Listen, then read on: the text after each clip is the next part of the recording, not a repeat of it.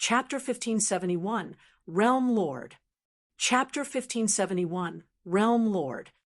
Chapter 1571, Realm Lord. As soon as Shifeng set foot in the pitch-black shrine, his environment transformed.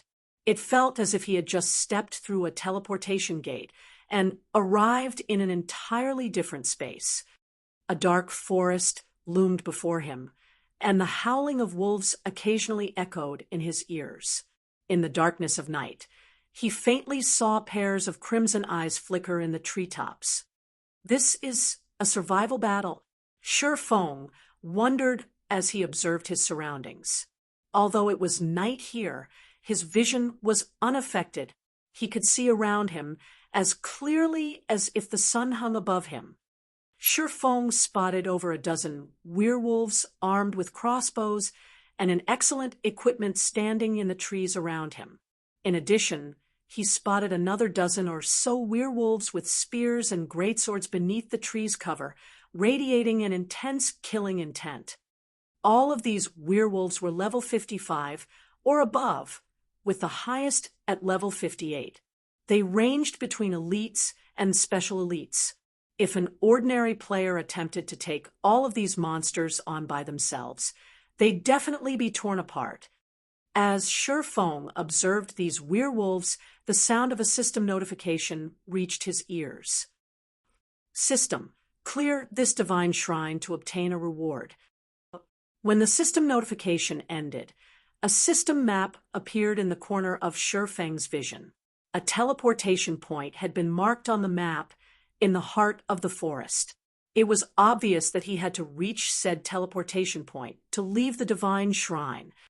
However, before Shifeng could examine the map closely, the werewolves in the treetops began to attack, the triple-loaded crossbows releasing their bolts at him simultaneously. At the same time, the werewolves on the ground began to close in, forming a tight encirclement around him. How troublesome. It seems that the system banned teleportation skills as well. I guess I have no choice but to run to the target.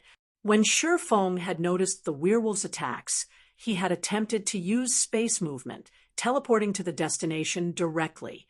Unfortunately, teleportation skills were prohibited in the divine shrine. He had no choice but to unsheath Killing Ray and retaliate. A rain of bolts from above might be troublesome to ordinary players, but to Shifeng, the bolts were practically negligible.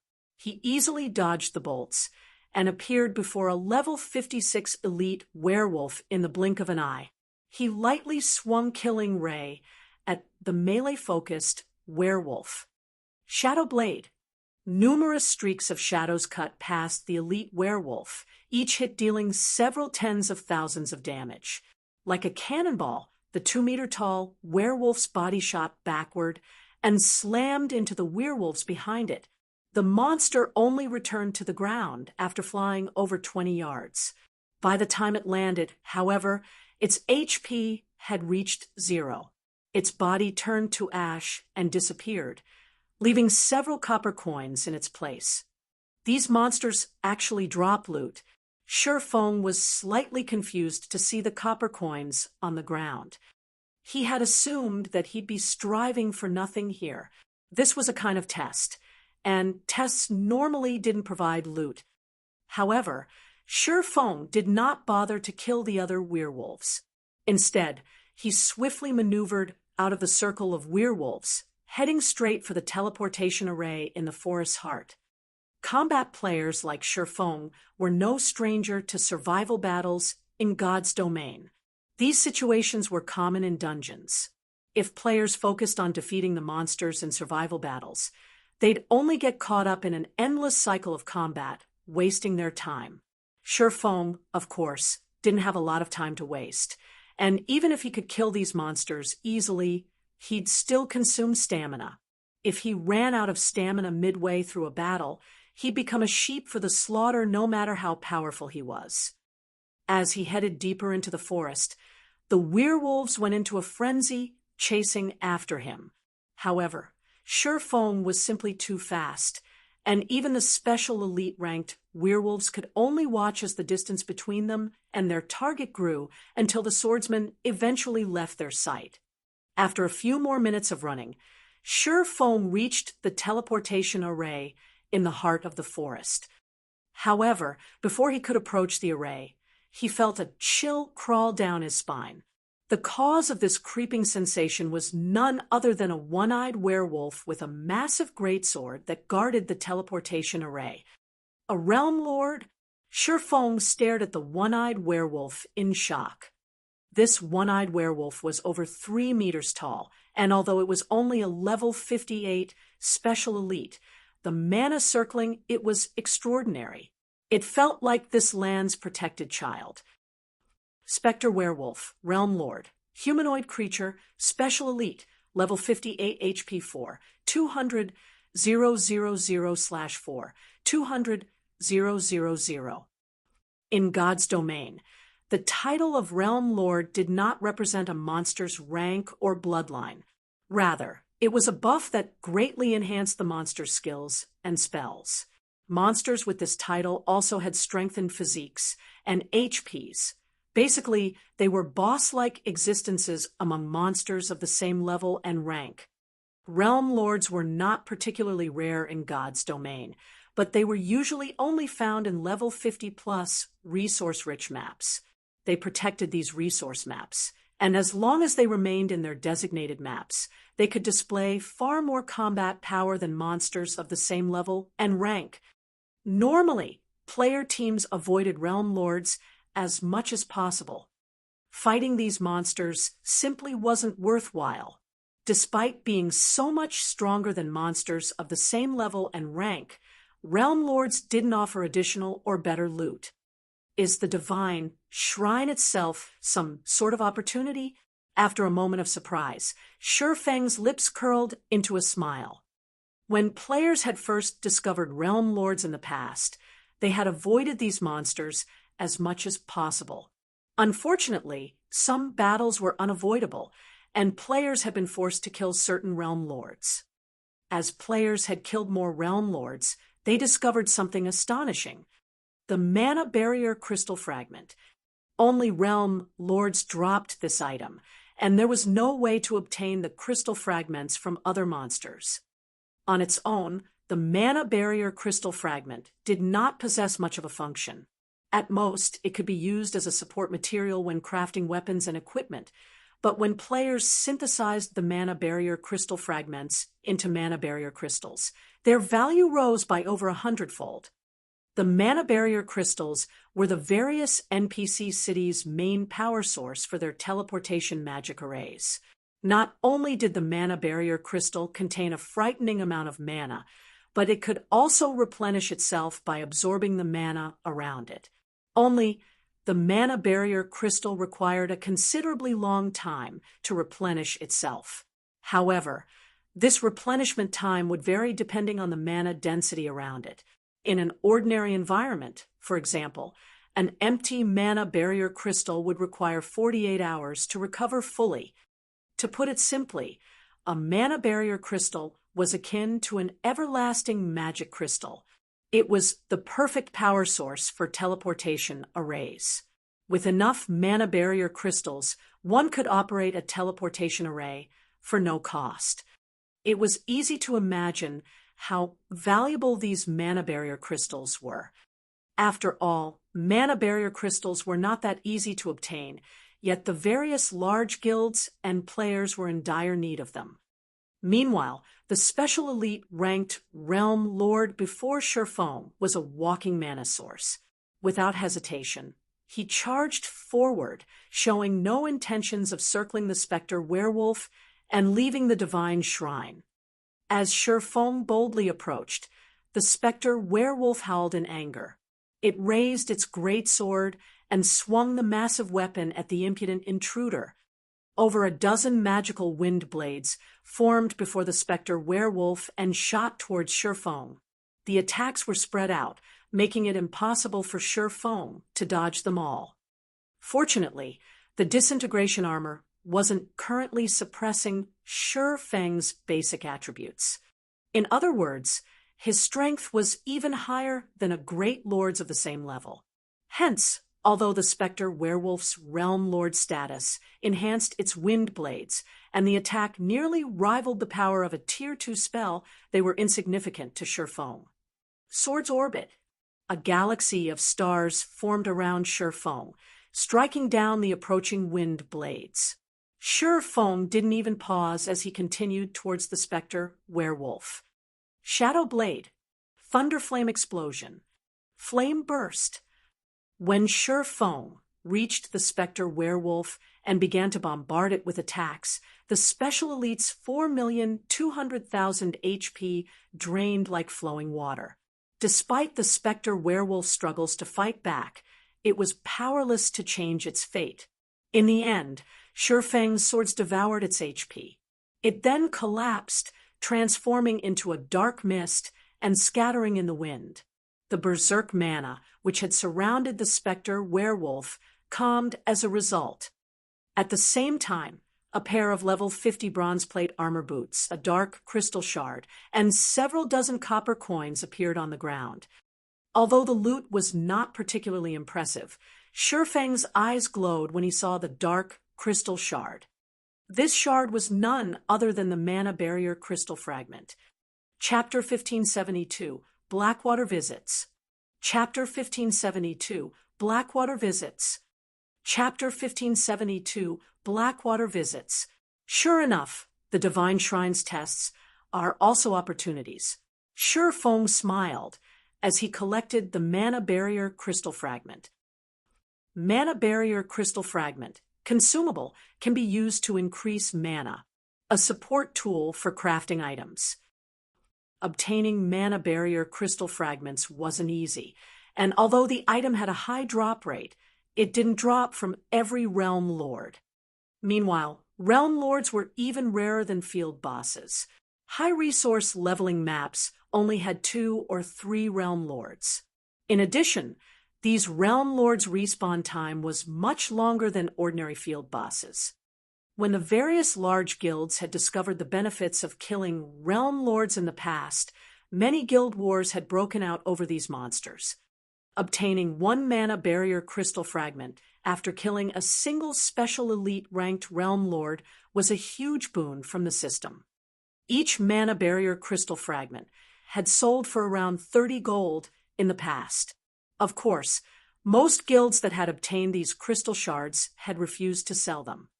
When players collected 10 crystal fragments, they could seek out an NPC Master Alchemist to synthesize the Mana Barrier Crystal with a 40% success rate. If the synthesis were successful, one would have an everlasting magic crystal. The Mana Barrier Crystal was a priceless treasure, useful in multiple aspects, such as powering teleportation arrays, magic towers, and other such constructions. There had even been a few workshops that had specialized in hunting Realm Lords in distant maps, making a living from selling Mana Barrier crystals. After obtaining the crystal fragment, Shurfong moved towards the teleportation array and left the forest. When he opened his eyes again, he had arrived at the first Divine Shrine's exit, and the staircase leading to the second shrine stretched before him. Many players were already running towards the second Divine Shrine. So many people are already out. Shurfong was surprised. Over 100 players were already approaching the second Divine Shrine. However, after giving the matter some thought, he realized that he had spent quite some time fighting the Spectre Werewolf.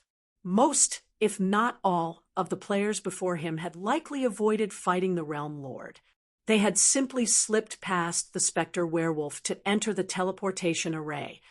As Shurfong left the first Divine Shrine, the sound of system notifications reached his ears. System, congratulations.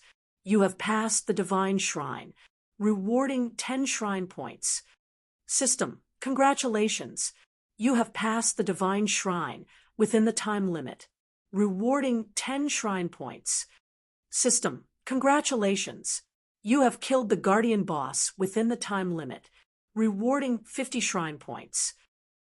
So many points. Feng was somewhat taken aback when he saw how many points the system had awarded for killing the Spectre Werewolf. Passing the Divine Shrine had only earned him 10 SPs, yet killing the Special Elite ranked Spectre Werewolf had awarded 50. If these other players realized that killing the Guardian Boss would award even more points, they'd likely regret their earlier actions.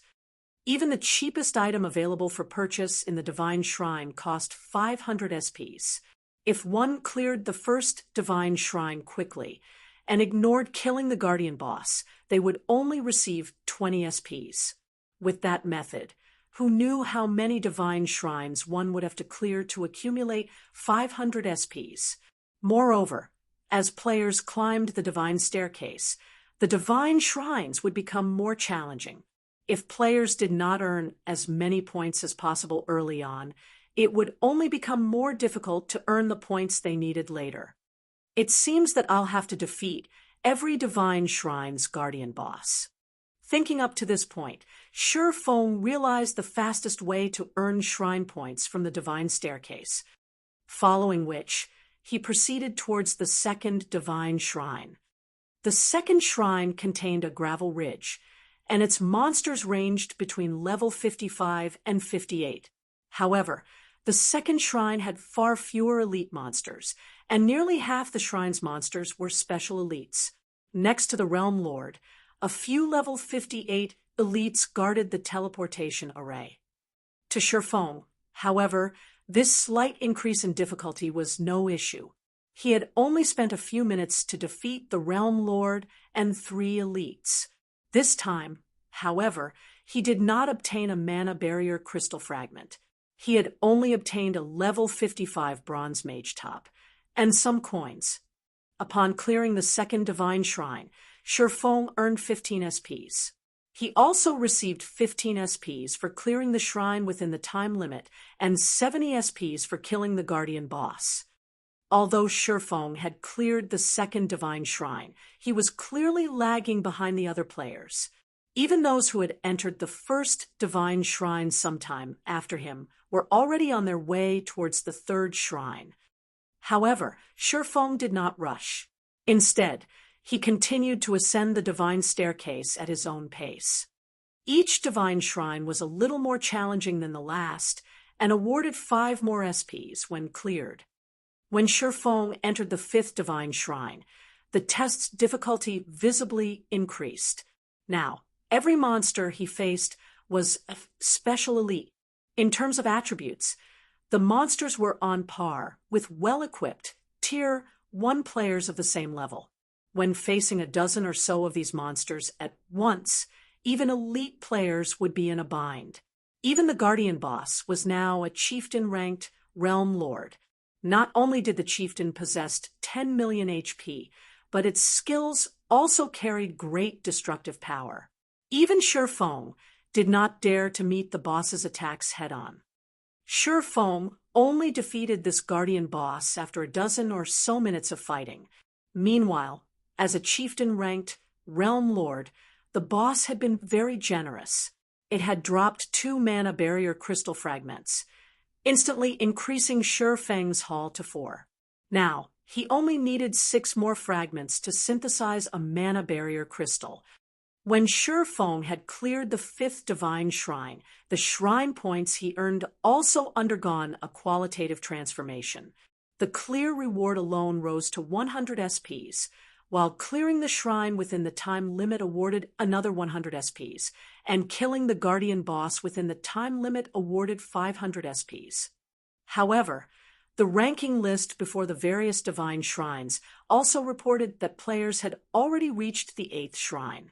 There were over a dozen players clearing the shrines with astonishing speed. Meanwhile, while Feng continued to challenge Divine Shrines, Zero Wing City's fame in Starmoon Kingdom had exceeded Stone Forest towns. The city had become a holy resting ground for many of the kingdom's players. Due to the city's high mana density, the double EXP buff accumulation, and the large number of wandering merchants, it took no time at all for Zero Wing City's player population to break past 1 million. The originally empty city was now so lively that Zero Wing City could rival major NPC cities. Guild Leader Singular. Zero Wing City's player population has grown past 1 million. The city is even charging players an entrance fee. Its daily income is incredibly high. With this, I don't think that it'll be easy to whittle Zero Wing down anymore, Lei Jingyang reported. He currently rested in one of Zero Wing City's restaurants, wearing a frown as he watched the crowded street outside. Initially, he hadn't cared about Zero Wing City, but after visiting the city personally, he had to admit that it was extraordinary. Young Master Lei, although Zero Wing City is better than we expected, Zero Wing's celebration of the fact will be short-lived. Singular Burial chuckled. He didn't seem to mind the fact that Zero Wing City earned considerable wealth for the guild. Don't tell me you plan to fight it out with Zero Wing? Lei Jingyang frowned at Singular Burial's reaction. He had expected Singular Burial to finish Zero Wing off in a few more days, but clearly that plan was no longer viable. Not only did Zero Wing City earn a considerable amount of profit for its ruling guild, but the city improved Zero Wing's reputation among players. At this rate, Heaven's Burial could never destroy Zero Wing in a short 3 to 5 days. Of course not, Singular Burial said, shaking his head. Although Zero Wing has achieved great success, at the end of the day, its foundations are shaky. The nail that sticks out gets hammered down. Representatives from the Blackwater Corporation contacted me not long ago, informing me that they are willing to help us against Zero Wing. The Blackwater Corporation? Lei Jingyang was visibly moved when he heard this. Why are they suddenly interested in Zero Wing? The Blackwater Guild had changed drastically. It now had stronger forces under its command and ample funding. Just some time ago, it had even established a guild town in a resource-rich, neutral map. Even super guilds avoided any conflict with the guild.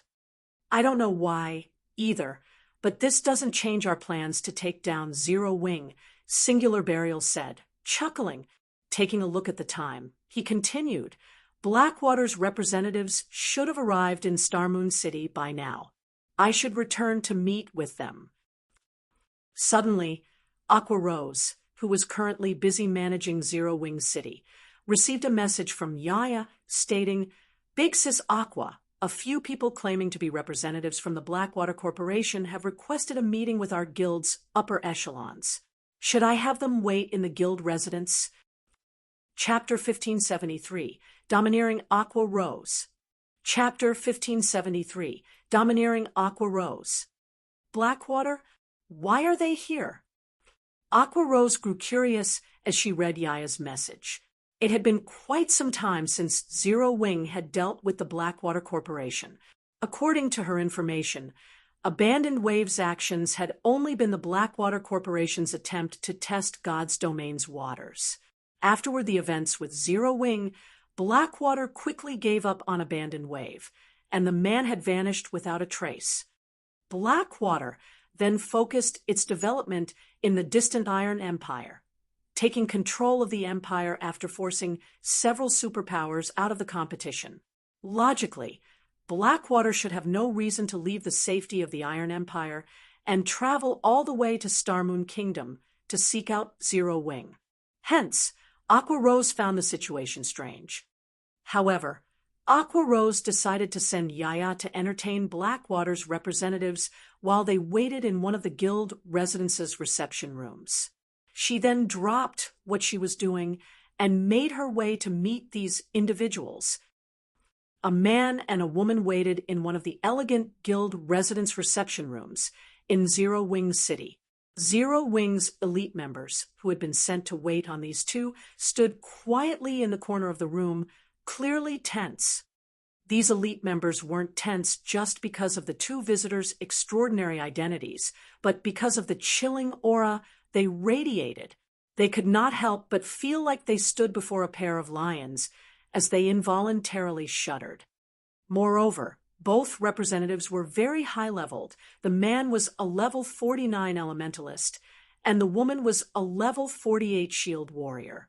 Even the most inferior piece of equipment these two wore was level 45 dark gold rank. The male elementalist even wore 3 pieces of epic equipment, appearing as if he were wrapped in a constant layer of fire. In fact, due to this man's presence, the reception room's temperature had risen quite a bit. When Aqua Rose and Yaya entered the room, the man's aura flared with even greater intensity. It was clear he wanted to intimidate Aqua Rose. Unfortunately for him, his biting cold aura had no effect on the Zero Wing Vice Guild leader. "Hello, I am Aqua Rose, one of Zero Wing's Vice Guild leaders. May I know what business Blackwater has with our guild?" Aqua Rose asked, smiling at the male elementalist with the intimidating aura. As expected of Zero Wing's Vice Guild leader, "Your guild's reputation is well-deserved," the male elementalist praised when he saw the lack of hesitation in Aqua Rose's response to his intimidation. "I had thought that our guild leader's decision to send us as representatives was unnecessary. However, it seems that Zero Wing indeed qualifies for such a move. Thank you for the praise. Now, may I know what business your guild has with Zero Wing?" Aqua Rose calmly repeated, paying the male elementalist's arrogance no heed. Moreover, the man before her earned his arrogance. Aside from the fact that this man was backed by the Blackwater Corporation, he radiated an aura that felt dangerous to Aqua Rose. After her promotion to Tier 2, she rarely felt such a feeling from other players, and any player who felt this way was a peak expert, capable of holding important positions in super guilds. "My name is Falling Fire, the Vice Commander of Blackwater's 3rd Main Force. I have come here with a message for Zero Wing from our guild leader. Hand over Yulan and her companions, which you have chosen to shelter, and half of Zero Wing City's profits. Do that, and we can ignore the previous events. Otherwise, deal with the consequences at your risk," the man named Falling Fire informed Aqua Rose. Smiling, he continued, "Although your guild has performed well in a few major wars thus far, your strength is only effective against small guilds. We'll give you 1 day to consider our offer. I'll be waiting for your reply. Hand over Yulan and the others." As Aqua Rose listened to Falling Fire's message, she came to understand the gist of the situation. When she realized what Shifeng had done, she was flabbergasted. It was no wonder why Yulan had seemed so worried. It turned out that she was wanted by Blackwater. "That's right. You only have 1 day to consider. As for Zero Wing City's profits, I'll send specialists to keep an eye on your city." Falling Fire nodded. In his opinion, Blackwater had no reason to go out of its way to warn Zero Wing. With the guild's strength, it could easily flatten this small, upstart guild.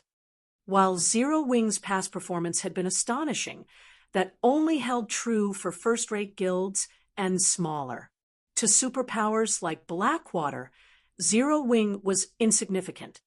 Furthermore, Zero Wing was currently preoccupied with its war against Heaven's Burial. 1 day to consider handing over Yolan's group and half of Zero Wing City's profits.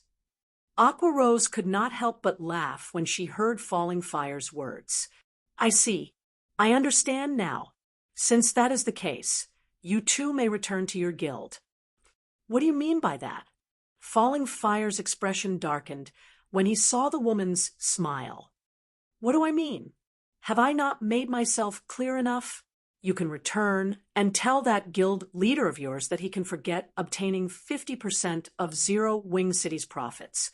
As for Yolan's group, they have already joined Zero Wing. You're even less likely to take them from us.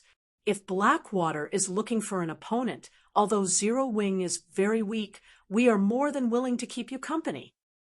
Aqua Rose said straightforwardly, "Watch your step on your way out. I won't be sending you off." When Aqua Rose finished speaking, the reception room was deathly silent. Falling Fire stared at Aqua Rose in shock. He even wondered if he had heard her wrong.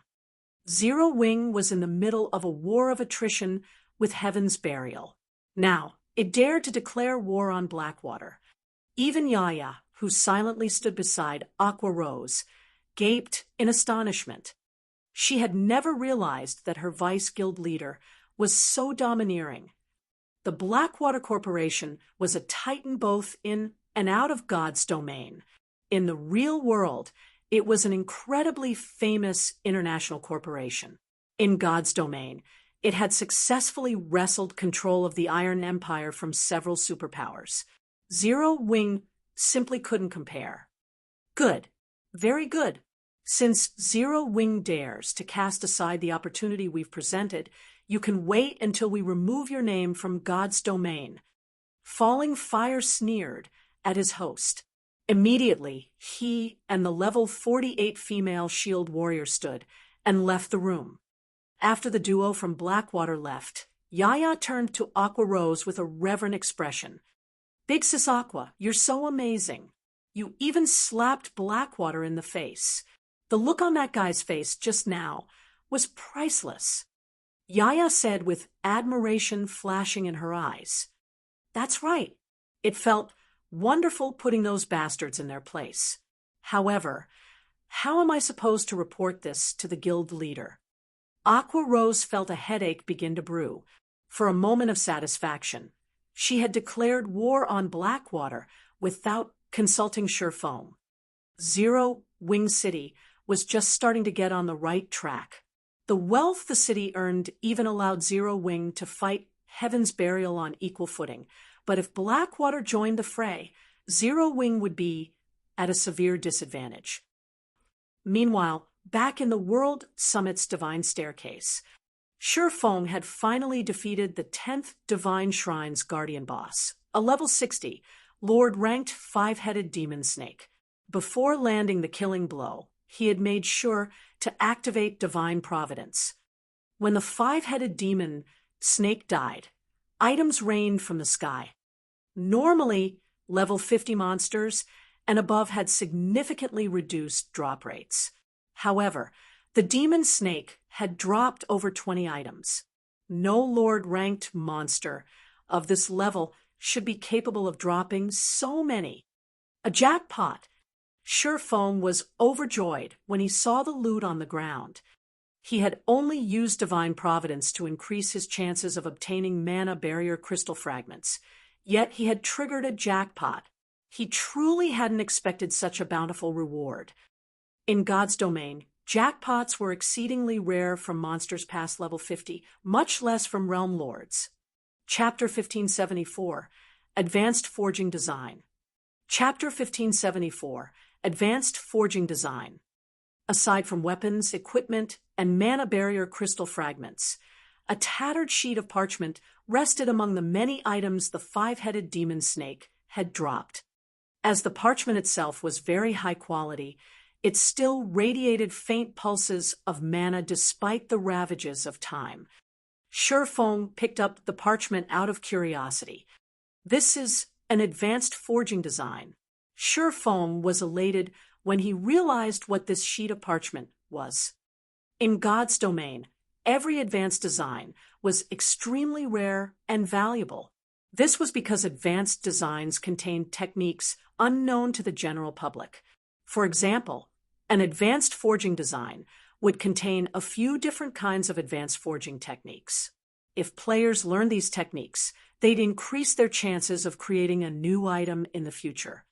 The various large guilds had cherished their advanced designs in the past. They had all refused to sell these designs. At the same time, the large guilds' trading firms had fought over these items. Zero Wing had only obtained a few advanced designs thus far, including advanced forging designs. Moreover, the design in his hands was not just any ordinary advanced forging design. Conqueror's Armor Forging Design Fragment. Advanced design, fine gold rank. When learned, you will be able to produce the level 50 magic rune armor. Every piece of crafted armor contains a magic array. 5 pieces can be used to form the basic strength battle array. Current fragment count 1/9. I never expected the divine shrines to drop something like this. I've really lucked out this time. Sure Feng was at a loss for words as he stared at the Conqueror's armor design. Not only had the five-headed demon snake dropped 2 mana barrier crystal fragments, but it had also dropped a fine gold equipment design that came with a battle array. Killing the demon snake had been far more profitable than killing a level 60 Grand Lord. A well-equipped peak expert in God's domain wasn't a force to be reckoned with. In fact, despite being an individual, they were capable of playing a significant role in a guild war. However, that did not mean ordinary players were utterly helpless against peak experts. Ordinary players still had a method they could use to fight peak experts: battle arrays. If a certain number of players wore equipment with the same battle array, they could trigger the battle array's effects, significantly increasing their combat power. Battle arrays provided more than just a boost to basic attributes. They also improved players' physiques. Most importantly, it allowed players with the same array to share their perception. This helped players remove defensive blind spots, visibly improving their combat standards. Although a basic battle array only allowed players to share a limited degree of their perception, it still elevated players' combat standards to a whole new level. Many of God's domain's small guilds in the past had survived and thrived, even after 10 years, precisely because of battle arrays.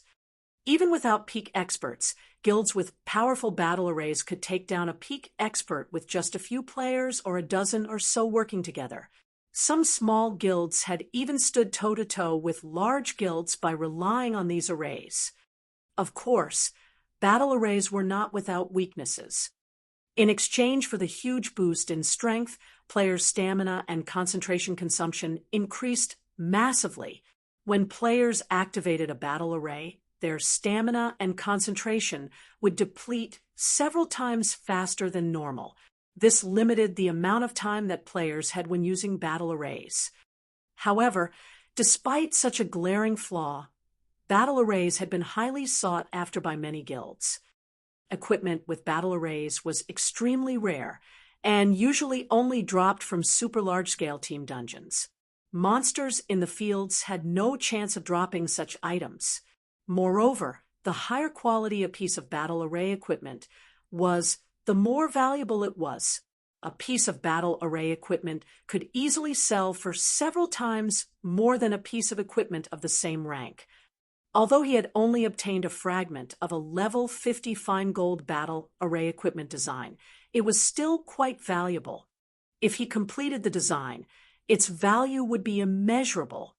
Since the Divine Shrine's Guardian boss dropped a fragment, the other Shrine's bosses should have a chance of dropping them as well.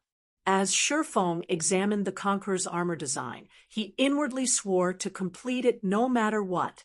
Immediately, he moved towards the teleportation array and proceeded to the next Divine Shrine. By the time Shifeng appeared on the staircase leading to the 11th Divine Shrine, players had already reached the 15th. He was far behind. System, congratulations.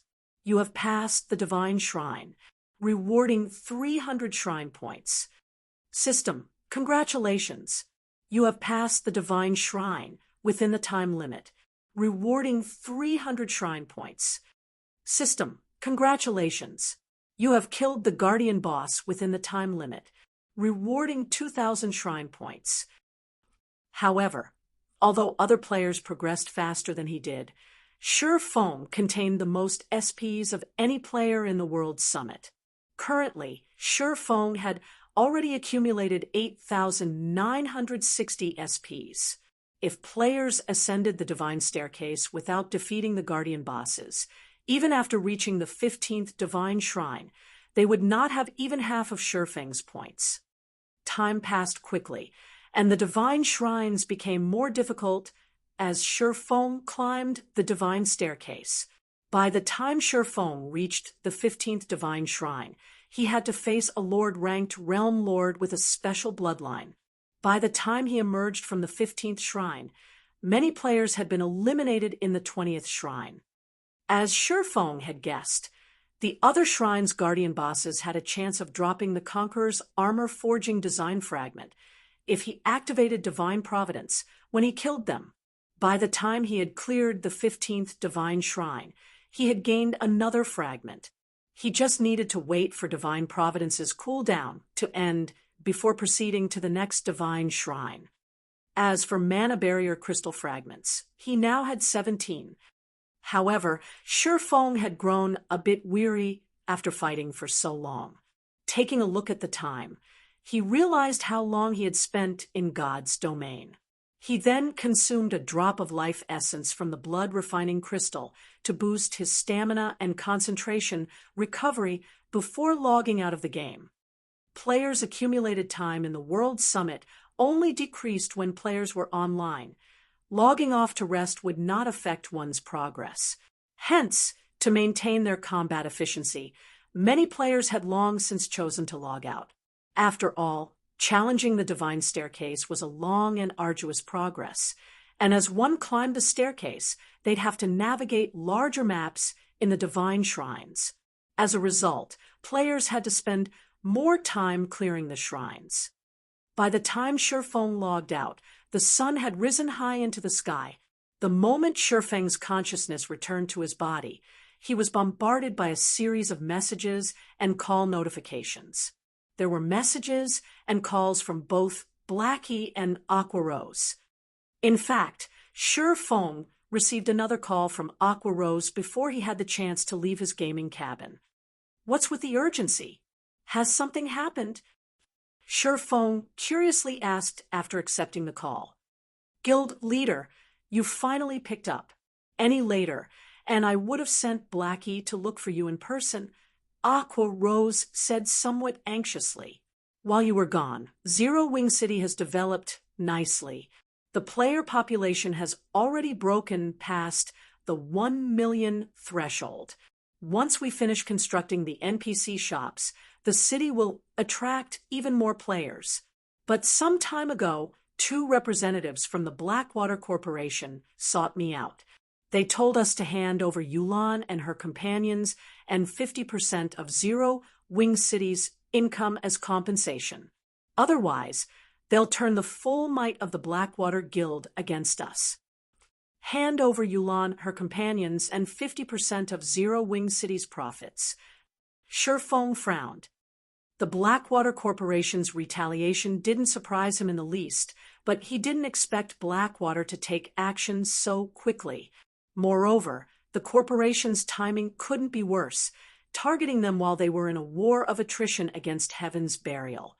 This put Zero Wing at a considerable disadvantage. Chapter 1575, Nurturing Experts. Chapter 1575, Nurturing Experts. It seems that I'll need to speed things up, Shifeng thought after hearing Aqua Rose's report. He was quite familiar with the Blackwater Corporation's power. He had witnessed its rise in God's domain in the past. Despite joining God's domain so late, Blackwater had still developed into a super guild quite quickly in the past. One could just imagine how frightening Blackwater's potential was. Furthermore, the Blackwater Corporation had invested in God's domain much earlier in this life.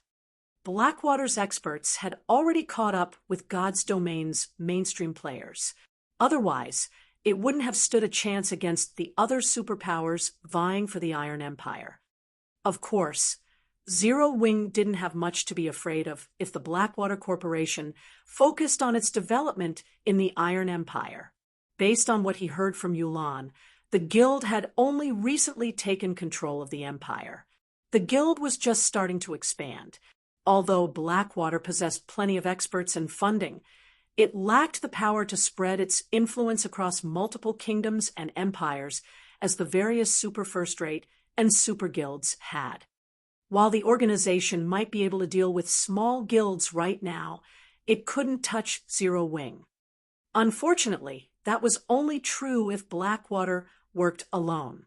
If it worked with Heaven's Burial, Zero Wing's situation would take a turn for the worst.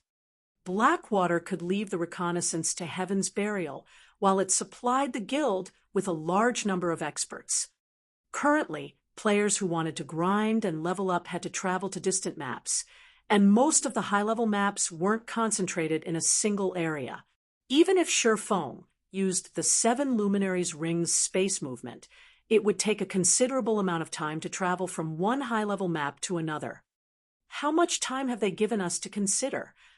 Shurfeng asked. 1 day, but I let my anger get the best of me, and I rejected their offer instantly, Aqua Rose said in a subdued voice. You rejected them? Shurfeng stared at Aqua Rose in surprise. Did you really reject them? M.H.M. Aqua Rose nodded silently, knowing that she had made a huge mess of things. By outright rejecting Blackwater's offer, she had undoubtedly created another powerful enemy for Zero Wing. Ha ha ha. Good. Well done. Shurfeng could not help but laugh when he saw Aqua Rose's guilty expression. Although Zero Wing is not very strong, we're never afraid of a challenge. If they want to come, let them. We'll fight it out. Guild leader, Aqua Rose felt guilty and slightly touched by Shurfeng's words. Not only didn't he blame her in the slightest, but he also actively encouraged her. All right, don't worry about it.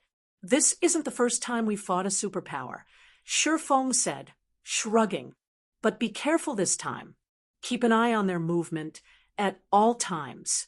Also, we need to push our guild members to complete their Tier 2 promotions. Every bit of help is useful. Have our guild's internal members focus on leveling quickly so they can add to the guild's combat power. M.H.M. I'll prepare some top-tier equipment, magic scrolls, and advanced potions for our guild members to challenge their promotion quests. As for the guild's internal members, I'll help them level up with Summer, Aqua Rose said, nodding. Following which, Shurfeng mentioned a few good grinding locations for Aqua Rose to use as she helped power level Zero Wing's internal members. The guild's internal members already had solid combat standards. They only lacked levels. Once they were brought up to speed, Zero Wing would have another batch of expert players to help defend it. When Shurfeng finished his call with Aqua Rose, he proceeded to train with the guild's internal members to help them improve faster. Shurfeng even provided specific guidance to a few talented members. He even went so far as to use the 10 additional black cards he had acquired from the secret pavilion to train Yu Zipping and a few others. In such a way, Shurfeng trained Yu Zipping and the other internal members during the day.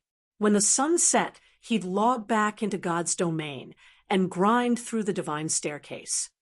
The greatest problem other players in the World Summit faced was the drain on their stamina and concentration, but Shurfeng could rely on his life essence to boost his recovery rate, having no issues in this regard.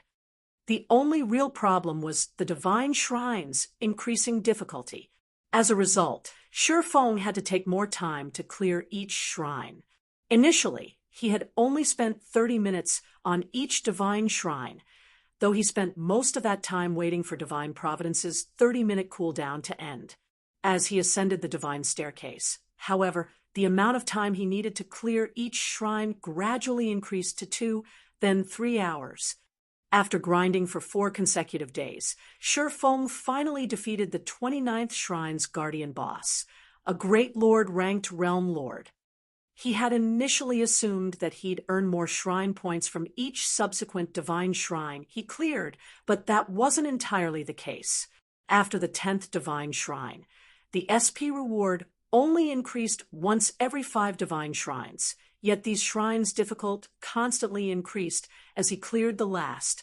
By the time Shurfeng cleared the 29th divine shrine, he had only accumulated 86,360 shrine points. He was still roughly 14,000 points away from affording the cheapest bloodline. Fortunately, although he hadn't acquired as many shrine points as he had hoped, he had secured a decent number of mana barrier crystal fragments.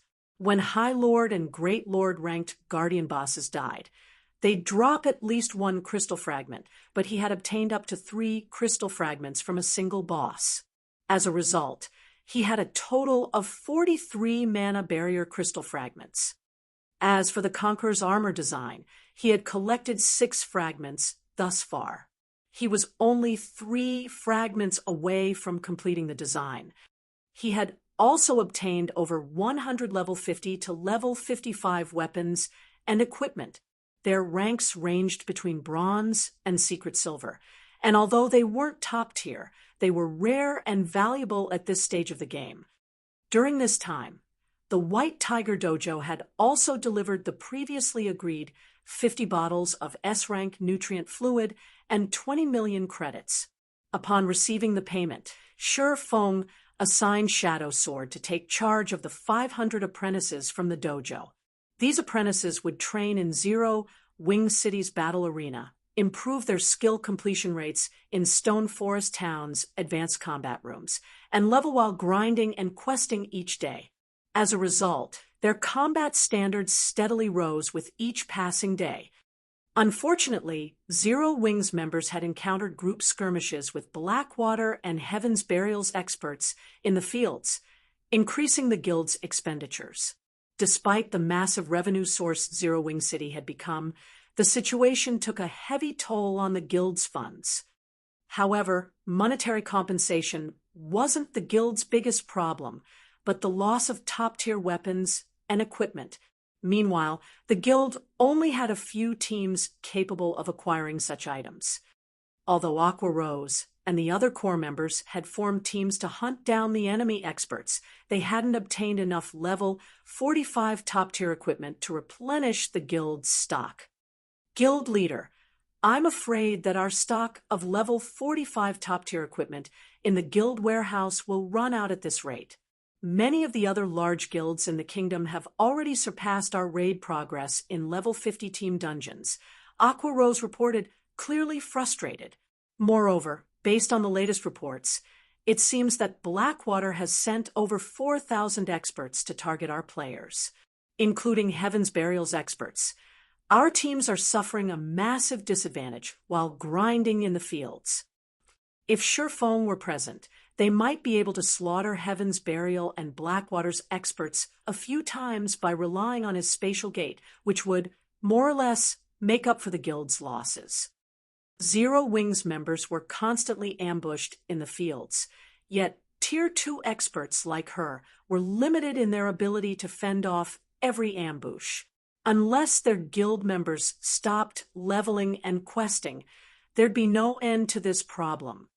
Moreover, level 45 top-tier equipment was required to raid level 50 team dungeons. If the guild warehouse ran out of such equipment, they'd have to stop raiding these dungeons. If this persisted, guild members might even lose interest in earning guild contribution points. If that happened, the guild would fall apart.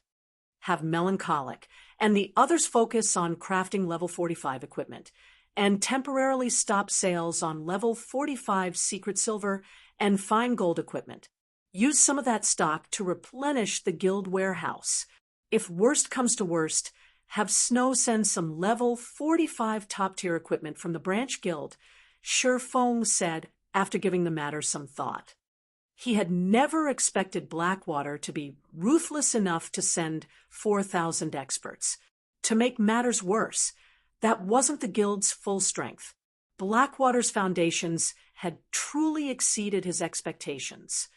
Shi Feng jumped back into his virtual gaming cabin, ignoring the fact that it was currently daytime, and he was supposed to be resting. After logging back into God's domain, he immediately made his way to the 30th Divine Shrine. Chapter 1576, Divine Shrine's Opportunity. Chapter 1576, Divine Shrine's Opportunity. Once Shi Feng entered the 30th Divine Shrine, the space before him transformed.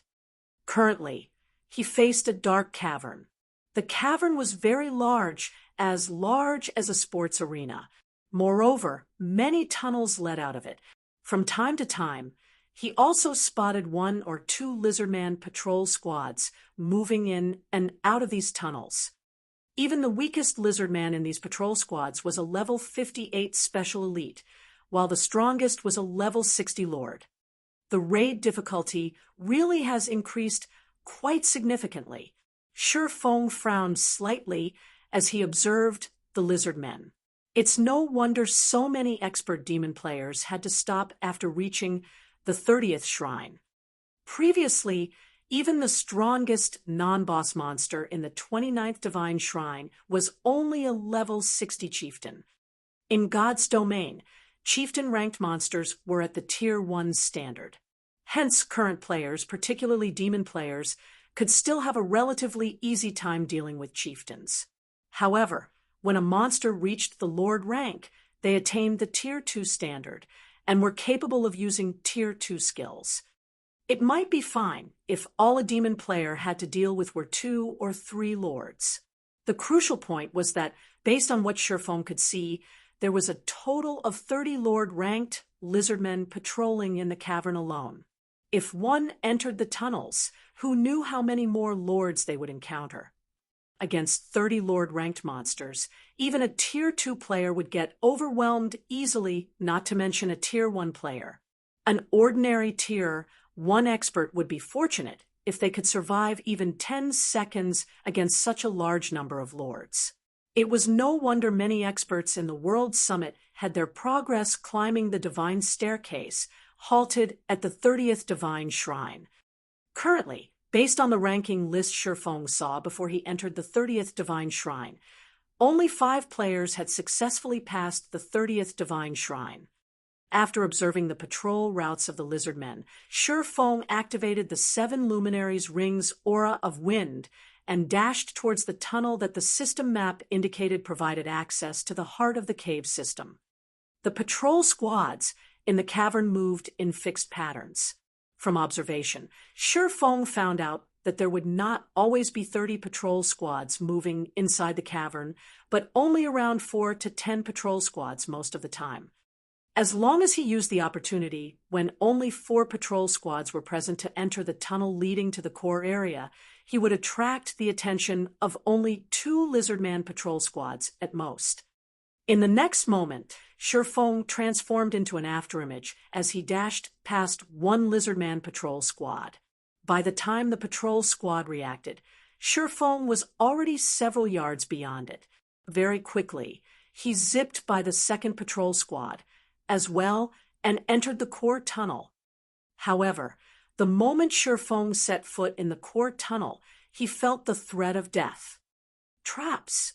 As soon as Shi Feng entered the tunnel, dozens of small magic arrays appeared along the tunnel walls. In the next moment, these magic arrays launched magical bolts of various elements. Although these magical bolts did not seem very powerful, each one contained enough power to rival a Tier 3 spell. Even a Tier 1 player geared in top-tier equipment would be killed instantly if struck by these bolts. In addition to these attacks, there were also 2 patrol squads of lizardmen chasing after him. Sure enough, the difficulty is very high. Upon seeing the dozens of magical bolts flying at him, Shi Feng immediately understood the reason why so few demon players had made it through the 30th Divine Shrine. He quickly executed Sword's orbit, striking down the bolts one after another as he continued advancing down the tunnel. Fortunately, the activated traps were effective not just against players, but the lizardmen as well. When the lizardmen entered the tunnel, they were promptly bombarded by magical bolts from the traps Shi Feng triggered, and sent flying back out of the tunnel. As the lizardmen had relatively high HP, they managed to survive even after being struck by what was effectively a Tier 3 spell. However, this situation also prevented them from pursuing Shi Feng. Thus, they could only watch as Shi Feng gradually disappeared from their sight. The path leading towards the core of the cave system was replete with various kinds of traps. From time to time, Shi Feng would also come across other lizardman patrol squads. As a result, he progressed towards the core at a snail's pace. After walking for over 2 hours, he arrived at a spacious cavern with a stone altar sitting in the middle of it. Stone pillars carved with magic runes surrounded the altar. Meanwhile, above the altar was the teleportation array leading out of the divine shrine. At this moment, however, lizardmen were kneeling around the altar. At a glance, Shifeng spotted over 300 lizardmen. Although the majority of these lizardmen were only elite ranked, there were 9 Lord-ranked lizardmen in the mix. However, the Lord-ranked lizardmen were no longer the strongest monsters present, which was instead the staff-wielding lizardman standing at the stone altar. Currently, the staff-wielding lizardman appeared to be offering a prayer of sorts. Lizardman Chief, Realm Lord, humanoid creature, Grand Lord, level 60 HP 42, 000, 000/42, 000/000. Shifeng could not help but frown as he looked at the Lizardman Chief. The guardian boss of the 29th Divine Shrine had been only a level 60 Great Lord. Yet in the 30th Divine Shrine, the guardian boss had actually become a Grand Lord. The increase in difficulty utterly exceeded Shifeng's expectations. Although the Lizardman Chief did not possess the HP of an ordinary Grand Lord of the same level, the enhanced spells of a Grand Lord-ranked Realm Lord was no laughing matter. Even if Shifeng successfully blocked one of the Lizardman Chief's spell attacks with his weapons, there was a high chance that he would end up losing his life. Seeing this, Shifeng could not help but hesitate whether he should bypass the Lizardman Chief and head straight for the teleportation array, or stay behind and defeat the Guardian Boss. He was fully confident of directly passing the 30th Divine Shrine while keeping his life intact. However, he could not say the same if he chose to fight the Lizardman Chief. While he did not mind losing one challenge opportunity, he did have 10 chances after all. The crucial point was that players would still lose a level if they died inside the Divine Shrines. Fortunately, though, no items would drop upon death. A Grand Lord was an existence that served as the final boss of Team Dungeons. It was practically impossible for players to solo such an existence. Just as Shifeng was mulling over his options, the Lizardman Chief suddenly started chanting an incantation. The runes carved on the stone altar then lit up with a dark blue glow. The space above the Lizardman Chief also collapsed, forming a tunnel of sorts into the dark void. Immediately after, a golden tablet slowly descended from this shattered space. The moment this golden tablet appeared, the mana inside the entire cavern stirred. The tablet itself also released a powerful divine might that put immense pressure on the living creatures around it. This is a legacy tablet. Shifeng's eyes focused on the golden tablet. For a moment, he even thought they were playing tricks on him. He had acquired quite a few legacy tablets thus far. Meanwhile, every tablet was a treasure that allowed players to learn combat techniques. However, the tablets he possessed were just bronze and silver ranked. Thus far, he had only seen one gold tablet before. Moreover, the said tablet had even been stolen by a mysterious Tier 5 NPC. One could just imagine the value of a gold-ranked secret technique tablet. Just as Shifeng was feeling surprised at the appearance of the gold tablet, the Lizardman Chief extended his hands and received the tablet. He then started chanting another incantation. This time, the Lizardman Chief caused an even greater commotion. The mana inside the entire cavern gathered at the stone altar and became so dense that it started transforming into white mist. At the same time, a threefold magic array also formed on the ground the stone altar sat on. This is a space-time teleportation magic array. What is he trying to do? Could he be trying to send the gold tablet to another location? Shifeng was very familiar with the threefold magic array that formed beneath the stone altar. However, he did not believe that the Lizardman Chief was going to leave the Divine Shrine. Hence, there was only one other possibility why the Lizardman Chief would need a teleportation array: to send something away. Since the Lizardman chief had summoned the teleportation array immediately after receiving the gold tablet, it was highly likely that the Realm Lord was planning on sending the gold tablet away. This won't do. I can't let him send the gold tablet away. Shi Feng steeled his heart and started sneaking his way over to the Lizardman chief. A gold tablet was incomparably valuable. It was not something that bronze and silver tablets could compare to. Just a silver tablet was already enough to prompt the various superpowers to bloody one another's noses. All the more a gold tablet. If he missed out on this opportunity, who knew how long it would take before he came across another gold tablet? In fact, he might never come across another gold tablet again. Moreover, the divine staircase became increasingly difficult the higher one ascended. If he could not defeat the Lizardman chief, then it was even less likely that he could defeat the guardian bosses of the subsequent divine shrines. Just as the Lizardman chief was about to send the gold tablet out of the cavern, at the critical moment, Shi Feng activated the aura of Time's forbidden domain. Please work. Seeing that the space-time teleportation magic array was about to activate, Shi Feng could not help but pray for his forbidden domain to succeed in stopping it. Chapter 1577, Threefold Suppression. Chapter 1577, Threefold Suppression. When Shi Feng activated forbidden domain, a layer of black mist enveloped the entire cavern, the mist freezing the flow of all the mana inside the cavern. Meanwhile, due to the stoppage in the flow of mana, the space-time teleportation magic array, which was still in the process of activating, failed. The mana the teleportation array had gathered then began to leak out and scatter into the surroundings, which also caused the spatial tear above the stone altar to close. Good. Shi Feng inwardly grew ecstatic when he saw the teleportation array disappearing. The space-time teleportation magic array, which was activated using the stone altar, was frighteningly powerful.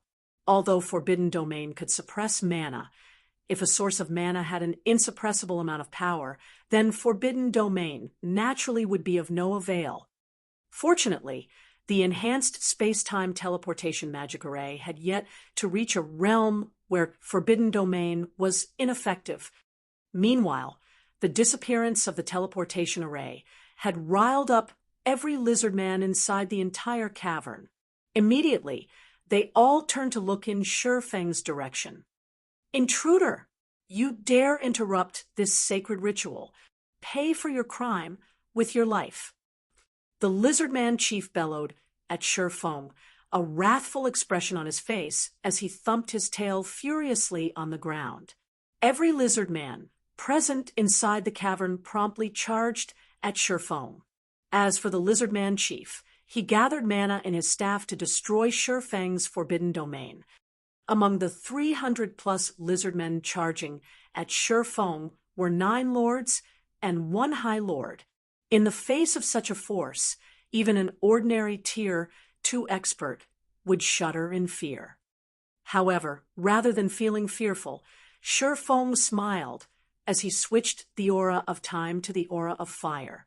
He then unfurled a crimson Tier 3 magic scroll in his hands. Meanwhile, contained within this magic scroll was none other than the Tier 3 large-scale destruction spell Flame Prison. Suddenly, fiery pillars shot up from the ground, trapping all the oncoming lizardmen in a prison of flames.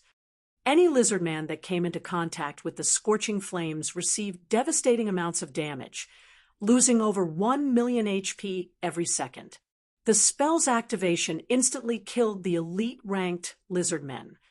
Meanwhile, before Flame Prison's duration was anywhere close to ending, Shi Feng took out an aqua-blue Tier 3 magic scroll. Ice Torrent. A torrent of water crashed down from the cavern's ceiling and impacted the ground heavily. Any living creature that came into contact with the water turned into an ice sculpture on the spot. The chieftain-ranked lizardmen who had received critical damage from the initial wave of attacks from Flame Prison, had their remaining HPs thoroughly consumed, their frozen bodies shattering into tiny frost particles. Loot then scattered all over the cavern's submerged floor. After just a brief moment, only the 9 lords and 1 high lord remained of the Lizardman army. How tough!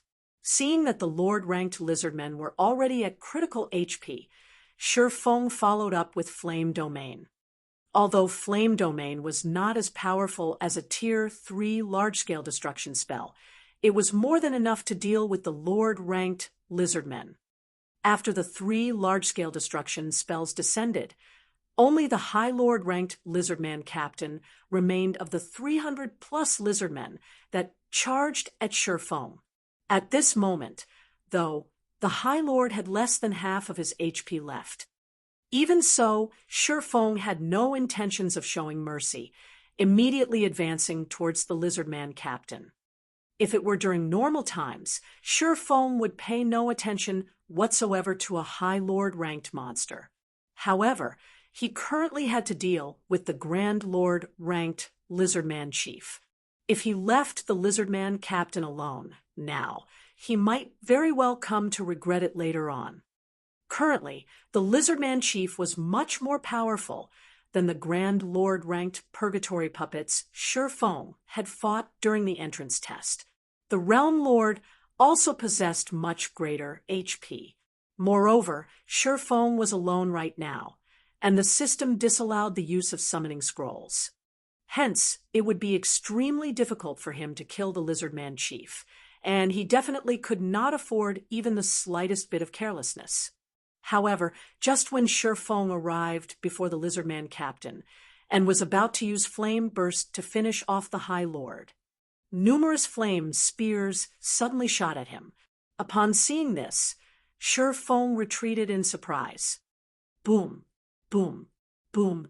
When the flame spears impacted the ground, large craters immediately formed. What power! So, this is a Tier 3 spell cast by a Realm Lord? Shifeng was inwardly astonished as he looked at the flaming craters. It was self-evident that the Lizardman chief had removed the effects of Forbidden Domain. Although the Lizardman chief had cast only a Tier 3 spell, its power was already at the Tier 4 standard. If Shifeng tried blocking such a spell, he might very well lose his life in an instant. Meanwhile, as soon as Shifeng dodged the flame spears, flames started raining down from midair.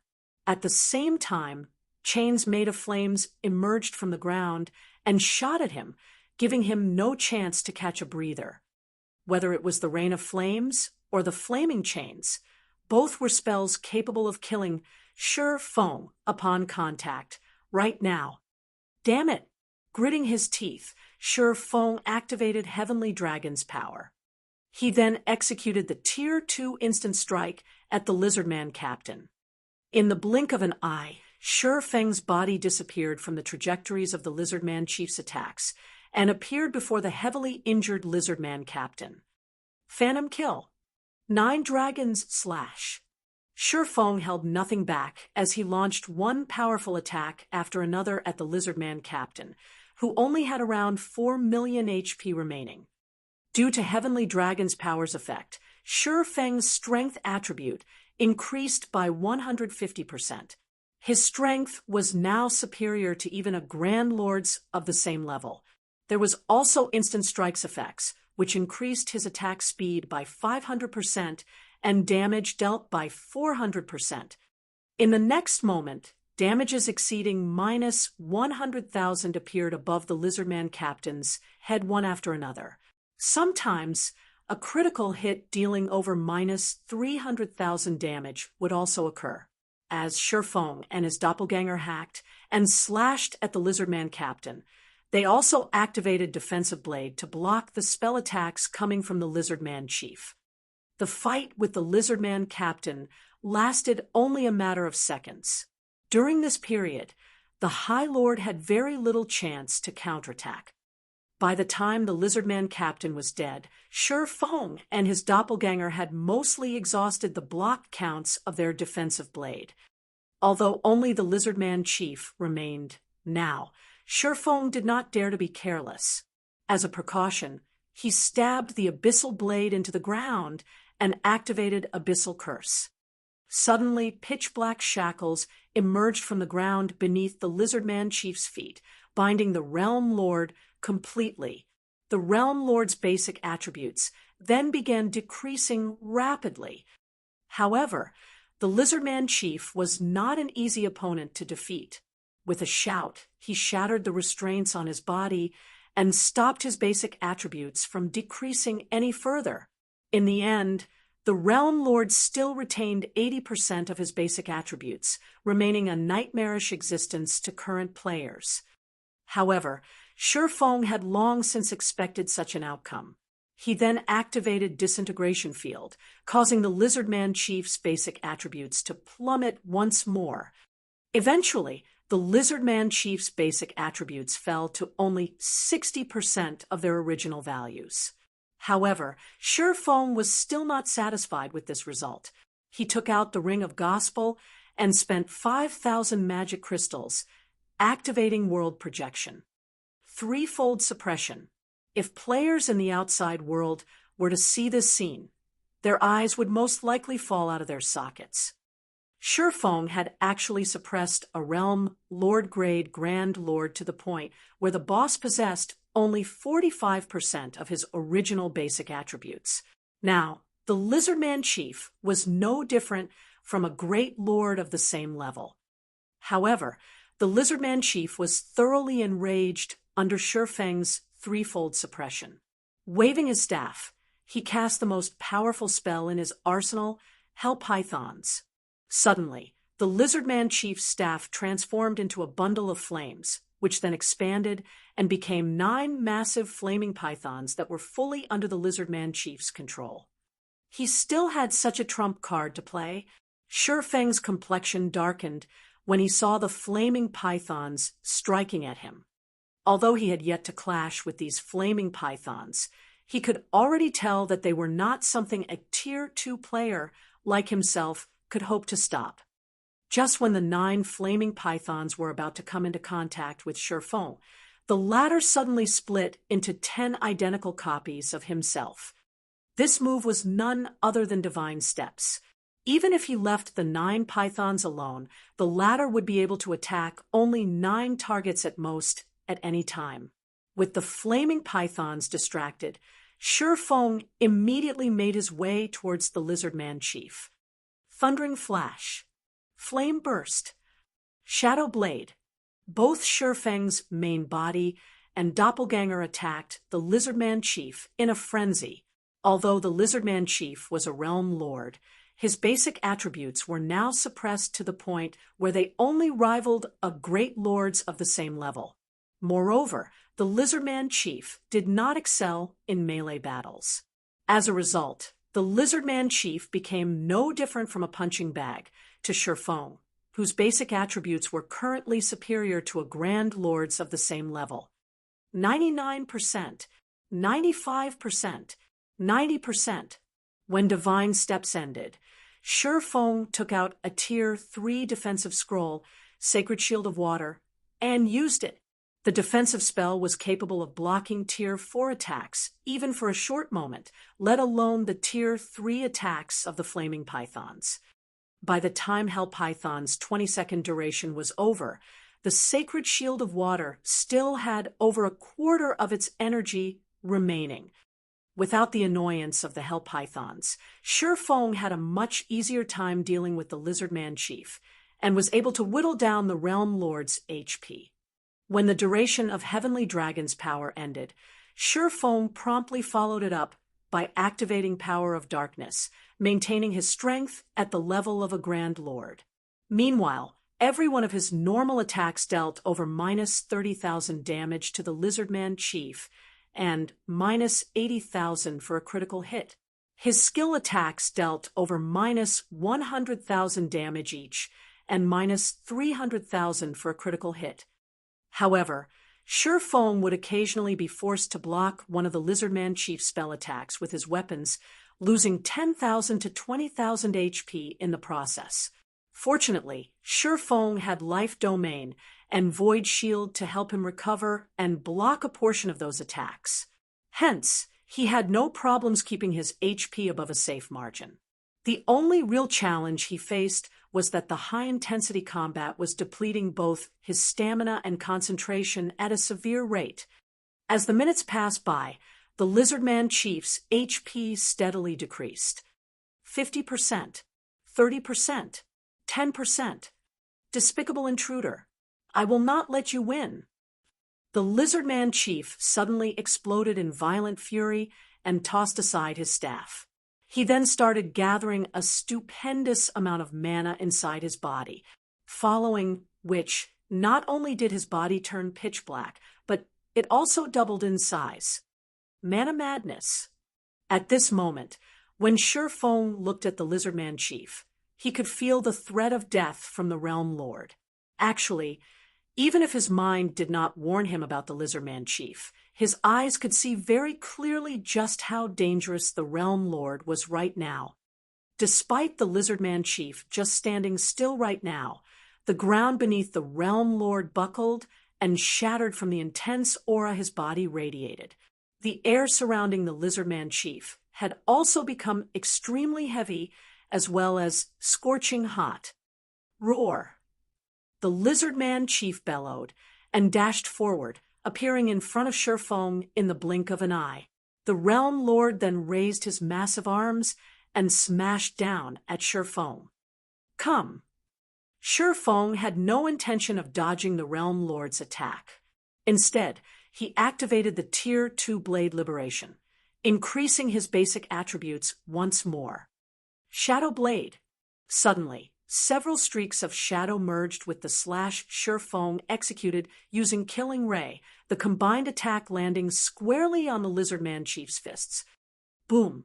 Shi Feng was forced to retreat by only half a step from the resulting impact. In contrast, the Lizardman Chief's arms got flung away, leaving his scaly chest wide open to attack. Moreover, the counter had also forced the Realm Lord to retreat by 2 steps. A chance!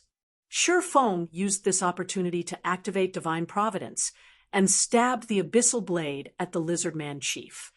Flame burst. After launching a series of devastating attacks, Shi Feng eventually reaped the final 10% HP the Lizardman Chief had remaining. Meanwhile, like a bursting balloon, the Realm Lord's body instantly turned into ashes and disappeared. Chapter 1578, Basic Strength Battle Array. Chapter 1578, Basic Strength Battle Array. He's finally dead. Shi Feng breathed out a sigh of relief when he saw the Lizardman Chief disappearing. After going berserk, the Lizardman Chief was simply too powerful. Not only was the Realm Lord's strength overwhelming, but his attacks also carried the mana erosion effect. Every time Shi Feng clashed with the Realm Lord, although he appeared to have the advantage, in reality, his HP also decreased by a significant amount. At this moment, Shi Feng's HP had already fallen below 25%. Had the Lizardman Chief been able to endure a few more attacks, the one to die in that battle would have been Shi Feng. Instead, meanwhile, after the Lizardman Chief died, over a dozen items had dropped to the ground, including 3 pieces of level 55 fine gold equipment, 4 pieces of level 55 secret silver equipment, 8 rare materials, and 2 mana barrier crystal fragments. For a level 60 Grand Lord, this loot was quite satisfactory. Not to mention, aside from all these items, the Realm Lord had also dropped 3 design fragments. When Shi Feng saw these design fragments, his eyes immediately glowed. After all, these design fragments were meant for none other than the Conqueror's armor design. With this, I'll be able to start producing level 50 fine gold equipment that has a basic battle array added to it.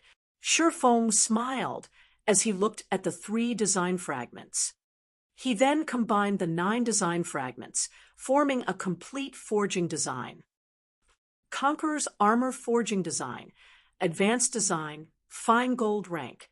When learned, you will be able to produce the level 50 magic rune armor. Every piece of armor produced will have a magic array carved on it. 5 pieces of armor can be used to form a basic strength battle array. Conqueror's Armor, Chest Piece, Plate Armor, Fine Gold Rank. Level 50. Equipment Requirement. Strength 700 and Agility 700. Defense plus 2,150. Strength plus 64. Endurance plus 72. Agility plus 60. Additional passive skill dash. Life Sacrifice. The lower the wearer's HP, the greater the power they will receive. Increases to a maximum of 10% strength and 20% attack speed. Additional active skill dash. Basic Strength Battle Array. Requires 5 or more players wearing the Conqueror's Armor to activate. Upon activation, increases wearer's strength by 25%, agility by 15%, endurance by 15%, and physique by 10%. Grants basic perception, sharing buff. Stamina and concentration consumption rates are also increased by 400%. Maintaining the battle array costs 1 magic crystal every 5 minutes. The effects of this basic strength battle array are powerful. Feng could not help his astonishment after reading through the Conqueror's Armor's introduction. He had seen many basic battle arrays before. Meanwhile, a basic battle array would be considered excellent if it increased the attribute it specialized in by 20%. Normally, though, most basic battle arrays only increased their specialized attributes by 15%. The Conqueror's Armor's basic strength battle array, however, actually increased strength by 25% and 2 other basic attributes by 15%.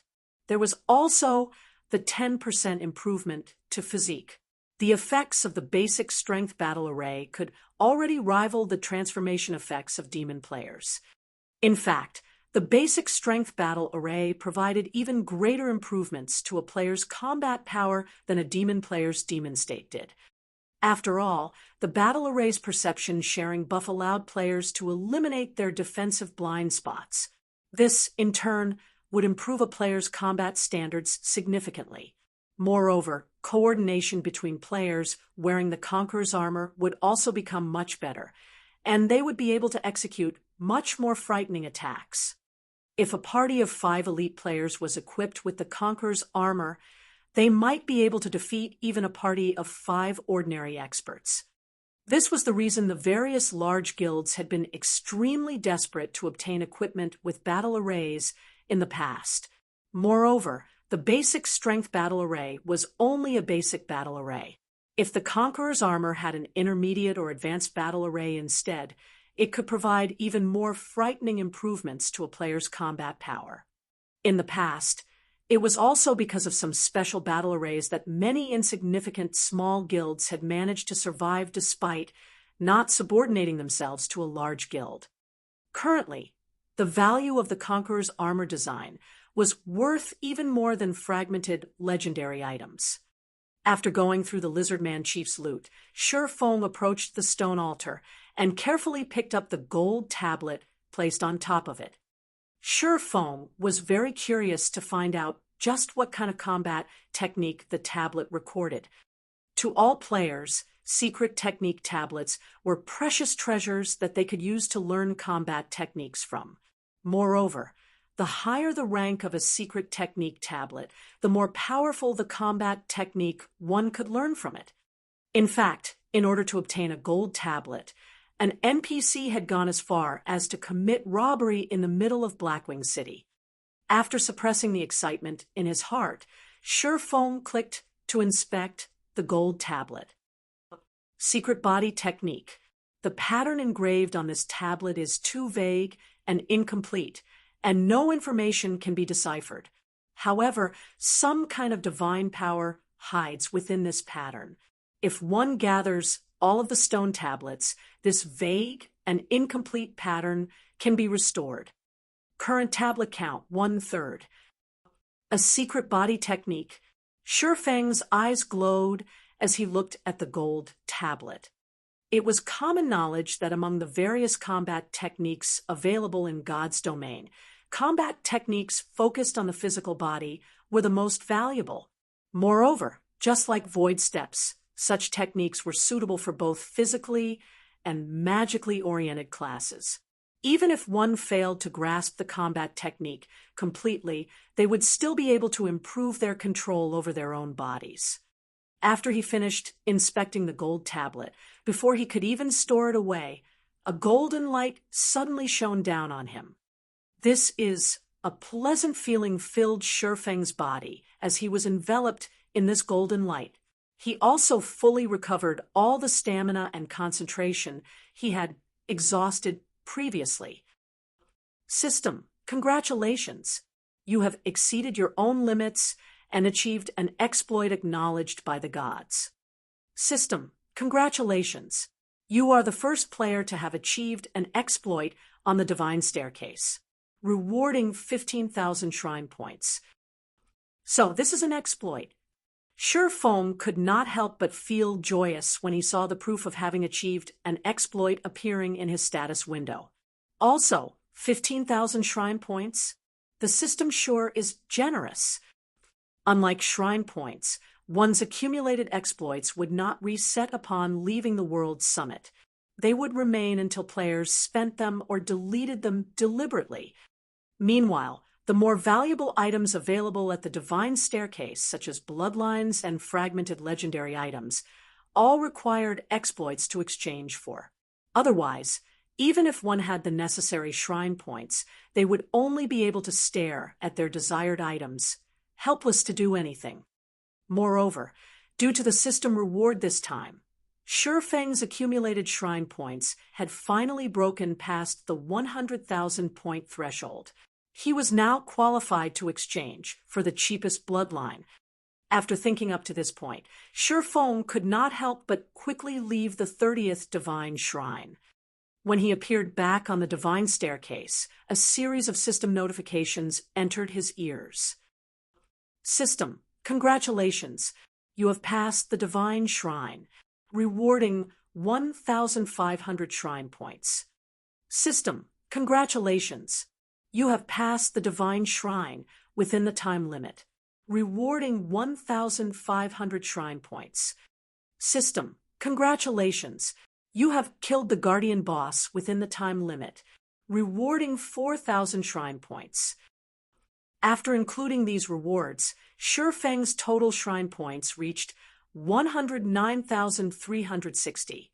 However, he still had no intention of ending his challenge. After getting sufficient rest, he immediately proceeded to the next Divine Shrine. Although he currently no longer had enough magic crystals to use world projection for the subsequent Guardian bosses, even if he could not beat the Guardian bosses, he was more than capable of maneuvering past them. In any case, he was not required to defeat the Guardian bosses in order to clear the Divine Shrines and ascend the Divine Staircase. Hence, while avoiding battle with the Guardian bosses, Shifeng cleared one Divine Shrine after another. Meanwhile, as he was rapidly accumulating more shrine points, some players out on the World Summit had also started to notice something odd. Previously, the highest record on the ranking list displayed before the various Divine Shrines was only at the 33rd Divine Shrine. Now, however, someone had already reached the 35th Divine Shrine. Moreover, this person showed no signs of slowing down as they sped through the 35th Divine Shrine and entered the 36th. Who is this person? Skyhawk, who had just exited the 33rd Divine Shrine, revealed a surprised expression as he looked at the Divine Shrine ranking list. As one reached further Divine Shrines, not only would they face much more difficult bosses, but the traps set up inside the Divine Shrines also became increasingly powerful. In fact, Skyhawk had spent 2 of his 7 attempts on clearing the 33rd Divine Shrine. Furthermore, he had already planned on giving up trying to pass the 34th Divine Shrine altogether. As for the 35th Divine Shrine, he did not even dare think about clearing it. After all, the divine staircase's difficulty increased substantially every 5 levels. Despite that, there was actually someone who had successfully done so already and was challenging the 36th. Chapter 1579, Redeeming a Bloodline. Chapter 1579, Redeeming a Bloodline. After Shifeng entered the 36th Divine Shrine, the monsters he came across were mostly chieftains. Meanwhile, the monster patrol squads he encountered were mainly led by level 60 lords, with a few led by high lords. Even an expert player would not dare to pick a fight if they came across such monster patrol squads. Their only option would be to run away. In addition, the traps found inside the Divine Shrine had increased in both quantity and quality. Now, every trap was more than capable of killing a player instantly. If players lacked the strength to cope with the traps and patrol squads simultaneously, it was basically game over for them. To Shifeng, however, these monster patrol squads were no problem whatsoever. Only, having to deal with both the traps and monsters at the same time consumed a lot of his time and stamina. Fortunately, he had life essences to help replenish his stamina. Hence, he still managed to arrive at the teleportation array of the 36th Divine Shrine relatively easily. From the 35th Divine Shrine onwards, the Guardian bosses had become Grand Lord-ranked archaic species. Even if Shifeng had enough magic crystals to execute threefold suppression, he was not confident of defeating such a foe. A casual hit from a Grand Lord-ranked archaic species could heavily injure Shifeng, even if he succeeded in blocking the attack.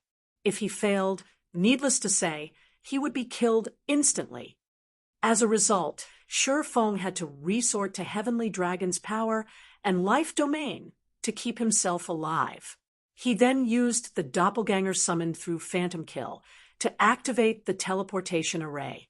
After the teleportation array was ready, he swapped positions with his doppelganger and promptly left the 36th Divine Shrine.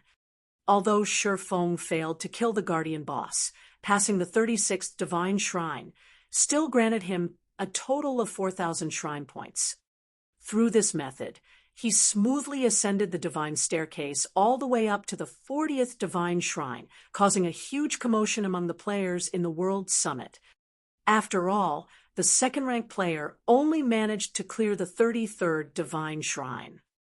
Meanwhile, Shifeng directly chose to give up on the challenge after passing the 40th Divine Shrine. The reason for this decision was the Guardian bosses no longer being Grand Lord-ranked archaic species, but mythic monsters instead from the 40th Divine Shrine onwards. Whether it was in terms of strength, speed, or combat standards, a mythic monster surpassed a Grand Lord-ranked archaic species by a wide margin. Against a mythic monster, skills such as Abyssal Curse and Disintegration Field had minimal effect. Even after Shifeng had used Heavenly Dragon's power, the Guardian boss of the 40th Divine Shrine still managed to overwhelm him.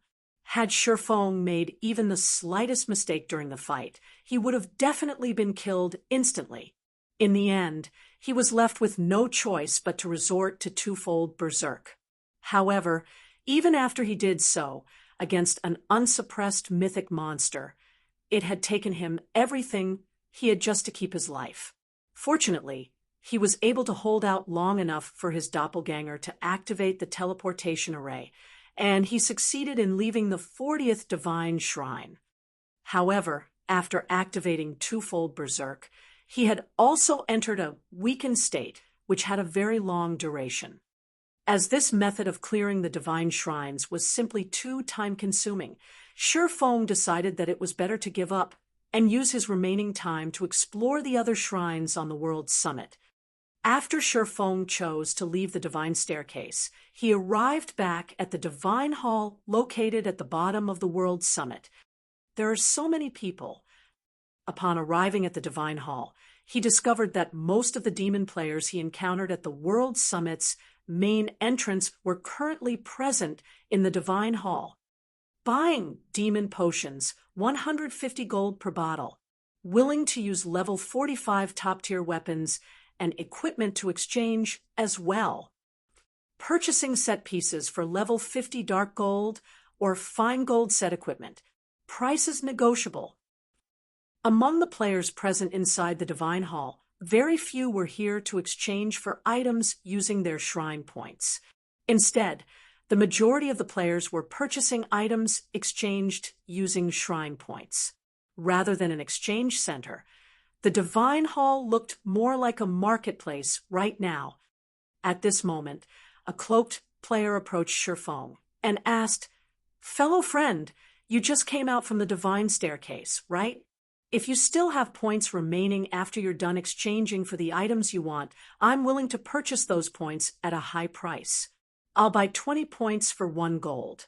I'll buy 10 points for 1 gold if you have over 1,000 points, 10 points for 2 gold if you have over 3,000 points, and 10 points for 3 gold if you have over 5,000 points. How about it?" Hearing the cloaked player's words, Shifeng was inwardly astonished. The purchase price was simply too frightening.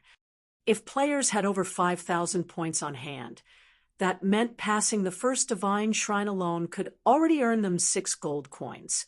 If they defeated the guardian boss as well, they could make a total of 21 gold from clearing the first divine shrine. "Sorry, but I don't have that many points to spare," Shifeng replied, shaking his head. He then headed straight for the exchange counter, showing no intention of trading away his points for coins. After all, he did not have a lot of shrine points on hand. Currently, he had accumulated a total of only 146,360 points. Given Shifeng's lack of interest, the cloaked player had no choice but to search for willing sellers. When Shifeng arrived before the exchange counter, a female demon NPC smiled at him and asked, "Hello, sir, may I know what item you wish to exchange for?" "Bloodlines," Shifeng replied. "Bloodlines." The demon NPC revealed a shocked expression when she heard Shifeng's answer. Very quickly, however, she nodded and said, "All right, here is a list of bloodlines available for exchange." Although Shifeng and the female demon NPC did not speak loudly, everyone present in the Divine Hall was an expert. They also possessed considerably good physiques. Moreover, they were very familiar with the high-ranking items available for exchange at the Divine Hall. Hence, upon hearing the word bloodline, they turned to look at Shifeng, who stood before the exchange counter, their ears immediately perking up. "What? That person is actually trying to exchange for a bloodline. Even the cheapest bloodline requires 100,000 points. Previously, I heard that the monsters that managed to pass the 31st Divine Shrine only obtained 32,540 points. They are far from reaching 100,000 points. That guy should just be taking a look at the available bloodlines." No, that might not be the case. I checked the ranking list just now and saw that someone has already cleared the 40th Divine Shrine. He might be that person. Still, even if he cleared the 40th Divine Shrine, it shouldn't be possible for him to accumulate so many points. At this moment, everyone looked at Shifeng with eyes filled with curiosity. After all, to them, 100,000 shrine points was an astronomical amount. It seems nobody else has discovered it yet. From the hushed discussions Shifeng overheard, he couldn't help but pity these expert demon players. In order to save time, these players had chosen the fastest method to clear the divine shrines and missed out on the opportunity to obtain the points for killing the guardian bosses. However, he also wasn't so kind-hearted as to announce this fact, following which he focused his gaze on the list of bloodlines the NPC provided him. There was a total of 33 different bloodlines available for exchange. Among them, 23 were basic bloodlines, 8 were advanced bloodlines, and 2 were peak bloodlines. In his 2 lives playing God's Domain, this was the first time Shifeng saw so many bloodlines gathered in one place. Meanwhile, Any single one of these bloodlines could cause any expert in the past to go crazy over it. Even apex experts would have been willing to pay any price to acquire one of these bloodlines. Chapter 1580, Hidden Benefit. Chapter 1580, Hidden Benefit. Sure enough, they are all amazing. It's no wonder so many experts were so crazy about bloodlines back then. Feng felt slightly emotional when he saw the list of bloodlines. In the past, even superpowers had an extremely tough time getting their hands on bloodlines. Information on bloodlines was also heavily restricted. Even though Feng had been the guild leader of a second-rate guild, he had not possessed any detailed information on bloodlines. All he knew was that bloodlines improved a player's life rating, and that they were of great help when players got promoted to higher tiers. Meanwhile, although the list of bloodlines the demon NPC gave him did not reveal a lot of information, what he could see was already more than enough to thrill him. Even the most ordinary bloodline would allow players to undergo a qualitative transformation. Take the Frost bloodline, for example. It increased the owner's compatibility with ice-type skills and spells, improving their skill and spell completion rates and base power. In addition, players with bloodlines would gain some extra basic attribute points every time they leveled up. In the case of the Frost bloodline, its primary focus was intelligence, while strength, agility, endurance, and vitality were secondary. Moreover, the bonus basic attributes gained through leveling up would further increase with each tier promotion. Eventually, as players rose in levels, the gap in basic attributes between players with bloodlines and players without bloodlines would also grow increasingly wider, to the point where the disparity could instill despair. However, looking at the cost of the various bloodlines listed, Feng could not help but frown. Of the 2 peak bloodlines available, one needed 340,000 SPs, while the other needed 360,000 SPs. In addition, both of them required 3 exploits each. These peak bloodlines were even more expensive than the top-tier fragmented legendary items.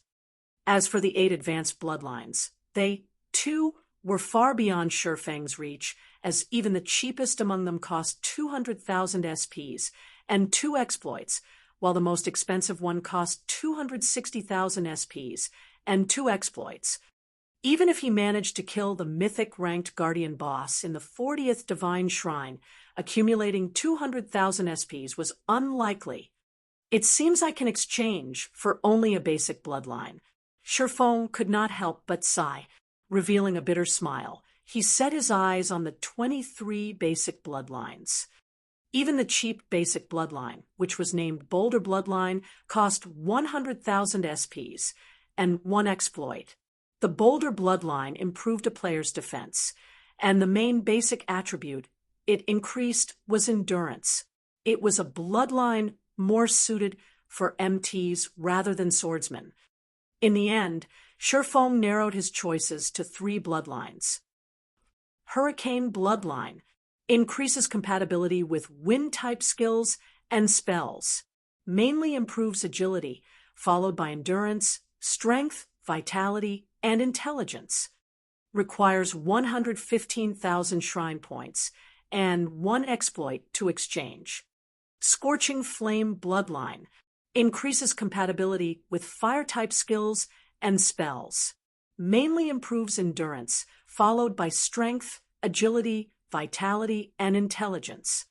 Requires 122,000 shrine points and 1 exploit to exchange. Earth Dragon Bloodline increases magic resistance, mainly improves strength, followed by endurance, agility, vitality, and intelligence. Requires 125,000 shrine points and 1 exploit to exchange. These 3 bloodlines were more suitable for a melee physical class, like the swordsman class. Whether they were wind-type or fire-type skills, the swordsman class had a little of both. Hence, the Hurricane and Scorching Flame bloodlines would provide significant improvements to a swordsman's DPS. As for the Earth Dragon bloodline, It was suitable for practically every class in the game. As players reached higher levels, the maps available for them to grind in would have increasingly poor environments. In the past, many players would even prepare multiple sets of equipment to cope with different environments. Hence, magic resistance was very helpful to players. All three bloodlines were considerably good. At the moment, Sure Foam did not know which bloodline to choose. "Sir, should I recommend you a few bloodlines that are suited to yourself?" the female demon NPC asked, smiling as she looked at Shurfeng's hesitant expression. "May I know what your recommendations are?" Surefoam could not help but ask curiously. Recommendations from NPCs were generally very accurate. However, it was not easy for players to get one from them. Usually, a player had to be lucky or have sufficiently high favorability with an NPC for such a situation to occur. As you are the heavens blessed that has progressed the furthest up the divine staircase, you get to enjoy a 10% discount on all exchanges. Hence, I recommend either the Thunderblade Advanced Bloodline or the Dark Iron Basic Bloodline. The female demon replied as she called out two displays showing the details of the bloodlines she mentioned. "You're saying the number 1 ranking player in the divine staircase gets a 10% discount." Surefoam was slightly surprised to hear this. He never thought that the divine staircase's ranking list also provided such a hidden benefit. The Thunderblade bloodline, the female demon mentioned, was an advanced bloodline. It improved not only a player's compatibility with lightning-type skills and spells, but also their attack speed. As for basic attributes, the advanced bloodline mainly improved strength and agility, followed by intelligence, endurance, and vitality. However, since it was a powerful bloodline, its cost was also frighteningly high. It needed a whopping 230,000 shrine points and 2 exploits. Even with the 10% discount, he couldn't afford this bloodline. As for the Dark Iron bloodline, it increased a player's compatibility with melee skills. As for basic attributes, the bloodline mainly increased strength, followed by agility, endurance, vitality, and intelligence. The bloodline's price was likewise very high, requiring 150,000 SPs and 1 exploit. Currently, he had 146,360 SPs. If he included the 10% discount, he would have more than enough to exchange for the Dark Iron bloodline. "I'll exchange for this Dark Iron bloodline," Surefoam said, inwardly ecstatic as he looked at the Dark Iron bloodline. Among the many basic bloodlines available, the Dark Iron bloodline was the most suited to melee classes. Since he could afford it, he naturally wouldn't go choosing other basic bloodlines. "All right, you have to pay a total of 135,000 shrine points and 1 exploit," the female demon said, nodding. Immediately, a payment window appeared before Surefoam. Without hesitation, he chose to complete the transaction. A moment later, the female demon retrieved a pitch-black crystal bottle from a magic array beside her. She then carefully handed the bottle over to Surefoam. "So, this is a bloodline?" As Surefoam looked at the pitch-black liquid inside the magic crystal bottle, he could sense vitality radiating from the liquid. Moreover, the liquid also contained terrifying power. "This is the Dark Iron bloodline you've purchased. Please store it away properly. May I know if you have anything else you wish to exchange for?" "I wish to exchange for the cheapest god crystal available." When Surefoam took a look at the shrine points he had remaining, he saw he still had 11,360 points left. Meanwhile, the cheapest god crystal up for exchange cost 12,000 SPs before discount, which was significantly less expensive than an epic item. Not to mention, compared to an epic item, a god crystal was much more useful to him. Following which, the female demon inserted her hand into the magic array beside her again and retrieved a god crystal. Every god crystal carried the remnant divine might of a god. Hence, the mere appearance of a god crystal caused the players inside the divine hall to feel an enormous pressure bearing down on them. What is this pressure? It's so strong. What kind of item can give off such a powerful pressure? Who is that person? Just now, he seemed to have exchanged for a bloodline already. Now, he's even exchanging for such an item. Just how many points does he have? The crowd inside the divine hall stared at Shifeng in shock. The players that previously doubted him now looked at him with eyes brimming with envy and admiration. A bloodline. That was something that could allow even an ordinary player to become an expert. If demon experts like themselves could obtain a bloodline, they would definitely become one of the apex existences in God's domain in the future. Hence, how could they not envy Shifeng? Meanwhile, after Shifeng obtained the Dark Iron bloodline and God Crystal, he no longer had any reason to remain in the Divine Hall. He immediately turned around and headed towards the exit. However, before Shifeng could leave the Divine Hall, a man suddenly stood in his way. Smiling, the man said, "Fellow friend, your performance at the Divine Staircase is amazing.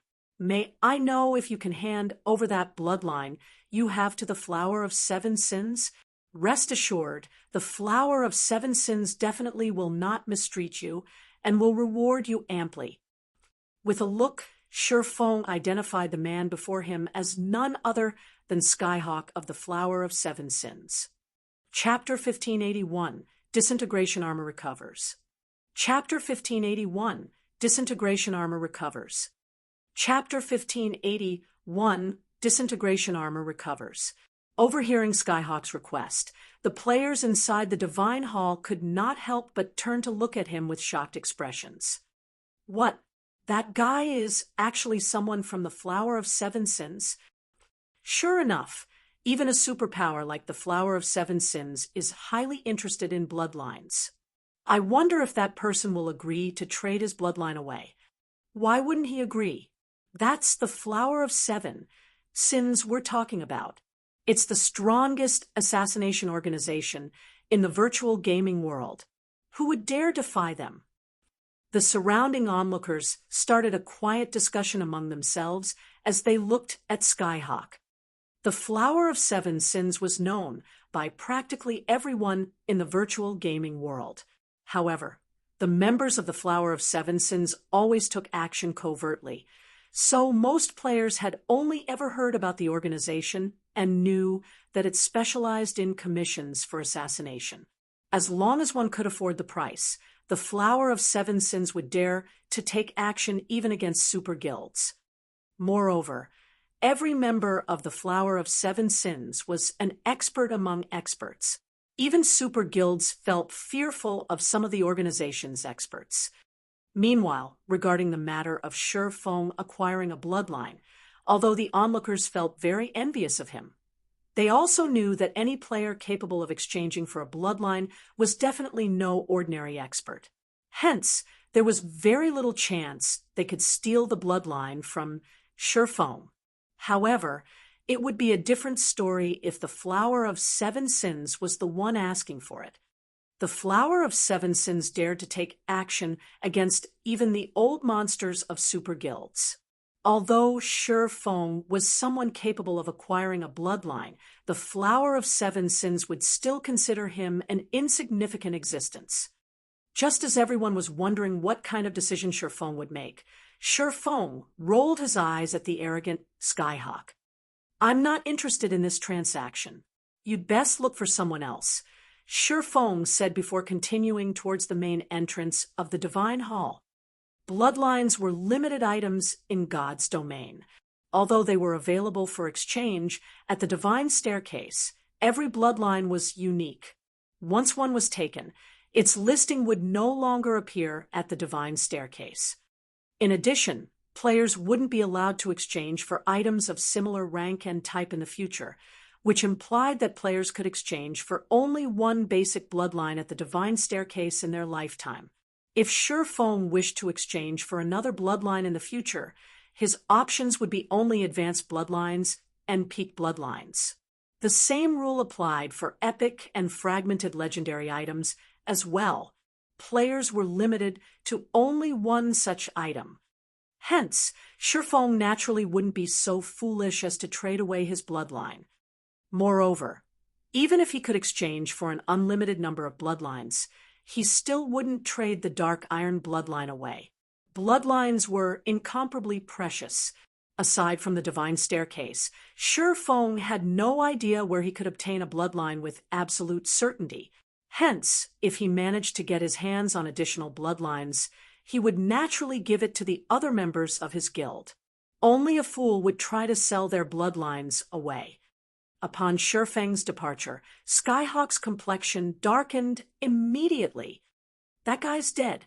He actually dared offend someone from the Flower of Seven Sins. As expected of an expert, if it were me, I definitely would have chosen to trade away the bloodline. Everyone could not help but send Shifeng looks of pity and worship as they watched the swordsman leave the divine hall. When it came to tracking and investigative capabilities, the Flower of Seven Sins could rival even the secret pavilion. If the organization wanted someone dead, there was almost no escaping the organization's grasp.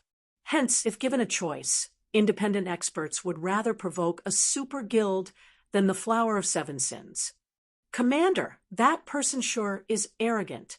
He actually dares disrespect the Flower of Seven Sins. The Guardian Knight belonging to Skyhawk's party said as he approached Skyhawk, shock and anger on his face as he looked at Shifeng's departing figure. Since he refuses to trade it to us, we'll just take it away from him by force. Skyhawk sneered as he looked at Shifeng. Did you use the tracking scroll? I did. For the next 12 hours, no matter where he runs to, we'll be able to find him. The Guardian Knight smiled and nodded. Taking a look at his system map, he continued, he seems to be heading for the World Summit in God's domain.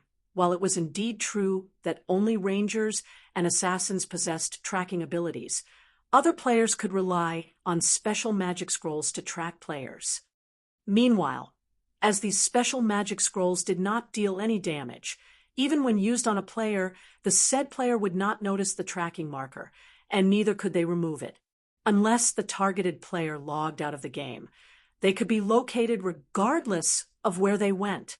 The only flaw of these special magic scrolls was that they could not be used repeatedly on the same target. Once a player was marked, no other tracking marker could be placed on them within the next 48 hours. What a confident person. Notify Ink Hunter and have him get ready. We'll take action on the World Summit, Skyhawk ordered. In the World Summit, only the foot of the mountain was a safe zone. Once players ascended the mountain, the prohibition on attacking other players no longer applied. There, players could fight each other however much they wanted. Only, once a player was killed on the World Summit, although they would not lose a level, they would drop an item and be sent directly out of the World Summit, regardless of how much time they had remaining. Since bloodlines were categorized as limited items, after players exchanged for a bloodline, they could not use it immediately. They needed to wait 3 hours for the restriction to end. Meanwhile, if players were killed during this restriction period, they would drop the bloodline with a 100% certainty. Understood. The Guardian Knight licked his lips in anticipation as he contacted their cleric companion. Meanwhile, after Shifeng ascended the World Summit, he did not make a beeline for the area where the epic shrines were located. Instead, he found a secluded spot and retrieved the disintegration armor and God crystal from his bag. Hopefully, it doesn't require too many. Shifeng took a deep breath as he chose the fusion option in the system interface. In the Divine Staircase's exchange menu, God crystals were considered only unique items and not limited items. However, players had a cap of 1 God crystal per visit to the World Summit. If Shifeng wished to exchange for another God crystal, he could do so only on his next visit. After he chose to fuse the disintegration armor and God crystal, the magic circuits carved on the disintegration armor released a dazzling silver glow. At the same time, the disintegration power the armor radiated intensified. A short moment later, a stream of evil, pitch-black energy flowed out of the disintegration armor. This pitch-black energy felt as if it could corrode all items in existence. In fact, it even began corroding the ground, air, and even space around the disintegration armor. What a strong power! Shi Feng involuntarily retreated 3 steps in a hurry as he looked at this pitch-black energy, deeply afraid of getting tainted by this corrosive energy. However, shortly after this pitch-black energy started corrupting its surroundings, the space around it began trembling. The boundless energy permeating the entire World Summit actually started dispelling this pitch-black energy. In the blink of an eye, it obliterated the pitch-black energy. The World Summit truly is a place created by gods. Shi Feng could not help his surprise as he looked at the formerly decayed grass and air that had reverted to their original states. The corrosive energy was capable of suppressing even the disintegration armor's mighty disintegration power. Yet, when this pitch-black energy came into contact with the energy in World Summit, it got wiped out almost instantly. Meanwhile, after this pitch-black energy was removed, a small change occurred to the disintegration armor. The formerly dull and tattered armor was actually glowing right now, although it still had some physical damage, and the magic circuits engraved on it remained dim and powerless. The disintegration power it exuded had become much more resplendent than before. Even Shi Feng, the owner of the disintegration armor, felt intense pressure coming from it. He immediately walked up to the disintegration armor and checked its statistics again. What amazing attributes! Shi Feng could not help but grow ecstatic as he looked at the disintegration armor's new statistics. Chapter 1582, Domain Improves. Chapter 1582, Domain Improves. Chapter 1582, Domain Improves. Shi Feng's desire for the disintegration armor was intense. After all, it was a set piece of one of the 9 great legendary sets in God's domain. He had only heard rumors about the 9 great legendary sets in the past. He knew that these 9 sets were far stronger than ordinary legendary set equipment. They could be considered the best among the various legendary set equipment in God's domain. Generally, among the various pieces of a set equipment, the chest piece was the most important. As long as he could repair the disintegration armor, its benefits would be far beyond that of ordinary legendary equipment. Although the disintegration armor hadn't fully recovered, its statistics were frightening. Disintegration armor, one piece of the legendary set equipment the Orc Empire's founding emperor had crafted. The wearer of this armor will gain even greater strength than that of Titans. They will also fall into an endless cycle of madness. However, the disintegration armor had been damaged beyond repair during the Great War, and now leaks the disintegration power within. The disintegration power will taint any player that carries this item. It has also been tainted by an evil power, making it impossible to recast the armor. At present, 75% of the armor is still tainted by an evil power. Disintegration Field disintegrates all skills and spells within a 100-yard radius. Skills and spells at Tier 2 and below will be nullified, while skills and spells above Tier 2 will be weakened by 70%. All entities within range of the disintegration field will sustain a 40% reduction to basic attributes, physique, and stamina, in addition to a 400% increase to their stamina and concentration consumption rates. No cooldown. Despite removing a quarter of the evil power, the disintegration armor's power had grown significantly.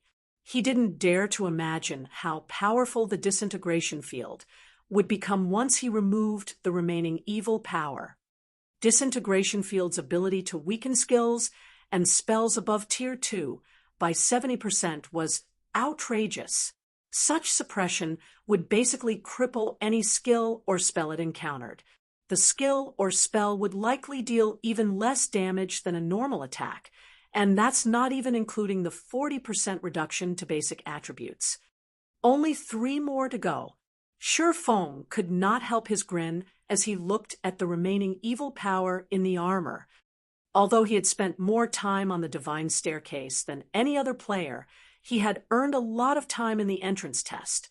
He still had 5,724 minutes he could use to explore the World Summit.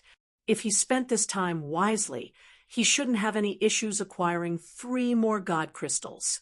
Opening an epic shrine only cost 1,000 minutes, and excluding travel time between shrines, he could activate up to 5 epic shrines. As long as 3 of these epic shrines contained God Crystals, he could remove the remaining evil power that tainted the disintegration armor. Once he had a plan, Sure Feng stopped wasting his time. After storing the disintegration armor, he dashed towards the epic shrine area. Sure Feng ascended the World Summit's mountain far faster than he had during his previous visit, even though he was still suffering a weakened state from activating twofold Berserk.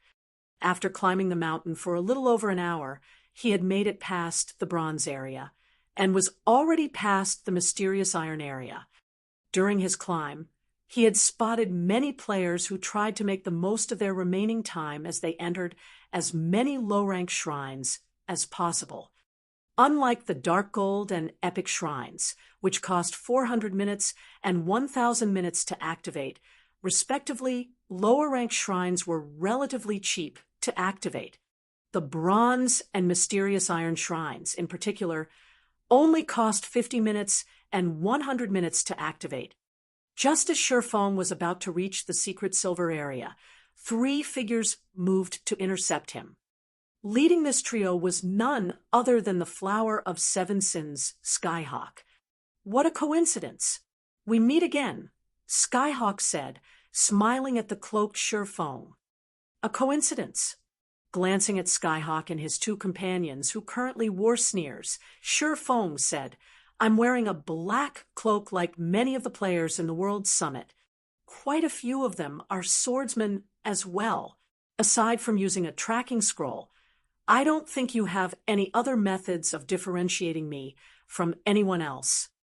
Such a quick and astute observation is only to be expected from the expert that earned enough SPs to purchase a bloodline. Skyhawk praised and clapped. "You are correct. To find you, I used one of the only 2 tracking scrolls I had on hand. Are you willing to sell us the bloodline now?" Tracking scrolls were extremely rare and precious items in God's domain. They were treasures used to hunt players. If Sure Feng had merely obtained an epic weapon or piece of equipment from the divine staircase, he would not have bothered to waste a tracking scroll on the swordsman. However, Sure Feng carried a bloodline. Skyhawk would even willingly spend 10 tracking scrolls to hunt this swordsman down. "What if I refuse?" Sure Feng asked. "Refuse?" Skyhawk could not help but laugh at Sure Feng's question. "You can refuse, but the Flower of 7 Sins always gets what it wants. Or do you think that you can actually escape our pursuit?" Skyhawk's statement had been quite loud, and his words quickly caught the attention of nearby players who came and went from the secret silver area. "What's going on? Members of the Flower of 7 Sins are actually robbing someone. Is this for real?" "That person sure is unlucky." The passing players sent Sure Feng looks of sympathy. Although they weren't certain that Skyhawk and his companions were actually from the Flower of 7 Sins, they outnumbered their target. Moreover, their weapons and equipment were exceptional. These 3 players definitely weren't ordinary experts. Sure Feng would clearly be at a disadvantage if the trio decided to take action. "Commander, those people seem to think that Flower of 7 Sins members are robbing someone," a savage-like man who had just descended from the secret silver area reported to the cold beauty beside him as he looked towards Sherfong. The other members in the World Summit should be in Skyhawk's party. Should we go and take a look? There's no need. It's Skyhawk's party, the woman said as she looked at the man with a broken, massive, pitch-black blade across his back. If Skyhawk weren't preoccupied, he would notice that the cloaked savage and the cold beauty were none other than Brute Spear and Hidden Soul. Seriously? What exactly happened? Why are they resorting to theft? Brute Spear could not help but gape at the distant berserker. The Flower of Seven, Sins only had 7 commanders. Meanwhile, Skyhawk commanded the Sin of Wrath, an existence that stood among the Flower of Seven, Sin's upper echelons. Normally, Skyhawk felt it beneath himself to attack someone for an epic item, yet this man was trying to rob someone. If news of this reached the organization, it would cause chaos. I don't know, but this is quite interesting. Let's head over and find out what's going on. When Hidden Soul saw Skyhawk ready to take action, interest bubbled in her heart. However, this interest was not directed towards Skyhawk, but Skyhawk's target.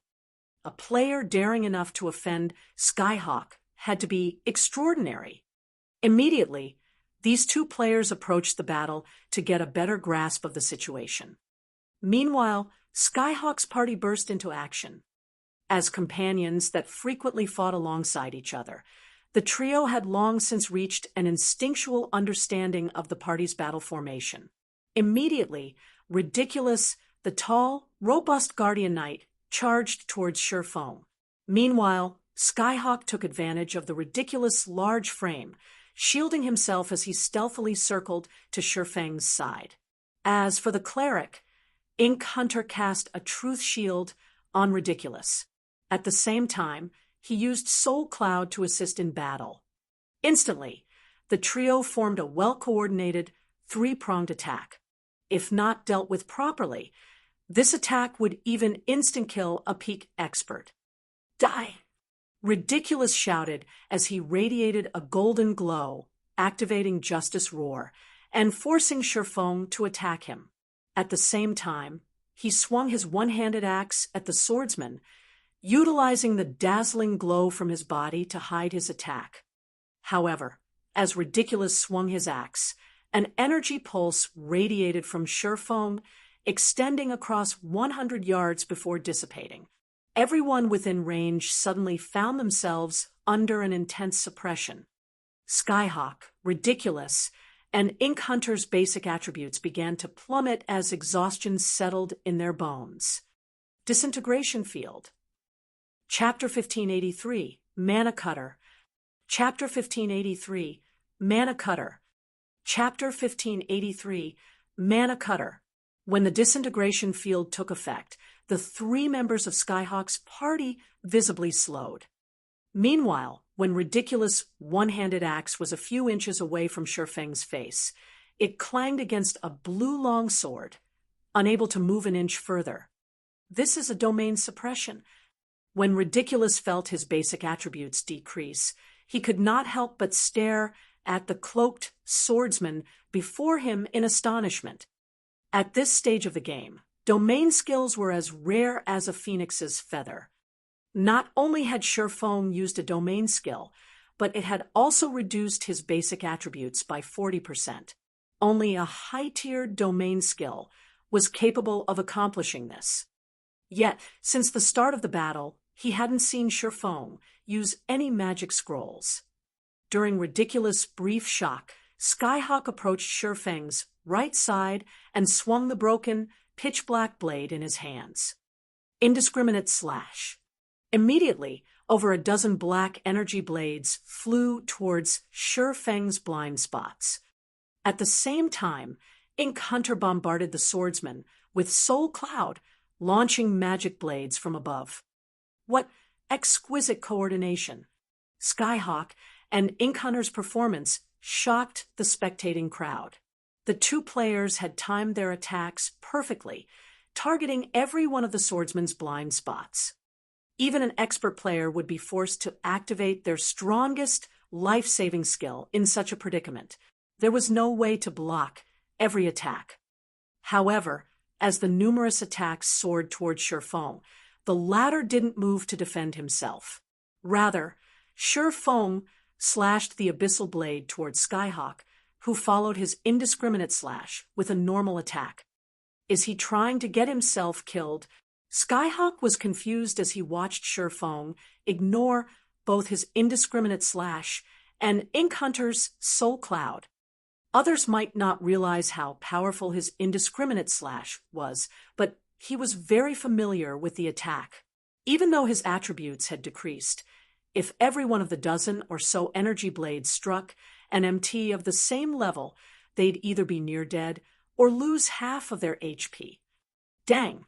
Brilliant sparks scattered when the abyssal blade clashed with Skyhawk's broken sword. Skyhawk's normal attack came to an abrupt halt. As everyone expected the energy and magical blades to devour Shifeng's HP, something astonishing occurred.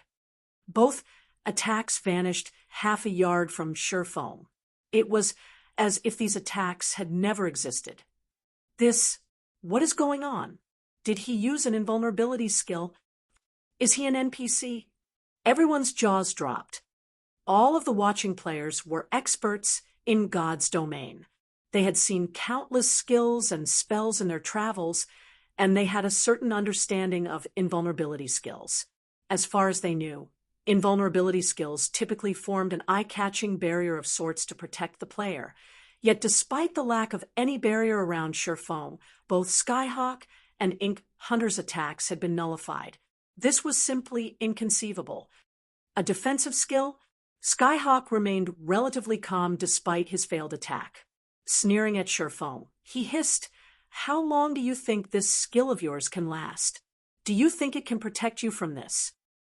Skyhawk immediately adjusted his footwork, and his broken blade began to gather a horrific black energy around itself as it slashed towards Shifeng. The black energy quickly formed a black blade over Skyhawk's broken sword. As this black blade moved, it tore apart space itself. Meanwhile, the Guardian Knight attacked from the side. Shield of Vengeance. With Justice Roar already active, his strength and attack speed had doubled. Suddenly, Skyhawk's broken blade split into 5 copies, each resembling a conning, venomous snake as they attempted to strike Shifeng's blind spots. Advanced combat technique, Snake Bite. Is Skyhawk finally taking this seriously? Hidden Soul frowned slightly as she watched from a distance. Skyhawk's technique standards weren't his only monstrous weapon. The broken, black blade he wielded was also extraordinary. The weapon itself lacked a quality rank, and its only attribute bonus was attack power. It didn't provide any additional basic attributes. In exchange, however, the broken blade had 2 incomparably powerful skills. The first skill was Mana Rebound. The second was Mana Nullification. With this effect, the weapon could even slice through invulnerability skills. One could say that the weapon was a magic killer. In fact, this ability suited the broken blade's name perfectly. Mana Cutter. All defensive spells and skills were useless in the face of Skyhawk's attacks. Moreover, if melee players weren't careful with the skills they used to attack Skyhawk, Mana Rebound might turn their own attacks against them rather than damage Skyhawk. Because of this weapon, Skyhawk was the most formidable of the Flower of Sin's 7 commanders. If one wanted to defeat Skyhawk, they had to rely on techniques or basic attributes. Unfortunately, Skyhawk was a monster in both regards. If Hidden Soul had to face such an offensive, even she'd have no choice but to activate Vanish, receiving ridiculous attack before putting as much distance between herself and Skyhawk as possible. If she tried to fight the Berserker and Guardian Knight simultaneously, she'd have no hope of victory. The Mana Cutter? Shifeng felt a little jealous as he watched the broken, pitch-black blade, which had transformed into 5 black snakes. In the past, Every player had known about the Flower of Seven Sins commanders. They were just as popular as Super Guild's guild leaders. Their weapons and equipment had been just as famous. Among them, countless berserkers and swordsmen dreamed of wielding Skyhawk's mana cutter. Realizing that Skyhawk and ridiculous attacks were about to hit their target, Sure Feng disregarded the idea of intercepting them forcibly. Instead, he used Divine Steps and split into 11 copies, spreading out to circle his two opponents. Sure Feng still suffered a weakened state, and although the duration was much shorter than earlier, it still reduced his basic attributes by 80%. Overall, his basic attributes were only slightly higher than Skyhawk and Ridiculous, who were still suppressed by Disintegration Field. He didn't have the ability to deflect the incoming attacks, which targeted his blind spots and weak points. Doppelgangers. The instant mana cutter slid through Shurfeng's body. Skyhawk followed up with a whirlwind slash, giving Sure Feng no chances to escape his grasp by swapping positions with his doppelgangers. Reacting in a similar manner, Ridiculous followed up his attack with Devotion, an AoE skill that only attacked his enemies.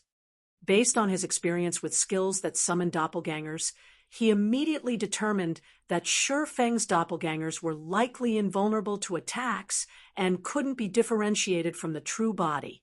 In that case, he simply needed to attack all 11 clones with an AoE to find Sure Feng.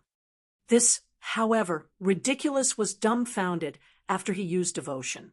All 11 doppelgangers remained unharmed. They're all fakes. Skyhawk looked at each clone carefully. He had prepared to launch an attack as soon as his companion revealed Sure Feng's real body, but since none of the copies had taken damage, he was at a loss. Using his opponent's shock as an opportunity, Sure Feng appeared before Ridiculous and activated the aura of Time's forbidden domain. His two blades then transformed into streaks of light as the bit into the Guardian Knight before him. Tier 2 skill, Instant Strike. Although Ridiculous noticed Sure Feng's attack due to his weakened physique and the swordsman's attack speed, which had been increased by 500%, he couldn't react in time.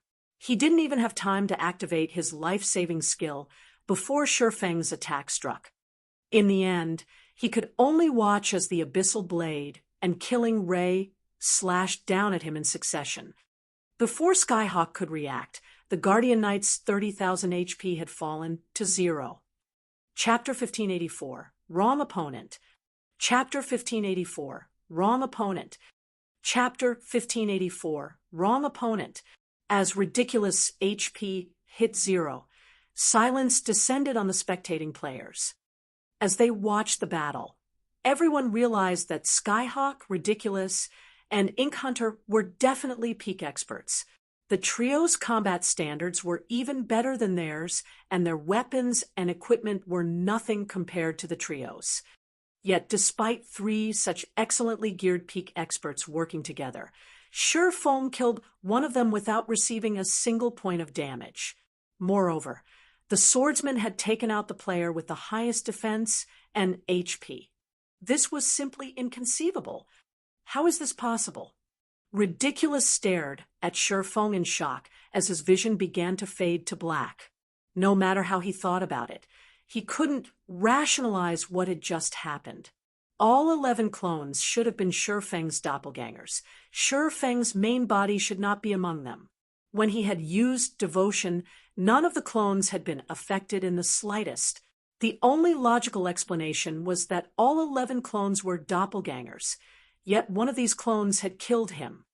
Ridiculous wasn't the only one confused. Skyhawk and Ink Hunter were just as shocked. There were doppelgangers in God's domain that could attack, and those that could not. Doppelgangers that could attack were generally much weaker and easier to kill than the main body. In contrast, the majority of doppelgangers that weren't capable of attacks were invulnerable. These doppelgangers mainly served as a distraction. However, not only were Sure Feng's doppelgangers invulnerable, but they could also launch their own attacks. This was beyond their understanding of doppelganger skills. So fast. Who is that? He actually instant killed. Ridiculous. Brute Spear, who watched from a distance, gulped as the previous scene replayed in his mind. Ridiculous techniques were no weaker than his own, but the Guardian Knight was much tougher than a berserker like him. Yet, this Guardian Knight had died without the chance to defend himself. Brute Spear felt every hair on his body rise. No, there's something wrong with Ridiculous, Hidden Soul said, shaking her head. Although that player's attack speed is incredible, it's so fast that Ridiculous wouldn't have time to react and activate a life-saving skill. Had Ridiculous activated his life-saving skill, he wouldn't have died so quickly. At the very least, he could have bought himself enough time for Skyhawk and Ink Hunter to save him. It's highly unlikely that Ridiculous would have made such a major mistake. That player must have done something to prevent Ridiculous from using a life-saving skill in time, or at all. By the looks of it, Skyhawk's group provoked the wrong opponent. Brute Spear nodded his agreement. Hidden Soul's deduction sounded logical. Or rather, he wanted to believe in Hidden Soul's reasoning. The thought that someone could overwhelm a peak expert's reactions with attack speed alone was too terrifying. Damn it! It's a silencing skill. Ink, we're retreating. Skyhawk couldn't help but grit his teeth as he glared at Sherfong. Decisively, he turned and fled. Skyhawk finally understood why Sherfong had dared to ascend the world's summit before the Bloodlines restriction period had lifted. Rather than arrogance and foolishness, Sherfong had done so because he was absolutely confident in his abilities. While they could cope with the basic attribute suppression, it was an entirely different story if they had been silenced. Aside from the fact that they wouldn't receive any healing, the fact that they couldn't transform into their demon states or activate berserk skills put them at an overwhelming disadvantage. He was not afraid of powerful spells or skills, but if his opponent used a berserk skill, his basic attributes would be overwhelmed. Furthermore, his opponent was an incredibly calm, peak expert. Ink Hunter, who stood some distance away, reacted as well, fleeing. What? Skyhawk is actually retreating. Brute Spear gaped as he watched Skyhawk and Ink Hunter run away. Skyhawk was one of the Flower of Seven Sins commanders. Even when against 4 or 5 peak experts, he would likely fight until the bitter end and either wipe out his opponents or take as many lives as he could.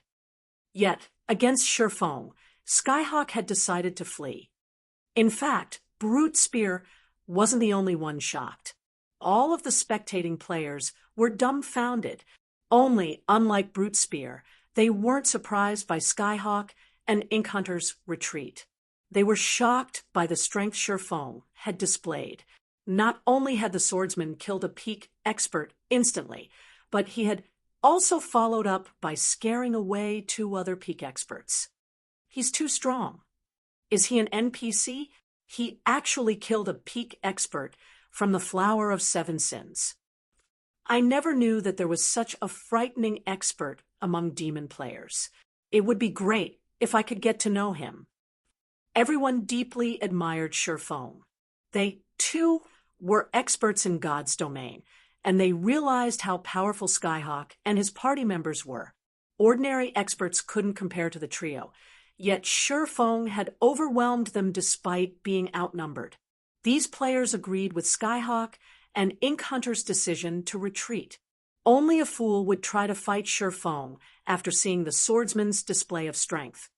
Although players would not lose any levels when they died in the World Summit, they would DOP one of their items. At their levels, every piece of equipment was worth a fortune. This was especially true for peak experts like Skyhawk. You want to escape? Watching Skyhawk and Ink Hunter flee, Sherfong thrust the abyssal blade into the ground. Abyssal curse. Suddenly, black mist began to rise from the ground in a 30-yard radius around Sherfong. The mist then transformed into countless pitch-black chains that attempted to bind Skyhawk and Ink Hunter. Reacting quickly, Skyhawk swung the mana cutter at the incoming chains. While in Forbidden Domain, players couldn't use skills or spells, but both of Mana Cutter's skills were passive. Even in Forbidden Domain, the weapon could still slice through spells and skills. As the crowd watched, Skyhawk shattered every one of the pitch-black chains that moved towards him. Unfortunately, although Skyhawk had escaped Abyssal Curse, the cleric, Ink Hunter, had not. In the end, the chains bound the cleric, and his basic attributes began to decrease once again. Sherfong then left an afterimage behind him as he dashed towards Ink Hunter. "Fight me if you have the guts," Skyhawk shouted, furious as he watched Sherfong charge towards his companion. Ink Hunter was a cleric. Without the ability to use spells and skills, he was powerless against Sherfong. Meanwhile, Sherfeng's silencing skill was clearly a region-based skill. As long as they moved out of the affected region, they would be free from the silencing effect. However, if Ink Hunter died before they escaped, he'd be left without a healer to support him. He'd definitely have a difficult time against Sherfong alone. As Skyhawk declared his challenge, and before the watching players had realized it, Sherfong had appeared before the Berserker, his sacred sword descending on the commander from the Flower of Seven Sins. Shadow Blade, a single slash, alongside 9 shadows, struck Skyhawk from various directions. Sherfeng's sudden appearance had caught Skyhawk off guard, but the Berserker reacted almost immediately, adjusting his footwork and wielding his blade. Advanced defensive combat technique, Iron Wall. The broken blade's trajectory seemed strange as it deflected the incoming attacks. As Mana Cutter countered more of the attacks, its speed seemed to increase. In the end, Skyhawk managed to deflect 9 of the 10 incoming attacks, receiving only 1. When the attack struck, he had lost a little over 2,000 HP and retreated several steps. Skyhawk had basically lost 1/10 of his suppressed HP. However, Skyhawk did not pay much mind to the damage. At the very least, he had lured Sherfong in. With this, Ink Hunter could escape the silencing AoE. Once they were free of the silencing effect, recovering his lost HP would be a piece of cake. However, before Skyhawk could celebrate his success, he realized that something was amiss. Originally, there had been 11 copies of the enemy swordsman on the battlefield, but now there were 12. The clone charging towards Ink Hunter had never deviated from its path. At this point in time, said clone had also arrived before the cleric and activated Shadow Blade. Already, the cleric, with low HP and defense, died instantly as the 10 attacks bit into his body. How is this possible? Skyhawk shifted a bewildered look between the Sherfong that had claimed Ink Hunter's life and the one that stood before him. What he did not know was that Sherfong had never intended to let any of them get away. Sherfong had sent the doppelganger he had summoned with Phantom Kill after Ink Hunter, while his main body had used Void Steps to approach Skyhawk. Chapter 1585, Slaying Skyhawk. Chapter 1585, Slaying Skyhawk. Chapter 1585, Slaying Skyhawk. Everyone was stupefied yet again when Ink Hunter had died. They were confused about how Sherfong had 2 main bodies on the battlefield and could actually attack Skyhawk and Ink Hunter simultaneously. Meanwhile, Skyhawk's complexion darkened considerably after he recovered from his momentary shock. Not only was he still stuck in the silencing AoE, but he had also lost his healer. If Sherfong used a Berserk skill now, killing him would be very easy. However, what Skyhawk did not know was that Sherfong had recently used twofold Berserk and was still in a weakened state, which prevented him from using Berserk skills. Otherwise, he wouldn't have needed to expose trump cards like Forbidden Domain and Phantom Kill. Sure Feng didn't give Skyhawk much time to think about his situation, as he sent another quick slash at the Berserker. Flame burst. Although he had already killed Ink Hunter, Skyhawk wasn't an opponent he could take lightly. If he allowed Skyhawk to escape Forbidden Domain and activate a Berserk skill, he would definitely be placed in a very passive state. Suddenly, the two swords in Sure Feng's hands released a burning glow as they approached their target. Sure Feng didn't bother with complex techniques, relying on bold, simple movements instead. Experts like Skyhawk had practically no weak points. Skyhawk was more than capable of countering any technique he could use against the Berserker. Hence, rather than wasting stamina and concentration executing powerful combat techniques, it was far more efficient to force Skyhawk to defend himself with simple movements, turning this battle into a contest of stamina and concentration. "Don't even think of killing me that easily," Skyhawk shouted. Reacting, he brandished Mana Cutter to deflect Sure Feng's attacks. Boom, boom, boom. Every time the swords clashed, the resulting impacts radiated powerful shockwaves. Even Hidden Soul and the other spectators who stood a safe distance away could clearly feel these shockwaves. Meanwhile, the ground under Skyhawk and Sure Feng's feet cracked and shattered. To the watching crowd, it felt as if they were watching two gigantic, humanoid beasts clash, rather than players. Even the terrain changed in the wake of their might. In terms of basic attributes, Sure Feng was just slightly superior to Skyhawk. Hence, even if Skyhawk received the full force of Sure Feng's attacks, he wouldn't take much damage. Furthermore, the Berserker deflected his opponent's attacks rather than block them. However, Sure Feng's slashes were far more powerful than Skyhawk's with Flame Burst's explosive power. Although Mana Cutter could slice through projectile skills and spells, it wasn't effective against skills that enhanced their user's power. As a result, every time Skyhawk deflected an attack, he was forced back several steps. His HP fell by over 700 as well. After deflecting 15 consecutive attacks, Skyhawk's HP had fallen to 50%. That guy is amazing. He's actually suppressed Skyhawk despite only having a slight advantage in basic attributes. Not even the other commanders are capable of something like this. Brute Spear could not help but sigh with admiration as he watched Sure Feng back Skyhawk into a corner. It's no wonder why the boss always warns us to be careful in the fields. If we accidentally provoke such a hidden expert while adventuring, we'll definitely be in for a painful lesson. Skyhawk's combat standard was extremely high, and Mana Cutter only bolstered his strength. He had never been suppressed in a melee duel against the 7 Sin's other commanders. Normally, he was the only one to suppress the others. Hidden Soul nodded in agreement, but as she watched Sure Feng's figure, something about the man felt familiar. Could he be Maple Leaf? The thought drifted through Hidden Soul's mind as she watched the battle.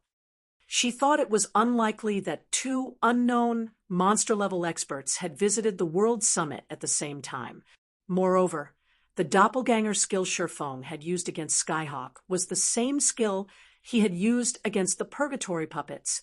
She also found the situation somewhat hard to believe. Every expert had strengths and weaknesses. For example, some experts focused on fighting monsters, and against monsters, they could display extraordinary strength. Meanwhile, some experts preferred to fight other players, and they could display much greater strength against players than they could against monsters. Sure Feng had previously displayed incredible combat standards against the Purgatory puppets, proving that he put quite a bit of effort into fighting monsters. Even Hidden Soul had to admit that she wasn't as skilled as Sure Feng in monster battles. Yet, despite facing Skyhawk's 3-man party, Sure Feng had displayed the same extraordinary tactics and combat standards. His performance wasn't inferior to his fight with the purgatory puppets in the least. This proved that he was just as familiar with PvP as Hidden Soul pondered over Shifeng's identity. The battle between the swordsman and the berserker grew more intense. They began to exchange blows so fast that even many of the watching demon experts could no longer keep up with the battle. Damn it! Not being able to use my skills is too much of a problem. Skyhawk was frustrated as he desperately repelled Shifeng's frenzied attacks. The standard of his techniques was considerably higher than Shifeng's. In a fight where neither combatant could use skills or spells, he'd have no fear of Shifeng. Yet, Shifeng had used a skill that boosted his attack's destructive power before launching swift and straightforward attacks, forcing him to receive the attacks one way or another. Had Shifeng relied on projectiles, he could have easily found an opportunity to use Mana Cutter to turn the tables on the swordsman, but as if Shifeng had known about the weapon's abilities, he refused to give Skyhawk such an opportunity. This forced him into a passive situation, having to focus on his own defense. As a result, he could only watch as his HP continued to decrease. Moreover, Shifeng had yet to use a berserk skill or his demon state. That's not right. Considering the events up to this point, Skyhawk suddenly realized a possibility as to why Shifeng would bother to fight him for so long. With a sneer, he hissed, "I understand now. The reason you haven't used a berserk skill yet isn't that you don't want to, but because something is preventing you from doing so. You're trying desperately to deplete my HP, so you can kill me before I leave your silencing AoE, aren't you?" Shifeng didn't bother to reply to Skyhawk's accusation. Instead, he activated Illusory Shadow. Although Illusory Shadow's attacks were quite weak, only dealing 40% of a normal attack's damage, the attacks couldn't be blocked. Your silence only confirms my guess. Since you can't use your berserk skill, I don't have to be careful around you anymore. Skyhawk smiled. Immediately, he executed a deceptive footwork technique, retreating at a much faster pace. He hadn't put much focus into escaping the silencing skill, since he couldn't find any hope of victory. Even if he could use a berserk skill or transform into his demon state, so could Shifeng. But now, things had changed. Once he was out of range of the silencing AoE, he could use his berserk skill. Killing Shifeng would be a piece of cake. To put it simply, this battle's outcome depended on whether or not he could escape the silencing AoE safely. As Skyhawk inched towards the edge of the silencing AoE, his focus sharpened. As a result, the drain on his HP began to slow. In 10 seconds, I'll escape your silencing skill. It's impossible to deplete my remaining HP in so little time. I have to admit, though, you are the first person to force me into such a position since I've joined God's domain. You should be proud of this fact. Do you have any last words? Skyhawk asked, smiling arrogantly at Shifeng. Is that so? Shifeng grinned, suddenly. In the next moment, a black figure descended from the skies and landed behind Skyhawk. This figure was none other than Shifeng's doppelganger. The doppelganger had already activated Flame Burst and brandished its swords at the berserker. Seeing this, Skyhawk's expression darkened. Hurriedly, he spun and used Mana Cutter to deflect the incoming attacks. As for Shifeng, he activated Dragon's Authority and executed Sword's Orbit. Dragon's Authority immediately inflicted the Fear debuff on Skyhawk. Not only did the debuff decrease the berserker's attack power by 40%, but it also reduced his attack speed and movement speed by 40%. With Skyhawk's attack speed decreased significantly, he couldn't keep up with both Shifeng and his doppelganger. As a result, he had to watch, helpless, as one sword light after another sliced through his body and stole a significant portion of his already low HP. He had only needed 10 more seconds to reach the edge of the silencing AoE yet it now seemed endlessly far away. In the end, Skyhawk's HP plummeted, and like a puppet with cut strings, the berserker's body collapsed to the ground. You should be proud of the fact that you forced me to attack in sync with my doppelganger, Sure Feng said softly as he looked at the fallen berserker. Chapter 1586, Demon King's Horn. Chapter 1586, Demon King's Horn. Although Sure Feng had only spoken after Skyhawk's HP had reached 0, players would retain their senses for a short moment after they died in God's domain. Only players weren't able to move. Skyhawk nearly spat blood when he heard Sure Feng's statement. Had he had use of his skills, Sure Feng's mindless, brutish attacks wouldn't have claimed his life outright even without activating his berserk skill. However, Skyhawk's HP had already reached 0. Even if he wanted to say something, he couldn't. He could only wait, hateful, as the system gradually sent him out of the world's summit. When the spectating crowd saw Skyhawk's corpse on the ground, they gulped audibly as they turned towards the swordsman beside said corpse. Sure Feng was too strong.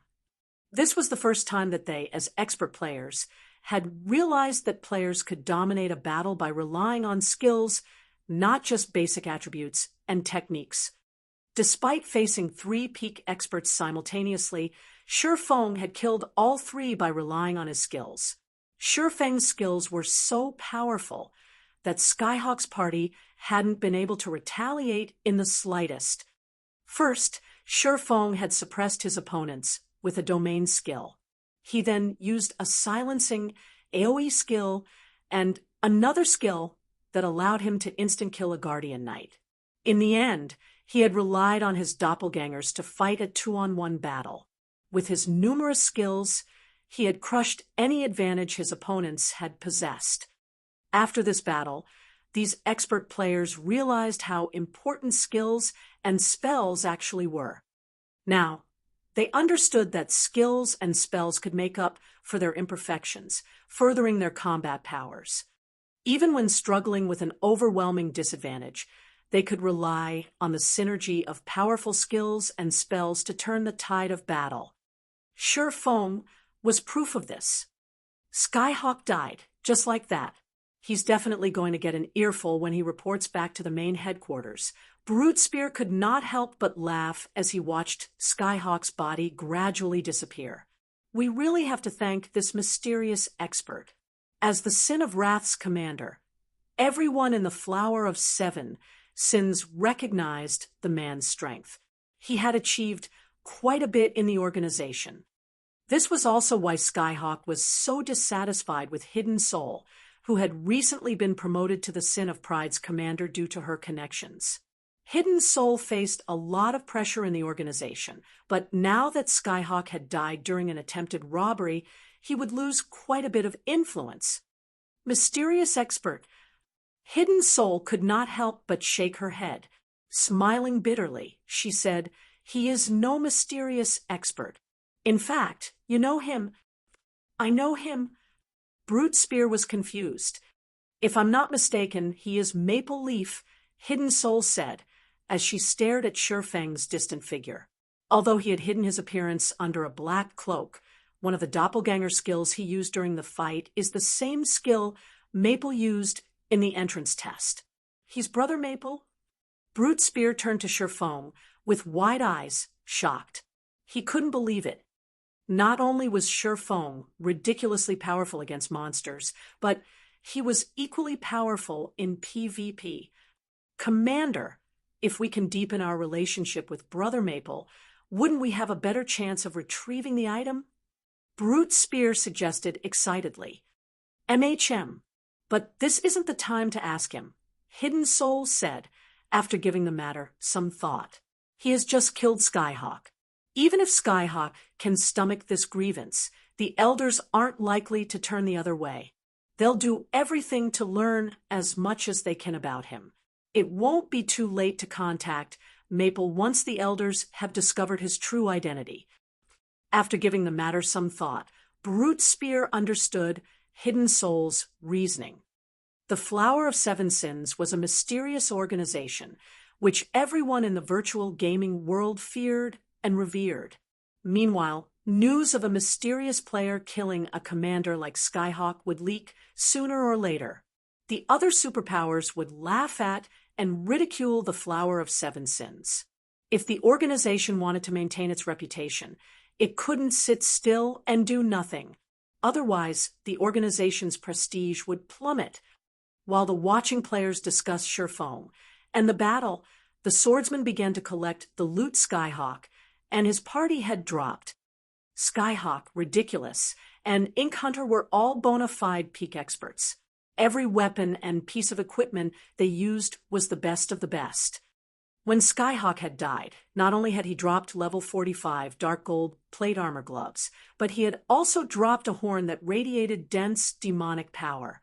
As it lay on the ground, it increased the demonic power in the air by several-fold. "What's this?" Sherfong picked up the horn curiously and inspected it. Demon King's Horn, Epic Rank, Consumable.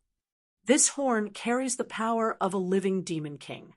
Activating the horn will allow you to execute an attack with the power this Demon King had during his life. Activating the Demon King's power will cost 30,000 magic crystal. Can be used 2 more times. Sherfong was dumbfounded when he read the Demon King's horn's description. A moment later, ecstasy gripped his heart. An epic consumable. This item was far rarer than an ordinary epic item, and it was obvious that Skyhawk had purchased it with his shrine points. However, it seemed that the Berserker had been in so much of a hurry to kill Sherfong that he had ignored the restriction period. In the end, Skyhawk had dropped the Demon King's horn. When Skyhawk realized that he had lost this item, he would die from regret. Not even Sherfong could help but pity Skyhawk a little. Needless to say, Skyhawk had spent most, if not all, of the shrine points he had earned from the Divine Staircase on this item. If Sherfong had been in his place, he wouldn't have spent his points on the horn. After all, it was merely a consumable item. It would disappear once its usage counts had been spent. However, Sherfong had to admit that the item could exert an astounding amount of power due to its limited usage counts. With it, a player could use all of the potential of an epic item in an instant. In God's domain, Demon Kings were Tier 5 existences. Although their life ratings were lower than fallen angels, they were still Tier 5 creatures. On their own, they had enough combat power to devastate an entire kingdom. Quite a few Demon Kings had roamed God's domain in Sherfeng's previous life. These Demon Kings had significantly changed the kingdoms they had risen in. To defeat these Demon Kings, the various local guilds had made astronomical sacrifices. Could that fellow have intended to raid a mythic monster?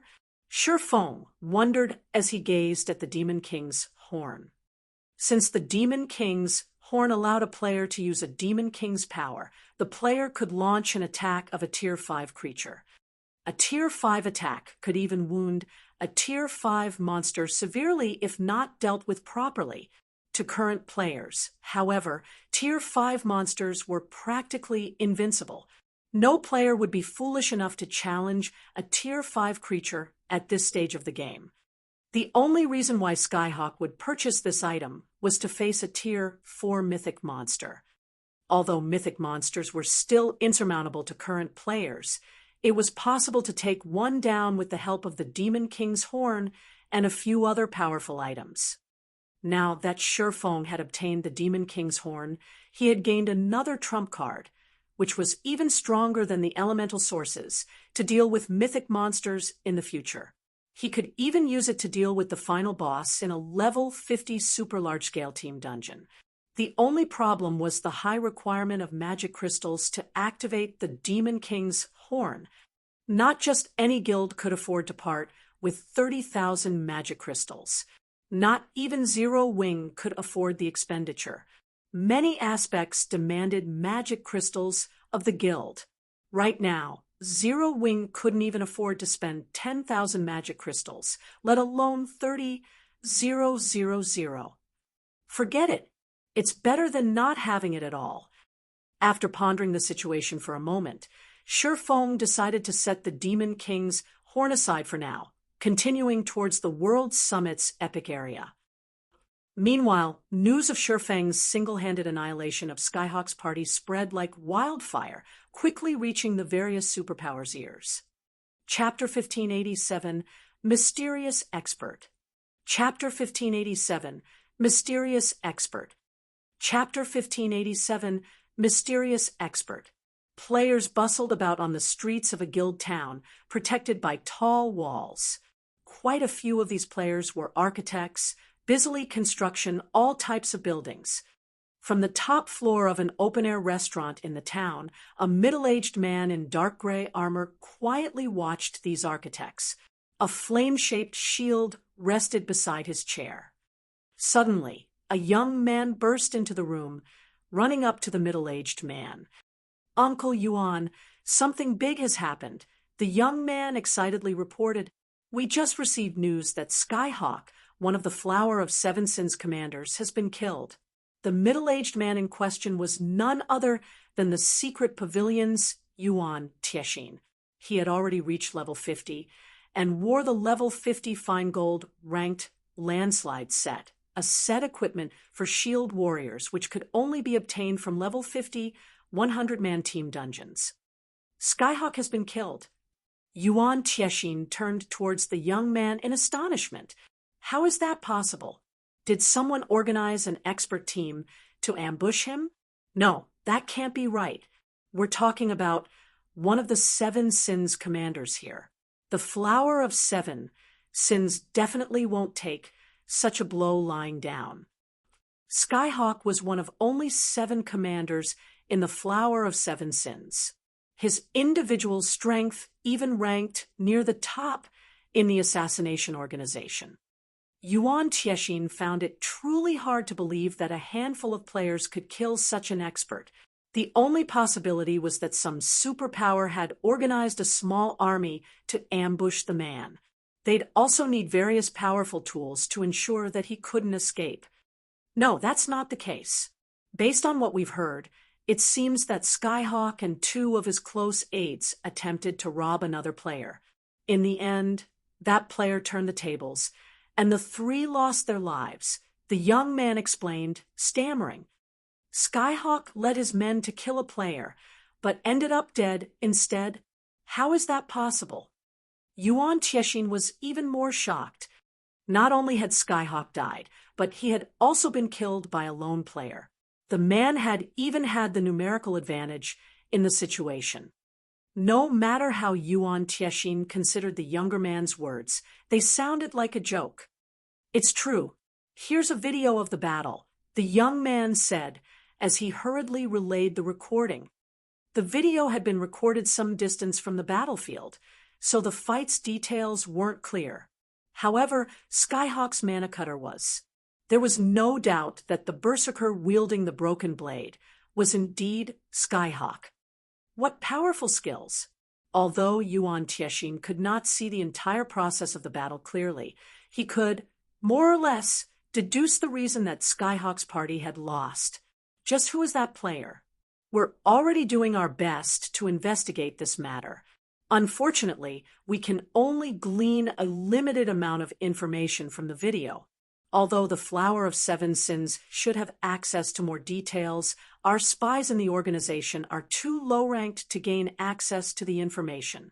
The guild leader has already asked us to find this expert as quickly as possible, and he has stated that we cannot allow the Flower of Seven Sins to reach the player before we do. I understand. I'll do my best to look into the matter. After Yuan Tiexin finished with the video, he became interested in the mysterious expert who had killed Skyhawk's 3-man party. He immediately ordered his subordinates to investigate the battle video. Meanwhile, God's Domain's other superpowers began their own investigations. At this point, Shifeng, who was wholly ignorant of the commotion he had caused, reached the World Summit's Epic Shrine area. Compared to the dark gold and fine gold areas, the epic area was void of players. The majestic epic shrines in the area remained unoccupied. Shifeng didn't need to worry about any competition over the shrines. The god crystals aren't as valuable as epic items, but the shrine's difficulty increases with altitude. Correspondingly, the shrines should offer more treasures. I may be able to find god crystals in the lowermost shrines. After a quick inspection of the epic shrines dotting the mountainside, Shifeng began his mission. The lowermost region of the epic area had a total of 21 epic shrines. Shifeng did not put too much thought into the matter and approached the closest shrine. When he reached the shrine's entrance, Shifeng placed a hand on the doors before him. System: Inferior Legendary Shrine Key detected. You are qualified to open the doors of the epic shrine. Do you wish to spend 1,000 minutes to open them? Shifeng clicked agree without hesitation. Immediately, the shrine doors swung open, allowing Shifeng to enter. The moment Shifeng stepped into the shrine, he felt as if he had entered a different world. He stood on a platform above the clouds, and from time to time, Shifeng spotted flying beasts soaring by. These monsters were all frighteningly strong, and even the weakest among them was a level 150 Great Lord. Some of these flying beasts were even level 180 mythic monsters. Any one of these monsters could easily extinguish Shifeng's life. Multiple humanoid statues had been erected in the center of the platform, and dazzling items in translucent crystal boxes had been placed before each statue. Even from this distance, Shifeng could tell that every one of these items was extraordinarily valuable. When Shifeng tried to approach one of the statues to inspect the items before it, the sound of another system notification reached his ears. System: You may choose one item before the numerous statues. As long as you fulfill the requirements, you may obtain the item you desire. If you fail to complete the requirements within the given time limit, you will be teleported out of the shrine automatically. Sure enough, the system won't let players take these items easily. Shifeng wasn't particularly surprised. Although every shrine in the World Summit offered its own rewards, not every shrine granted players a reward upon entry. Some required players to pass certain tests. The Shrine of the Lord of Destruction, which Shifeng had previously visited, was one such example. If players did not choose the appropriate shrines based on their strength, they might walk away empty-handed. A total of 12 statues occupied the platform. Among the items before the statues were damaged items, and there were 5 pieces of intact epic equipment, 2 epic weapons, and 1 epic item.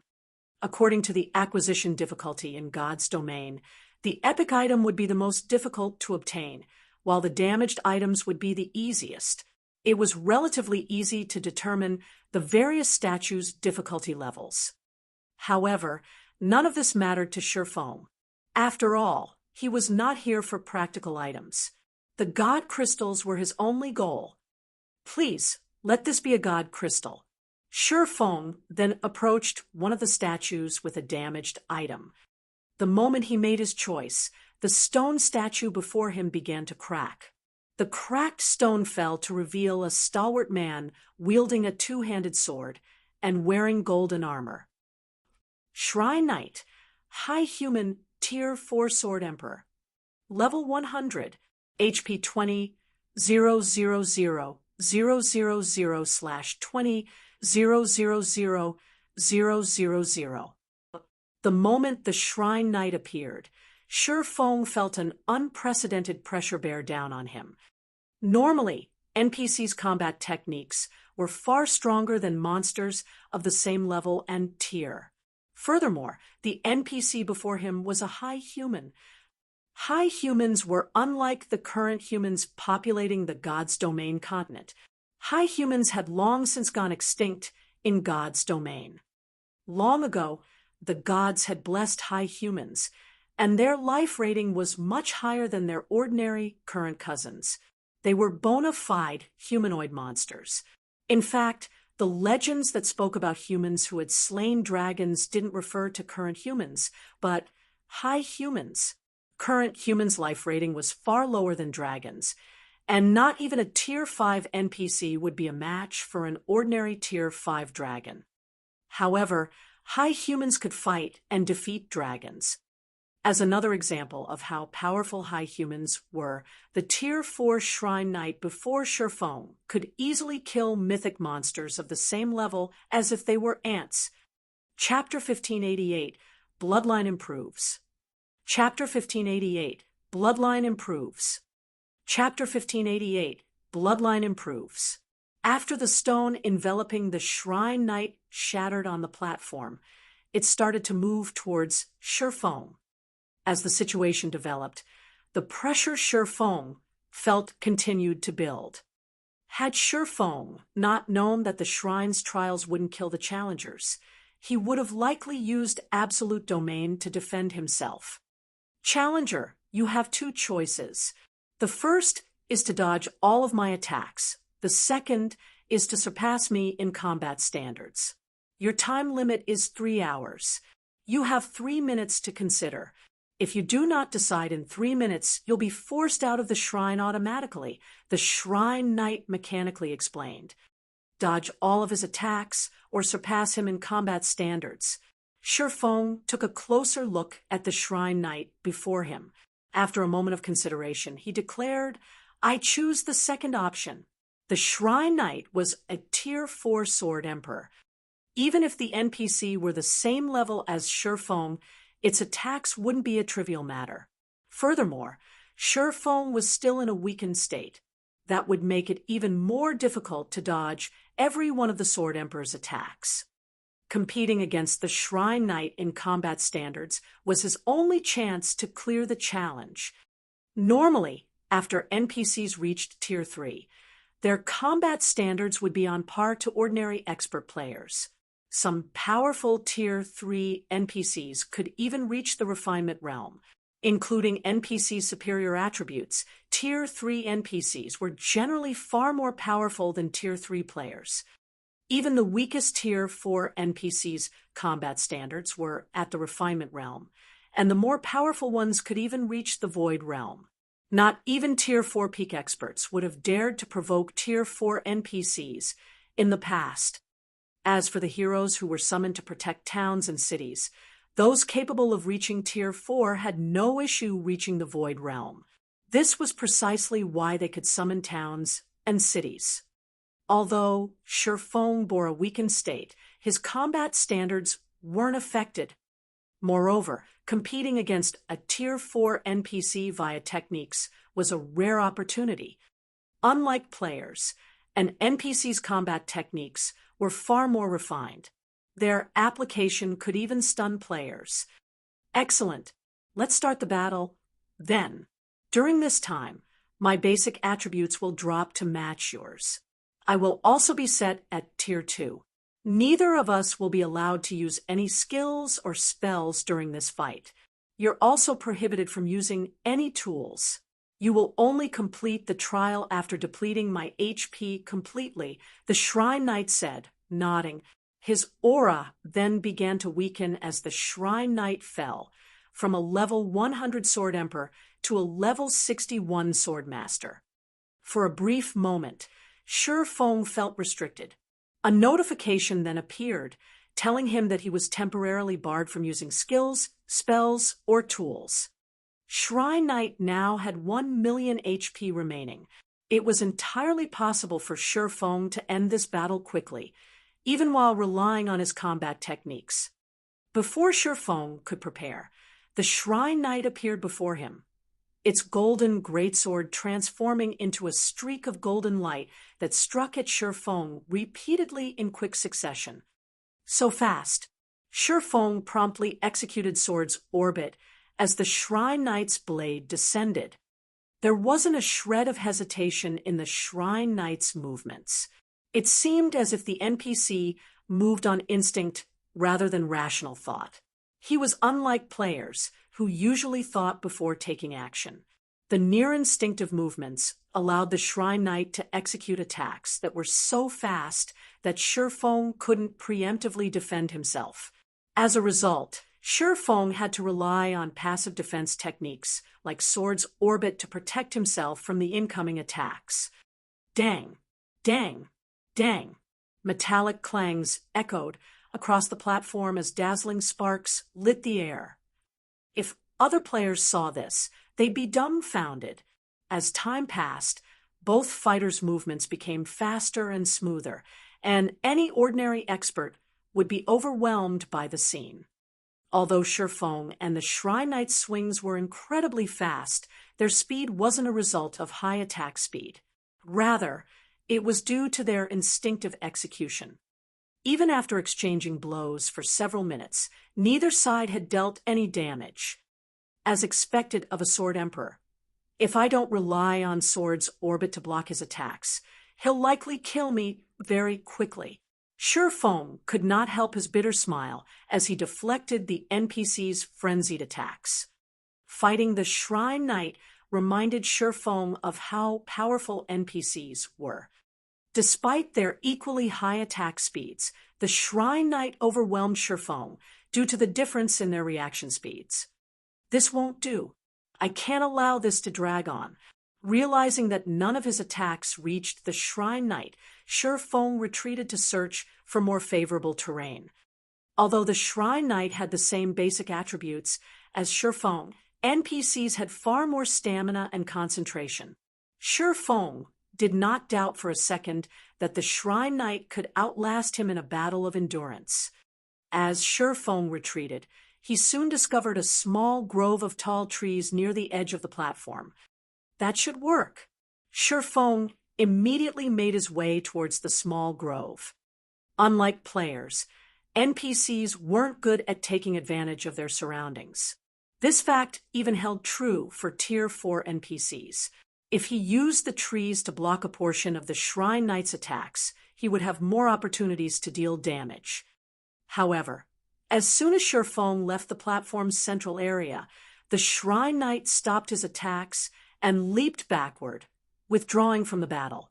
The NPC then turned and walked back to his original position. Crap! Is this for real? The system won't even give me a chance of winning. Shifeng was speechless when he saw the Shrine Knight recover to his original state. If he could not fight outside of the platform's central area, he wouldn't be able to take advantage of the terrain. If he continued to exchange blows mindlessly with the Shrine Knight, he would exhaust himself and die before his 3 hours were up. Why is this trial so difficult even though it's the lowermost epic shrine? Shifeng felt a wave of frustration wash over him as he stared at the motionless Shrine Knight.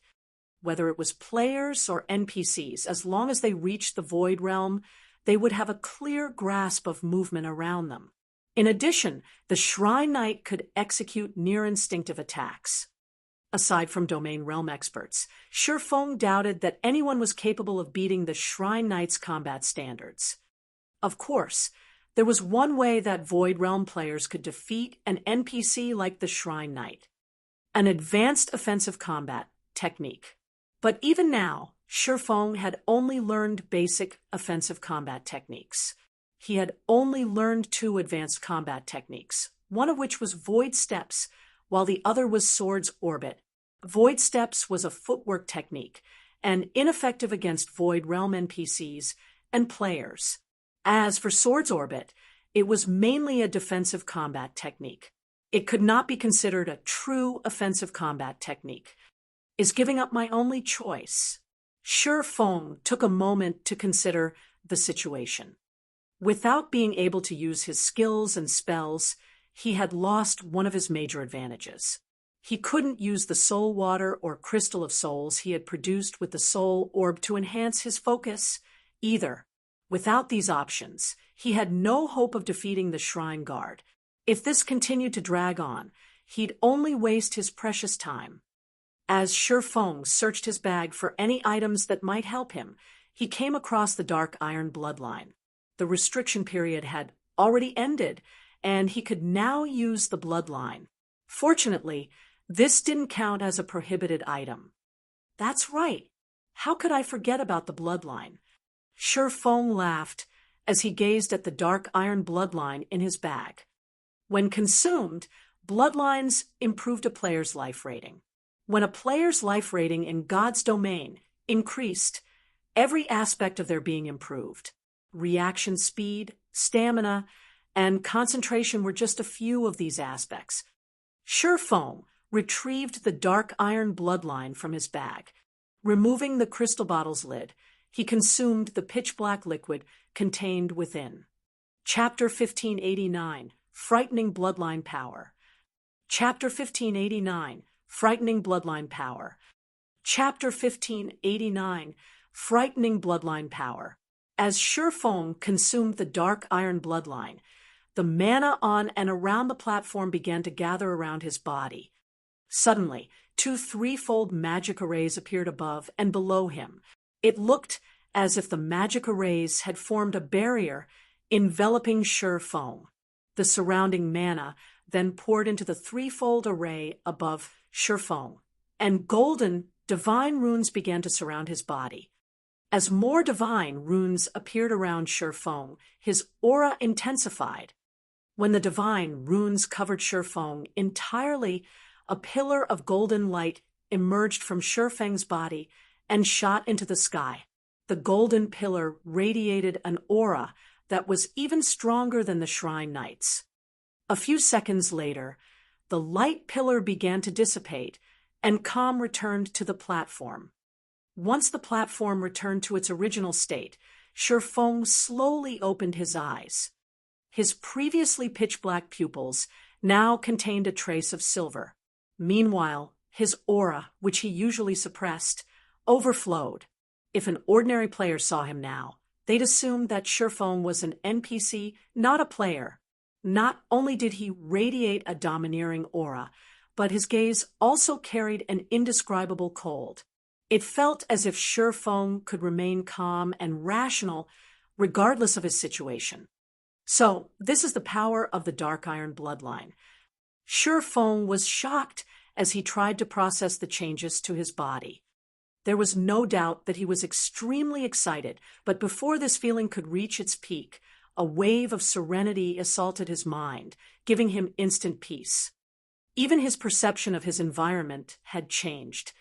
He had previously needed to allocate the majority of his mental power to monitor his surroundings if he wanted to grasp movement around him accurately.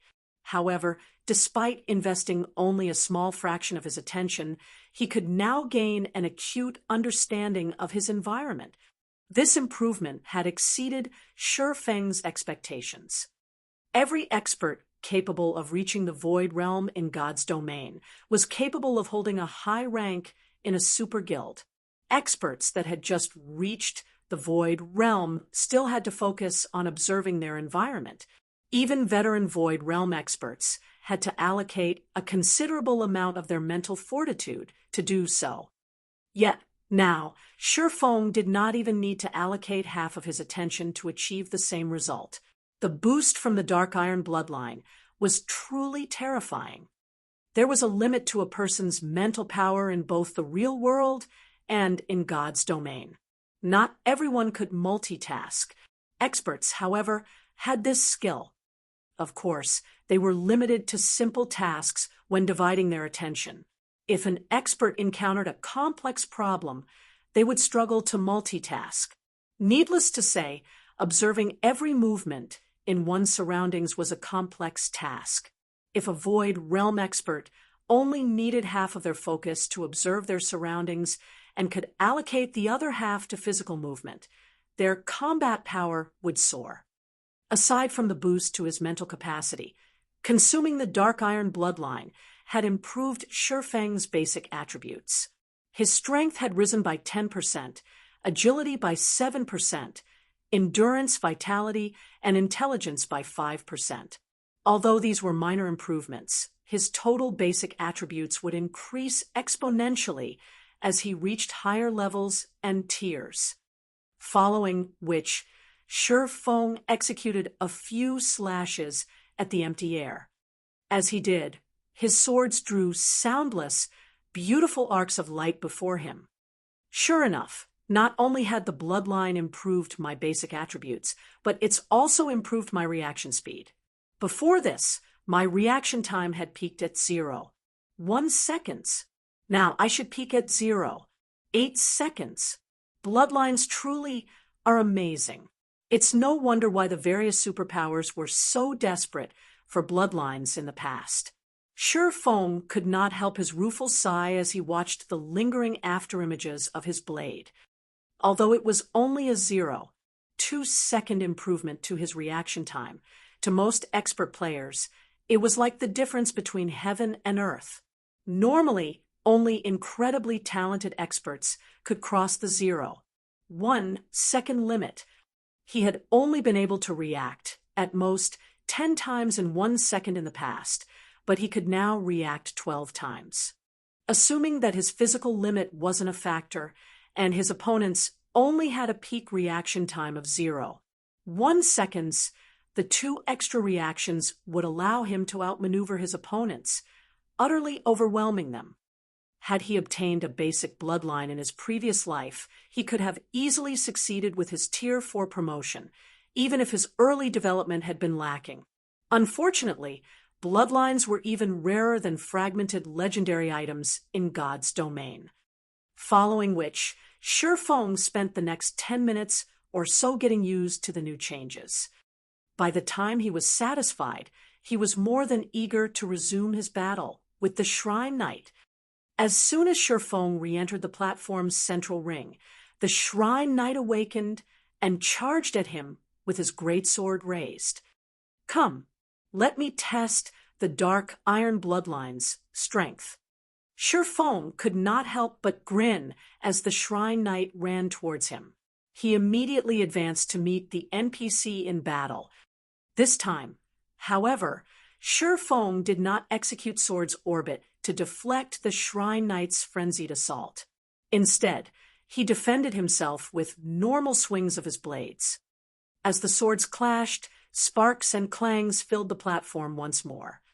Although Shi Feng couldn't execute his attacks instinctively as the Shrine Knight did, he could make up for the missing attacks by relying on his superior reaction speed.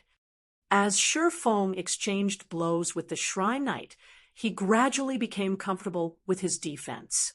After 3 minutes of battle, he had gone from a passive position to fighting the Shrine Knight on equal footing. Moreover, he had a lot more energy to spare than he had during the previous encounter, as he executed void steps to dodge a portion of the Shrine Knight's attacks. The Shrine Knight, who had worn an indifferent expression thus far, now revealed his astonishment. "It seems that this is my current limit. Although I still have energy to spare, I haven't mastered enough combat techniques. I still can't exhibit the bloodline's full power. I'll have to find an opportunity to learn more techniques later." After fighting the Shrine Knight for some time, Shi Feng fully understood what he still needed. Now that he had reviewed his strengths and weaknesses, he adjusted his swings and began to execute Sword's Orbit. Every attack with Sword's Orbit was nearly instinctive. As a result, the speed of Shi Feng's slashes had reached its limit. Suddenly, a cut split the skin on the Shrine Knight's shoulder. The NPC's HP fell by roughly 3,000. After the first cut, it didn't take long for the second, third, and fourth to appear as well. As more cuts split the Shrine Knight's skin, his HP plummeted. Before 10 minutes had passed, the NPC's 1 million HP had fallen to 0. The NPC then collapsed, turned to stone, and shattered. In the blink of an eye, Shi Feng was alone on the platform. Once the Shrine Knight was gone, Shi Feng moved forward to collect his reward. Fortunately, the damaged item turned out to be a god crystal. However, when Shi Feng plucked the god crystal from its crystalline prison, he noticed that the god crystal radiated far more divine might than any he had obtained before. An advanced god crystal? When Shi Feng inspected the item, he realized why the trial had been so challenging. The power of God in an advanced God crystal was far denser than in ordinary God crystals. One advanced God crystal was the equivalent of 2 ordinary God crystals, and naturally, it wasn't any less valuable than a piece of ordinary epic equipment. Now, he only needed 1 more God crystal to remove the mysterious power suppressing the disintegration armor. System, congratulations! You have completed the shrine's trial. You now have 2 options. 1. Exit the shrine. 2. Challenge another trial at the cost of 1,000 minutes. Shi Feng chose option 2, without hesitation when he saw the system notification. After all, he needed another God crystal. This time, however, the trial was much less difficult. This shrine knight had only reached the flowing water realm, and as a result, he defeated the NPC very easily. After Shi Feng secured his 3rd God crystal from the epic shrine, he received a notification that he had reached his challenge limit for epic shrines and was teleported out of the shrine without having any say in the matter.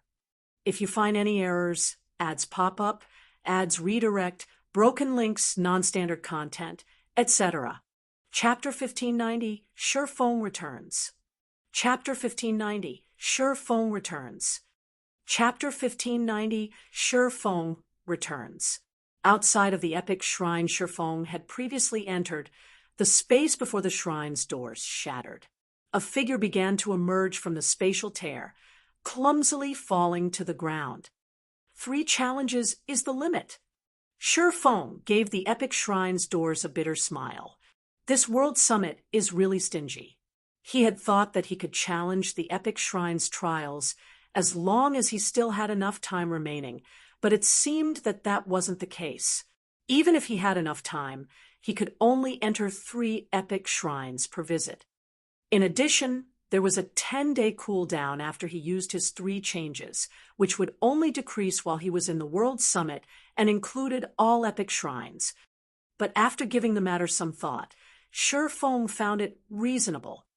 The World Summit was a land of treasure. Even fragmented legendary items were available here, let alone epic items. As players reached higher levels, they'd grow stronger, and in turn, they'd be able to earn more time from the entrance test. If the system allowed players to visit the epic shrines without limit, they'd ruin God's domain's economy. It was only normal for the system to create limitations. These restrictions were particularly important when dealing with players who wielded special items. Take Shi Feng's Moloch's Ring, for example. While demon players had to complete a large number of rare and challenging quests to earn visitation, rights to the World Summit, Shi Feng could simply teleport here. With Moloch's Ring, Shi Feng had to face far fewer challenges to obtain the World Summit's treasures. Forget it. In any case, I've achieved my goal. It's about time that I return, Shi Feng thought as he gazed at the 3 God crystals in his bag. He then took out a White River City return scroll and activated it. Although he still had more than enough time to visit a few dark gold shrines, he had spent quite a bit of time away from the God's Domain continent already. Now that he had achieved his goal and gained an unexpected windfall, he had no reason to linger in the World Summit. It was far more important for him to complete the Recast the Disintegration Armor quest.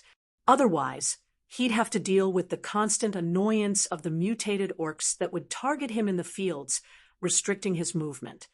With a flash of light, Shi Feng vanished from the World Summit. Starmoon Kingdom, White River City. When Shi Feng opened his eyes, he stood in White River City's teleportation hall. As Shi Feng moved along the city streets, he noticed that White River City had far more players than several days ago. Many of the new arrivals were merchant players, and plenty of well-known adventurer teams had traveled here from other kingdoms and empires. Players' average level had also visibly increased. Now, many of the players exploring White River City had reached level 45. Shi Feng even spotted level 46 and 47 independent players. In addition, the sight of players atop mounts had become more common in the city. During his last visit, only expert players had owned mounts, but now many elite players had mounts of their own. However, with the increase of White River City's player population, Shifeng discovered quite a few cloaked players that stood out from the crowd. What made these players stand out in Shifeng's eyes was their interest in the players that wore Zero Wing's guild emblem. Killing intent would flash in their eyes whenever they spotted a Zero Wing member. By the looks of it, Zero Wing's members were just as wary of these cloaked players. It felt as if a fight would break out between them at any moment. As Shifeng pondered the city's new, strange atmosphere, Aqua Rose contacted him. "Guild leader, you've finally returned." Aqua Rose was visibly excited when she saw Shifeng's face. "What's going on in White River City? Why do I feel like the city is polluted with killing intent?" Shifeng asked as he glanced around him. It's all because of Blackwater and Heaven's Burial. Roughly 10 hours ago, they doubled the bounty on our guild members. It's tempted many dark and independent players from other kingdoms and empires to take action against us. Now, everyone's hunting our guild members. Some have even found opportunities to strike while in White River City. At this point, other players have ambushed and killed dozens of our core members, Aqua Rose helplessly explained.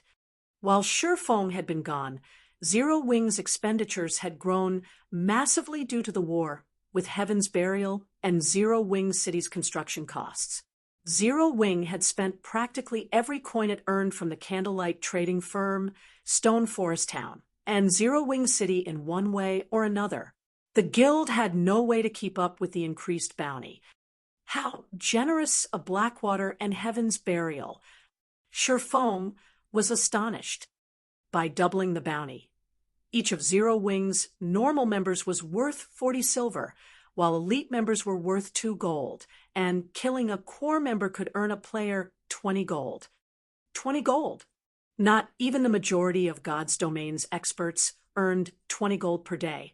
Yet now, one could earn that many coins by killing one of Zero Wing's core members.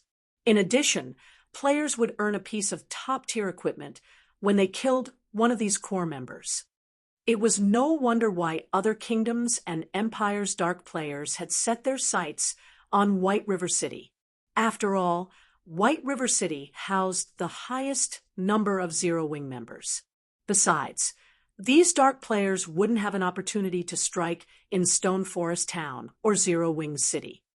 Without the ruling guild's approval, players couldn't wear black cloaks in guild towns and cities. The ruling guild usually killed anyone who wore a black cloak without any repercussions. The only places in which these players could strike were the fields and White River City. Of the two options, it was easier to find Zero Wing members in the city. Although it was risky to attack another player in an NPC city, the potential profits were just as high. Countless dark and independent players would be willing to take the risk. Guild leader, we've almost run out of guild funds. We are also running out of top-tier weapons and equipment for trade.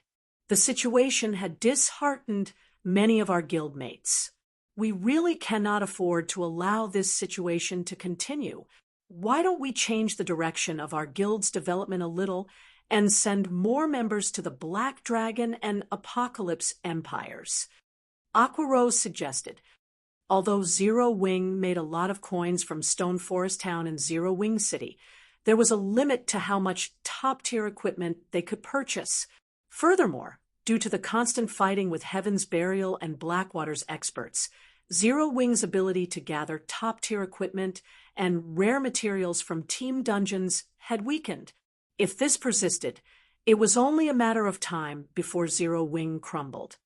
No, since Heaven's Burial and Blackwater want to increase their bounty, we'll increase ours as well. We'll see who will remain standing in the end. Shifeng said, shaking his head.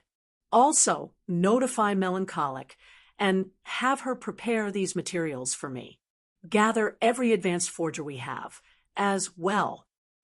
But we have very little spare capital remaining. If we increase our bounty, we'll run out of funds very quickly, Aqua Rose said worriedly. Currently, Zero Wing's emergency funds only amounted to 22,000 gold.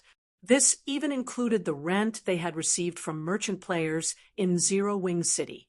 If they increased the bounty on Heaven's Burial's members, that might not even last them one more day. If Zero Wing couldn't pay the bounties, its reputation would suffer. Relax. I have a way to deal with the money problem. Just make the announcement. Sure Feng simply smiled in response to Aqua Rose's question. He then disconnected the call and made his way towards the candlelight trading firm. Chapter 1591, Producing the Conqueror's Armor. Chapter 1591, Producing the Conqueror's Armor. Chapter 1591, Producing the Conqueror's Armor.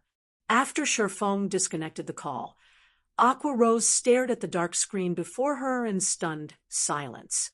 Increasing their bounty on Heaven's Burial's members was easier said than done. The additional expenditure would easily reach tens of thousands of gold. The guild did rake in quite a bit of money from Zero Wing City. Currently, it earned more than 5,000 gold through the entrance fees alone. However, due to the war of attrition with Heaven's Burial, Zero Wing struggled to make ends meet. Unless the guild gained an additional 100,000 gold, it couldn't feasibly afford to double the bounty on Heaven's Burial. Where exactly were they supposed to get another 100,000 gold? Big Sis Aqua, are we really going to double the bounty? Yaya asked carefully from beside Aqua Rose.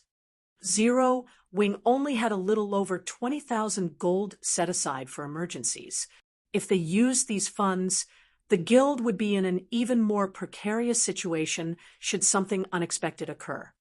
Make the announcement, Aqua Rose said, releasing a deep, powerless sigh. Even if we don't raise the bounty, our remaining stock of top-tier equipment in the guild warehouse won't last long. If we don't increase the bounty, we'll only burn through our stock. If we're doomed either way, we might as well duke it out with Heaven's Burial and Blackwater. Following which, Yaya posted the increased bounty on Starmoon Kingdom's official forums. As the news spread, it attracted the attention of every player in Starmoon Kingdom. Yaya's post quickly garnered over 1 million views. Is Zero Wing really trying to fight it out with Heaven's Burial? It actually followed Heaven's Burial's lead and doubled its bounty. It seems that Zero Wing is finally getting serious. Heaven's Burial has Blackwater support, so it's expected that the guild has a massive amount of funding. But how has Zero Wing secured so much money? Maybe Zero Wing's putting up a final struggle, trying to scare Heaven's Burial into backing off. Based on what I've heard, Blackwater mobilized a bunch of experts to help Heaven's Burial and offered the guild an additional 200,000 gold. With the income from Ancient Rock City, how can Zero Wing possibly beat Heaven's Burial in wealth? Indeed, I've heard that Ancient Rock City's player population has already exceeded 6 million. Although Heaven's Burial isn't charging entrance fees, it's still making a ton of money through repair and accommodation fees. Let them raise their bounties on each other. The higher, the better. That way, I can earn enough money to buy my mount. In the public eye, Zero Wing was at an overwhelming disadvantage in its war with Heaven's Burial. And yet, everyone celebrated the war. It wasn't every day that players had such a golden opportunity to make money. Orc Empire, Heaven's Burial's residence in Ancient Rock City. Guild Leader Singular. It seems that Zero Wing has quite the budget as well. Are you sure that you won't have any issues? Lei Jingyang could not help his frown as he read the latest forum post from Zero Wing. To whittle down Zero Wing's strength as quickly as possible, Heaven's Burial had doubled its bounty on the other guild's members. This increased the number of bounties they had to pay by several times. Each day, they had to shell out roughly 60,000 gold in bounties. That was the equivalent of several days of ancient rock cities' income. Despite what the public thought, Heaven's Burial wasn't as secure as it seemed. Young Master Lei, rest assured, I am very familiar with what Zero Wing is capable of. Based on the reports from my spies in the guild, Zero Wing doesn't have much money left. It's already struggling to maintain its current expenditures. This is merely Zero Wing's final act of defiance. Singular Burial said, not particularly surprised to hear that Zero Wing had doubled its bounty. I've also reached an agreement with Blackwater. Not only have they invested 200,000 gold in Heaven's Burial, but they also intend to send another 300,000 gold later. 500,000 gold coins is more than enough to crush Zero Wing. Besides, we've also located a new mine in the Orc Empire. That mine has a magic iron vein and a certain chance of producing magic crystals. As long as we capture the mine, Zero Wing has no hope of outlasting us, even if it gains the Dragon Phoenix Pavilion's full support. Magic iron veins were one of the few or veins that produced magic crystals, and the vein Heaven's Burial had discovered was only a dozen or so hours' walk away from ancient Rock City. Although other superpowers had discovered the vein as well, their guild towns were much farther away. As a result, these superpowers couldn't compete with Heaven's Burial. I guess you're right, but as a precaution, we should move up our timetable.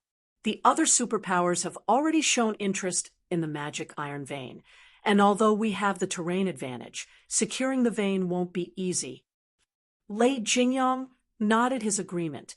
He was starting to think that he may have overestimated Zero Wing a little. Although Zero Wing was powerful, the guild lacked the support of a major corporation. It relied on its own power.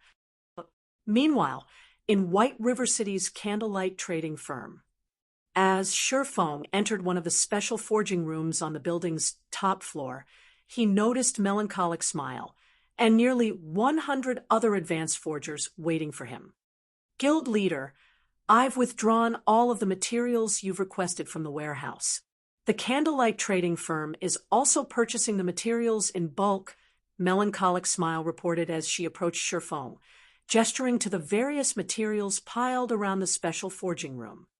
The materials Melancholic had gathered in the special forging room were none other than the required materials for crafting the Conqueror's armor. The Conqueror's armor's production process was intensely complex. Among the various processes, the most time-consuming were the smelting and material refinement. Fortunately, these tasks could be completed by forgers who hadn't learned the Conqueror's armor forging design, which was precisely why Shifeng had called upon these forgers to assist. With this, he could focus on forging the Conqueror's armor, saving plenty of time. However, when Shifeng considered the material's purity, he decided that it'd be best if he left the smelting and refinement to advanced forgers. Good.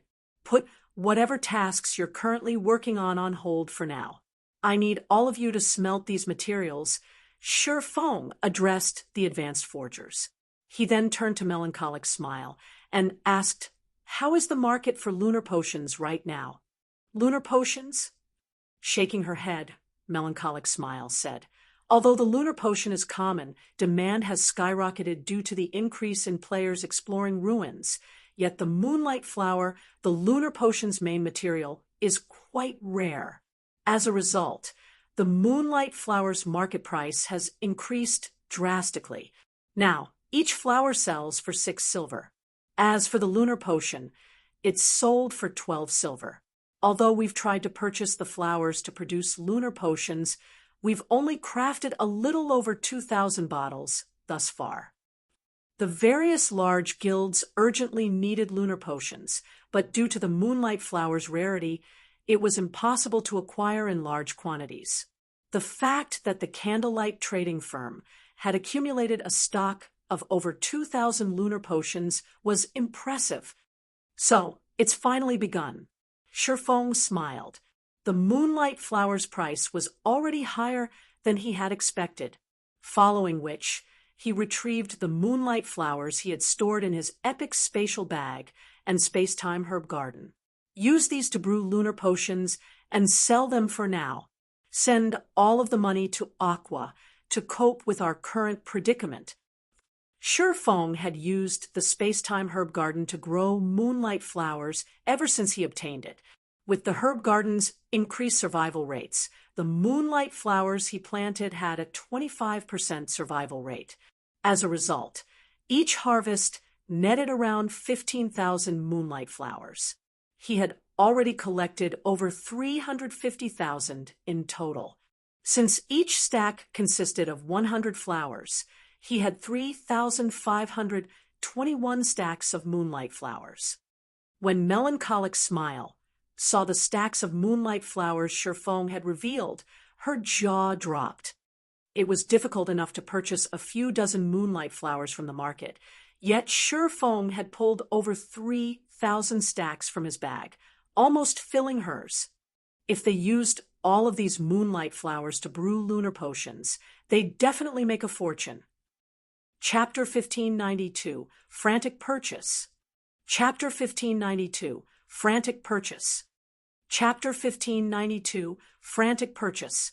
After receiving Feng's instructions, Melancholic Smile promptly left the special forging room and contacted every advanced alchemist in the Candlelight trading firm, passing on the order to begin the lunar potions mass production.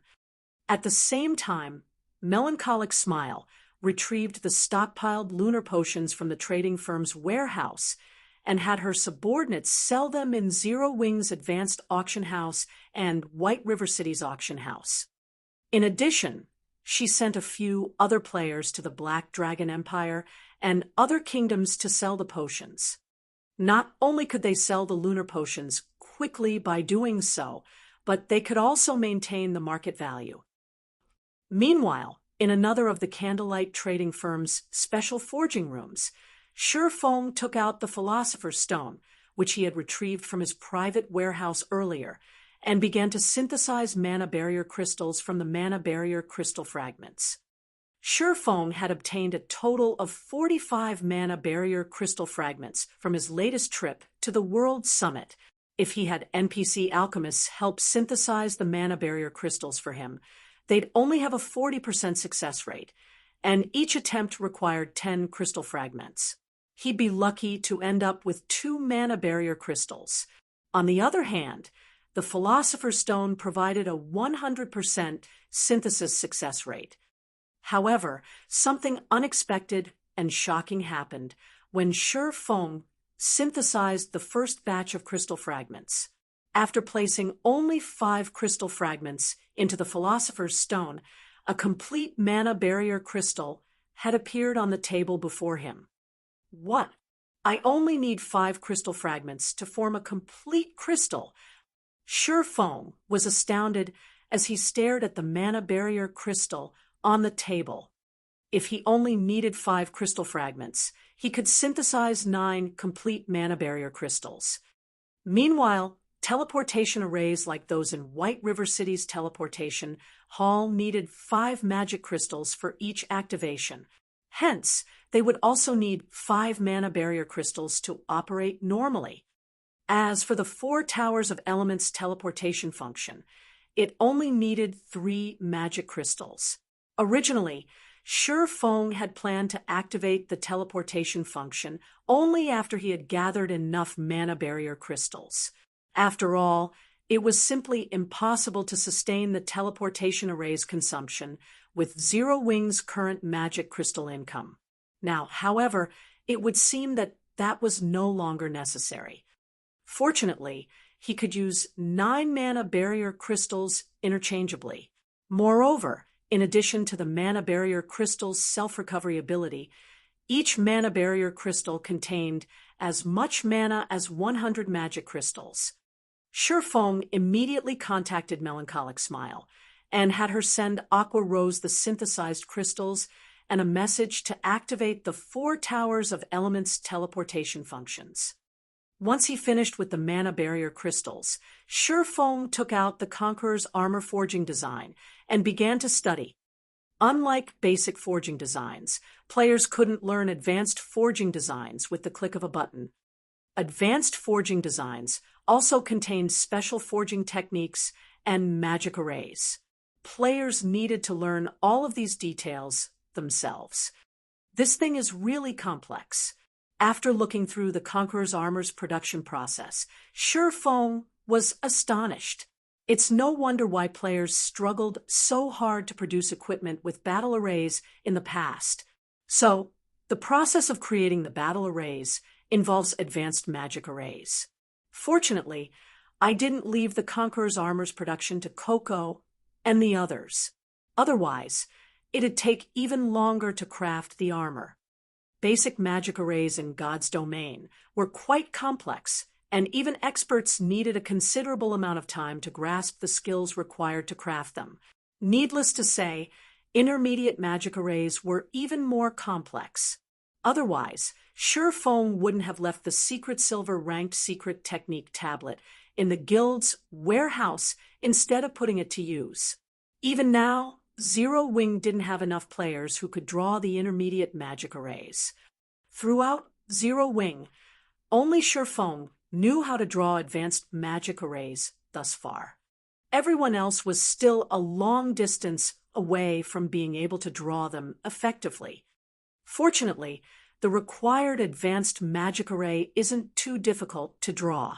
I should be able to learn it in a few hours. Feng breathed a sigh of relief after examining the necessary advanced magic array. Although he could already draw advanced magic arrays, there were simple and complex versions. Feng could draw the simple arrays in a handful of hours, but he might not be able to learn a complex advanced magic array yet with his current standards. If he couldn't draw the required advanced magic array, he wouldn't be able to forge the Conqueror's armor. Although it appeared as though Zero Wing and Heaven's Burial were competing via wealth, in reality, that wasn't the case. The true competition still lay among the guild's experts. Due to Lei Jingyang's partnership with Heaven's Burial, the guild had recruited a lot of expert players. Now, Heaven's Burial also had the assistance of a large number of Blackwater's experts. As a result, the gap between Zero Wing and Heaven's Burial's strengths had grown. Unfortunately, Zero Wing didn't have enough Tier 2 experts to deal with the enemy's overwhelming numbers. Even if Feng took up arms personally, there was very little he could do to change the situation. But it would be a different story if Zero Wing had the Conqueror's armor. If 5 elite players wore the armor, they would immediately rise to expert status. They might even become more powerful than ordinary expert players. If Zero Wing equipped their ordinary expert players with the armor and activated the basic strength battle array, they'd be as strong as the guild's first-rate experts. If all 5 worked together, they might even display more overall combat power than 5 Refinement Realm experts working together. Refinement Realm experts. Even in super guilds, experts of such caliber were invaluable. In current first-rate guilds, such experts would rank among the top in strength. While Feng studied the Conqueror's armor's advanced magic array, Melancholic Smile posted every lunar potion she had on hand for sale in the various empires and kingdoms' auction houses. She only sold 100 bottles in each location, setting the minimum bid at 10 silver per bottle, slightly cheaper than market value. When these potions went public in the various auction houses, they attracted many guilds and teams' attention. Someone's actually selling so many lunar potions. So cheap. This is wonderful. With these potions, our team can finally explore the ancient ruin we found. Excited, players furiously began to bid on the lunar potions. To the current adventurer teams and guilds, ruin exploration had become a golden opportunity to make a fortune, but without the lunar potion or something similar, exploring the dark ruins was troublesome. Every ruin had its own traps, and locating these traps in the dark was dangerous. If players triggered these traps, even an expert-led team could suffer severe damage or be annihilated. Compared to the risk of triggering these traps, the lunar potion's cost was nothing. After all, players would need several days to recover a lost level at this stage of the game. As players discovered the lunar potions in the auction houses, the potions' prices quickly skyrocketed. 10 silver, 40 copper. 10 silver, 70 copper. 11 silver, 20 copper. After a few short minutes, the average price had reached 12 silver, 50 copper. Meanwhile, this increase was just the beginning. In the end, players only stopped contesting for the lunar potions after the prices reached 17 silver, 50 copper. This was already far beyond the current market value. Although not every lunar potion had sold for 17 silver, 50 copper, on average they had sold for 16 silver, 40 copper or more. After deducting the processing fees, Zero Wings still earned a considerable profit. In the end, Melancholic Smile had made a massive 262 gold from the 2,000 lunar potions she had sold. Fortunately, she had barely dented the market's demand for the lunar potions. 2,000 potions weren't nearly enough to quench players' thirst in a single kingdom, much less multiple kingdoms and empires. Chapter 1593, Zero Wing City's True Power. Chapter 1593, Zero Wing City's True Power. Chapter 1593, Zero Wing City's True Power.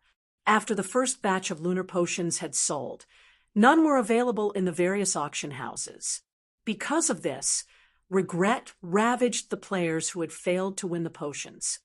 Crap, the lunar potions have sold out already. I just got here.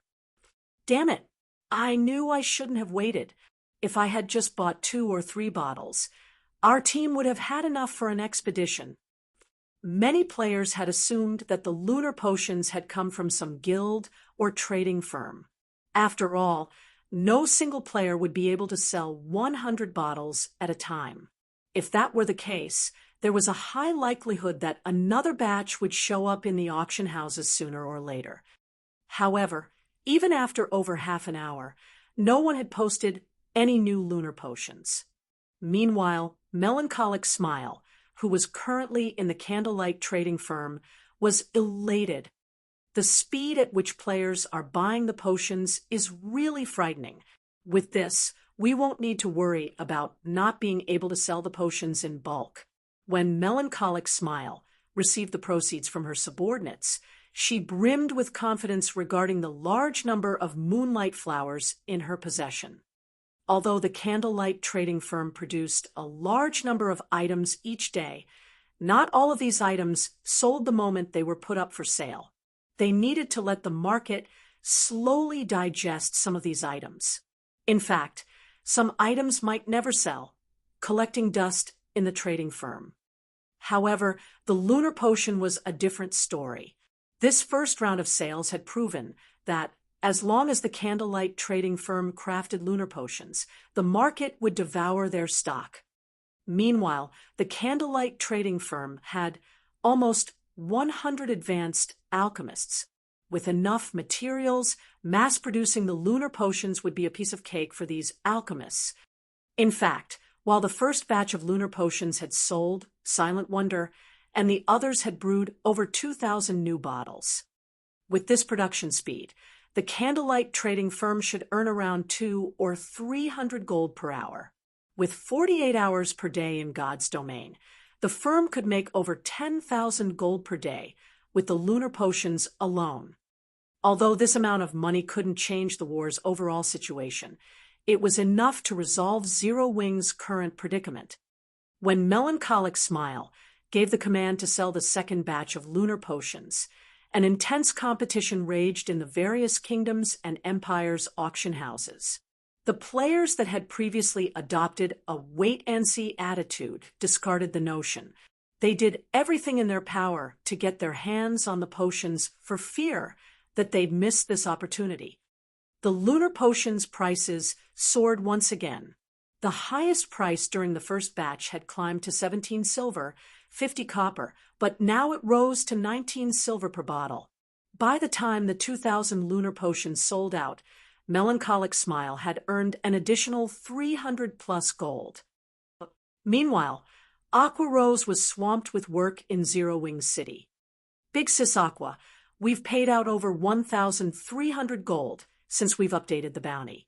Including the remaining funds we have set aside, we won't last another 2 days, Yaya worriedly reported as she examined the bounty claims summary in her hands. It's increased by so much. Aqua Rose could not help but frown. The increased bounty claims were far higher than she had expected. She had hoped that they would last a few more days in this war with the income from Zero Wing City and the guild's remaining funds, but it seemed that wouldn't be possible. Even if Heaven's Burial didn't mobilize its army, Zero Wing would crumble if it ran out of money. The guild's reputation would be in tatters. To make matters worse, Heaven's Burial's ancient rock city became more popular as time passed. Not only could players level up in the area, but they could also earn contribution points to purchase valuable items. In contrast, Zero Wing City's location was only suitable for leisure right now. Big Sis Aqua. Under the guild leader's orders, the Candlelight trading firm has sent a representative with coins and items. Apparently, these should help us hold out for a little while longer, Yaya suddenly announced. They've sent funds? Good. I'll head over to meet them immediately. Aqua Rose breathed a sigh of relief when she heard that Shurfeng had sent additional funds. She ran to the guild hall's lobby to receive the coins and items.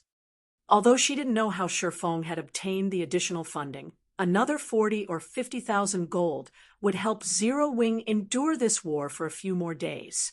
During that time, they could organize an auction to sell some of Zero Wing City's private housing that might allow them to continue this fight with Heaven's Burial. They might even be able to put an end to this war. Heaven's Burial invested quite a bit of money each day as well, and no one wanted to see this drag on. However, when Aqua Rose saw the coins Melancholic Smile's subordinate had traded to her, she was dumbfounded. For a moment, she wondered if she had misread the total. 500 gold. To a small guild or adventurer team, 500 gold might be a considerable amount of money, but to Zero Wing, this was nothing more than pocket change. It was far from enough to pull Zero Wing from its current predicament. Is this supposed to help me hold out for another half an hour? Aqua Rose was speechless as she stared at the 500 gold. But when Aqua Rose noticed the 9 mana barrier crystals in her bag and inspected their attribute panels, her eyes began to glow. Everlasting magic crystals? Aqua Rose couldn't believe her eyes. She immediately contacted Shurfeng and asked, "Guild leader, just where did you get these mana barrier crystals? Do you have more of them?" God's Domain's various guilds and players were all in desperate need of magic crystals, and Zero Wing was certainly no exception. Yet not only were these mana barrier crystals the equivalent of 100 magic crystals, but they could also be used repeatedly. This was akin to having a miniature magic crystal vein. Furthermore, these mana barrier crystals only needed 48 hours to replenish their energy. They basically gave Zero Wing a stable income of 900 magic crystals per day. If they stored the mana barrier crystals in a location with sufficient mana density, their cooldowns would be even shorter. Although the mana barrier crystals could not be used in places like the Divine Colosseum, they were extremely valuable. You've already received them? Seeing Aqua Rose's excitement, Shurfeng smiled bitterly as he said, "Mana barrier crystals are extremely rare items. Obtaining more is impossible at the moment." Naturally, Aqua Rose was a little disappointed to hear this. If they had 50 or 60 mana barrier crystals, Zero Wing would be set for life. However, after giving the matter some thought, she found it reasonable If it were possible to obtain something as valuable as mana barrier crystals in large quantities, it would throw God's domain's market into chaos. Use the 9 mana barrier crystals to operate the 4 towers of elements teleportation array. For now, with the mana barrier crystals and some additional magic crystals, we should be able to sustain the teleportation array's consumption easily. Sure Foam could sympathize with Aqua Rose's desire for the mana barrier crystals, but they simply weren't that easy to obtain. Let the public know that Zero Wing City will activate a teleportation function that can transport players anywhere within 4 million yards of the city. The cost will be 5 silver coins per 1 million yards per person. At the same time, set up a membership system for the teleportation function. Those who wish to become members can pay a one-time membership fee of 20 magic crystals. In return, they'll get a 20% discount when using the teleportation function. Currently, Stone Forest Town and Team Dungeons were Zero Wing's main income source for magic crystals, but both Stone Forest Town and Zero Wing City needed a lot of magic crystals to operate. Furthermore, the guild had to sustain the daily magic crystal allocation for its members. It was practically impossible to sustain the 4 towers of elements' teleportation function with the guild's current magic crystal income. Although not every player would pay 20 magic crystals to become a member, Zero Wing would be fine as long as it earned enough magic crystals to sustain the 4 towers of elements teleportation function. All right, I'll get it done right away. Aqua Rose nodded excitedly. She had waited to launch of the 4 towers of elements' teleportation function for a long time. Unfortunately, Zero Wing hadn't had enough magic crystals to sustain the teleportation array until now. Now that they had the mana barrier crystals, they could finally show off Zero Wing City's true power. Chapter 1594, Surging Towards Zero Wing City. Chapter 1594, Surging Towards Zero Wing City. Chapter 1594, Surging Towards Zero Wing City. Starmoon Kingdom, Starmoon City. Light flashed in the teleportation hall as a team of 20 players arrived in the lively Starmoon City. When these players appeared, many players in the hall turned to look.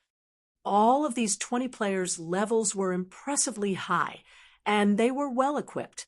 The lowest level among them was level 47, while the most inferior equipment was level 45 fine gold rank. The pair leading the team, a man and a woman, were even more awe-inspiring. Both were level 49 and wore nothing but level 45 dark gold equipment. Not even first-rate guilds experts could compare to this team.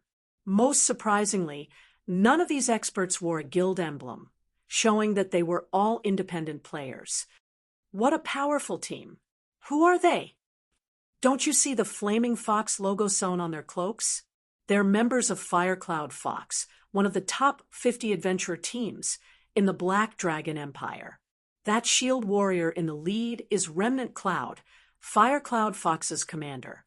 He is one of the Black Dragon Empire's top 100 shield warriors. I've heard that several first-rate guilds in the Empire have offered high prices to recruit him, but he's refused every one.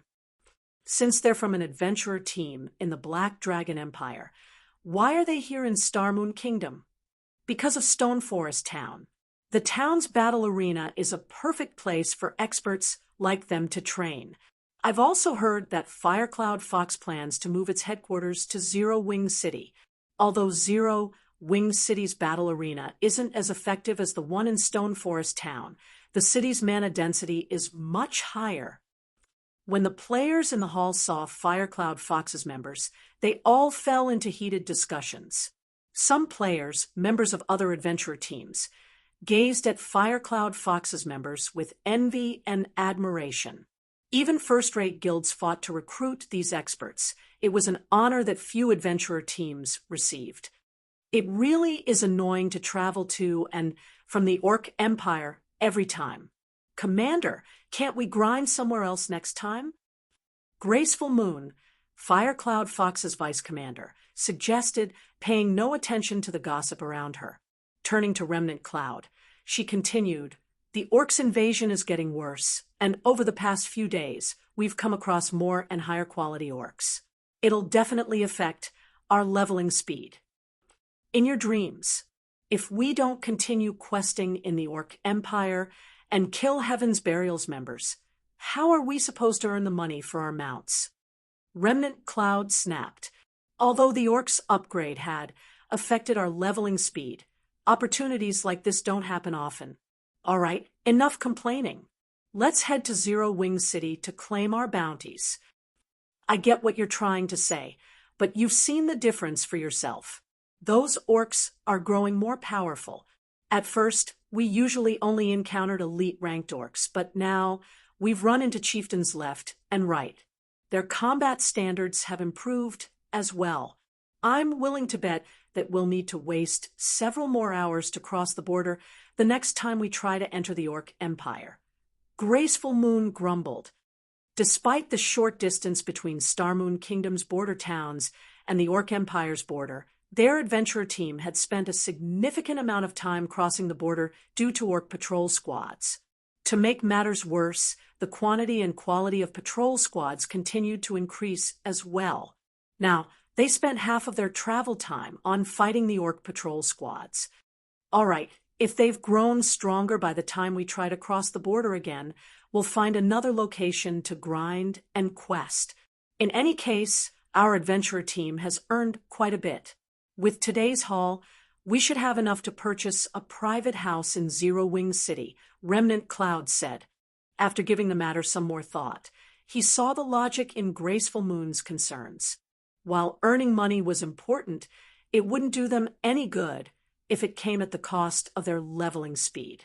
If the Orcs guarding the border grew even stronger, leveling in the Orc Empire would no longer be worth it. In fact, based on what information he had, several adventurer teams, which were only slightly weaker than Firecloud Fox, had already given up on the Orc Empire and opted to grind in other maps. These other adventurer teams' level speed was now slightly faster than his own team's. As Remnant Cloud and his companions prepared to head to Zero Wing City, they overheard nearby players discussing their destination. Is Zero Wing for real? Zero Wing City can actually do that. It can't be true.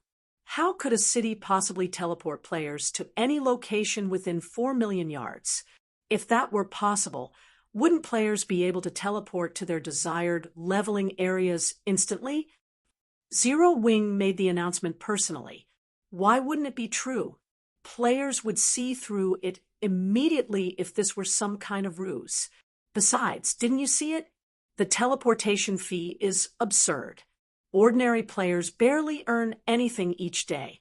If we want to use the teleportation function, we'll have to hand over a whole day's earnings to Zero Wing.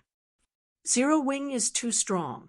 It actually secured something like this, too, as expected of our kingdom's #1 guild. The players on Star Moon City's streets debated Zero Wing's latest announcement.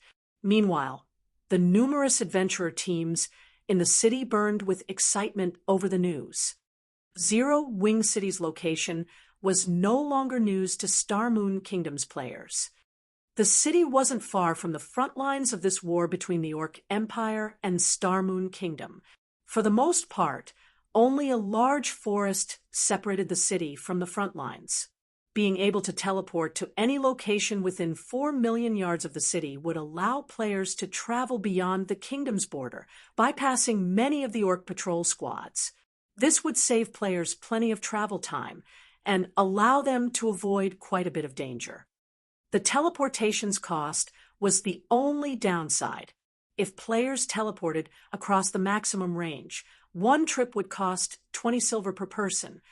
However, the price was definitely worth the trip for capable adventurer teams. They could easily earn back several times the money they had spent with the time they saved. After all, Zero Wing had placed a bounty on Heaven's Burial's members. They could earn back the teleportation fees by killing a bunch of the guild's members easily. Moreover, the Orc Empire's maps had far more resources than most of Star Moon Kingdom's. They'd also be able to increase their leveling speed. Commander, it seems that we'll have to save a bit more coins to buy a private house in Zero Wing City, Graceful Moon said, chuckling after she read Zero Wing's announcement. Zero Wing isn't giving us a chance. How wonderful would it have been if they had sold their private housing before this announcement? While Remnant Cloud celebrated the news, he also felt a sting in his pockets. Zero Wing City had already offered amazing benefits, but now it also informed the public of its teleportation function. Needless to say, adventurer teams and experts who wanted to level in the Orc Empire would flood Zero Wing City. To players like them, the teleportation function was a major resource, and 20 silver coins wasn't a significant expenditure. As long as they obtained 1 or 2 pieces of equipment to sell, they would easily earn back what they spent. Furthermore, players could purchase a membership to receive a 20% discount. In fact, Star Moon Kingdom's players wouldn't be the only ones interested in Zero Wing City's teleportation function. Players from other kingdoms and empires would likely visit Zero Wing City to travel to the Orc Empire, as it was the orcs guarding all of the Empire's borders were growing stronger. As Remnant Cloud fussed over how to earn enough money to purchase a private house in Zero Wing City, the adventurer teams and players in said city were in an uproar. These players, who had initially planned to walk to the Orc Empire, changed their minds immediately and made their way to the nearest 4 Towers of Elements. They then spent 20 silver to travel across Star Moon Kingdom's border. As more players proved the power of the 4 Towers of Elements teleportation function, more adventurer teams and expert players applied for the teleportation membership.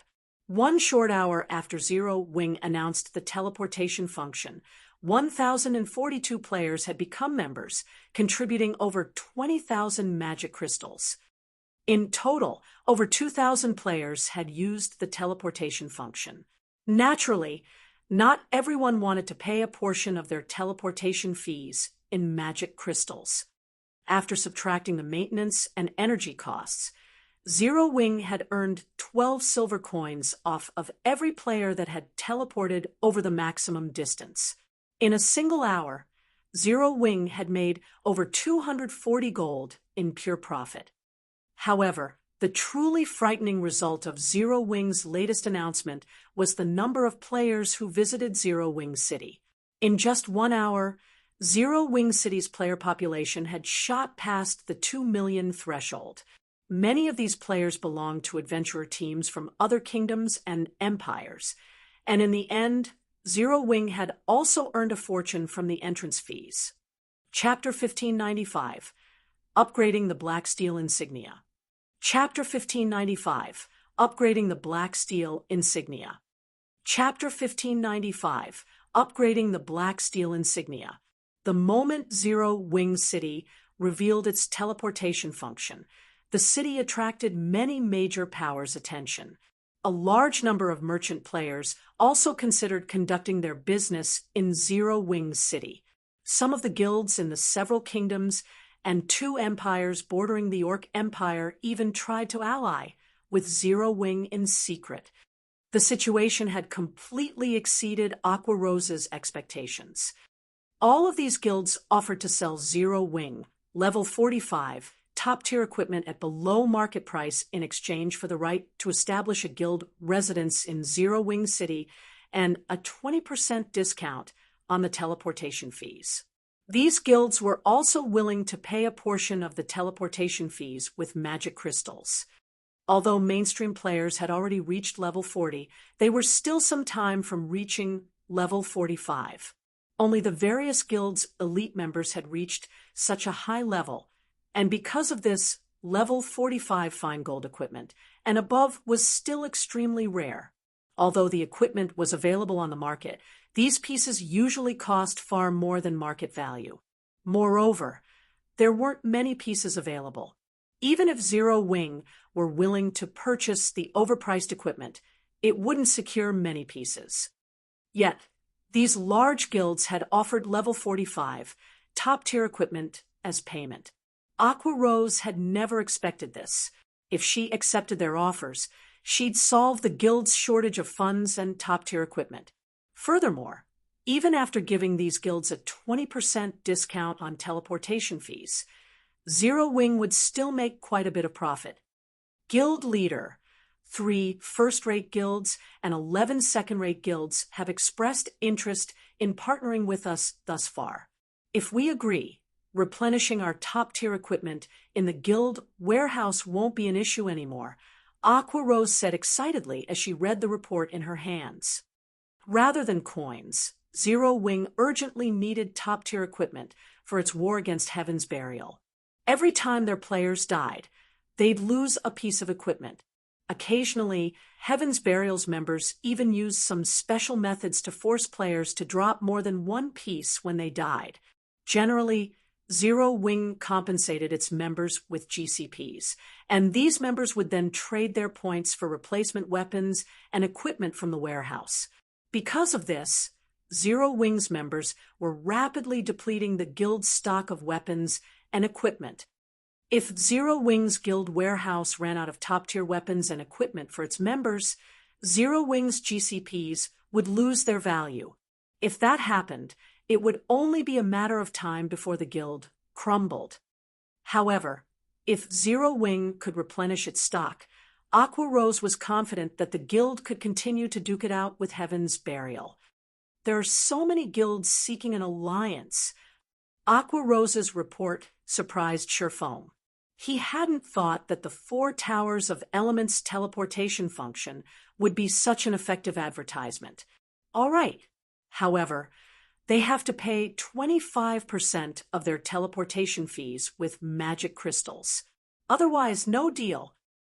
While the 4 Towers of Elements' teleportation function was powerful, its operation cost a lot of magic crystals.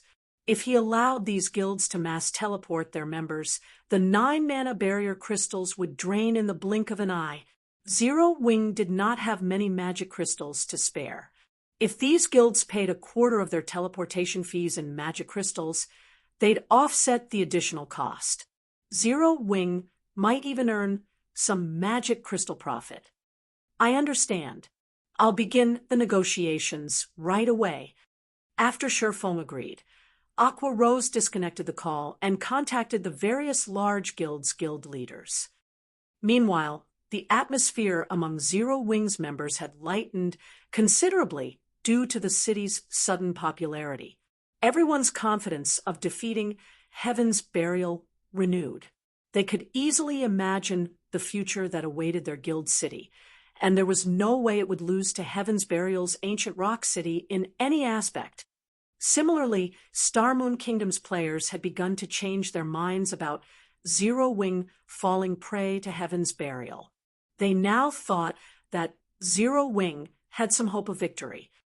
While Aqua Rose negotiated the contract's terms with the various guild leaders, Sherfone had finally learned how to craft the new advanced magic array, and had begun to forge the Conqueror's armor. Although Zero Wing had solved its money and equipment problems, it still wouldn't be easy to defeat Heaven's Burial and Blackwater. Sherfone didn't even think that his current guild could do anything to the 2 guilds. The difference between their expert counts was just too massive, not to mention financial strength. If Zero Wing wanted to end this war of attrition, it would have to rely on the strength of its guild members. In fact, this was God's domain's infallible truth. Otherwise, guilds wouldn't pay so much attention to nurturing their experts. Now that I've learned how to draw the magic array, I need to find a way to improve my success rate. Although it is somewhat wasteful, I'll have to upgrade the black steel insignia.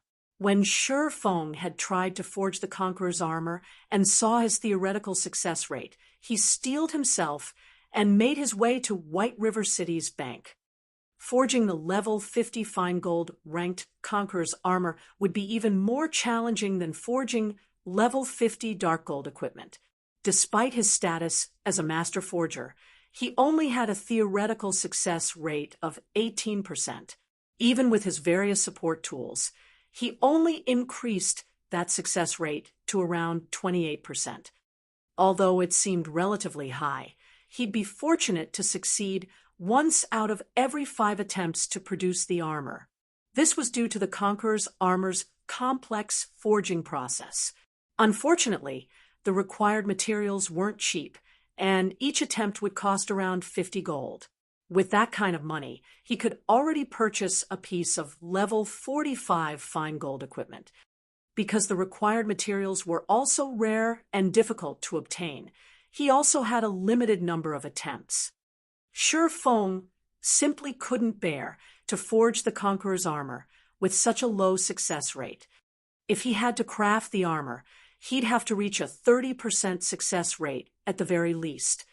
His only solution was the Holy Grail's power of evolution, which he could only use once every 10 days. Shi Feng quickly arrived in his own large private warehouse and carefully retrieved Zero Wing's greatest secret weapon, the Holy Grail. He had planned to save the power of evolution to upgrade items with special abilities to epic rank, but he couldn't care less right now. He immediately retrieved the black steel insignia and scanned it with the Holy Grail. Suddenly, purple fog leaked from the Holy Grail and enveloped the black steel insignia. The system soon notified Shi Feng of the evolution cost. System, are you willing to permanently lose 1,000 HP to evolve the black steel insignia? What? This thing actually requires 1,000 HP? Shi Feng was astonished. The black steel insignia was currently fine gold rank.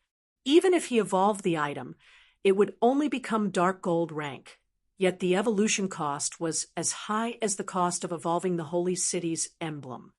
Losing 1,000 HP was no trivial matter.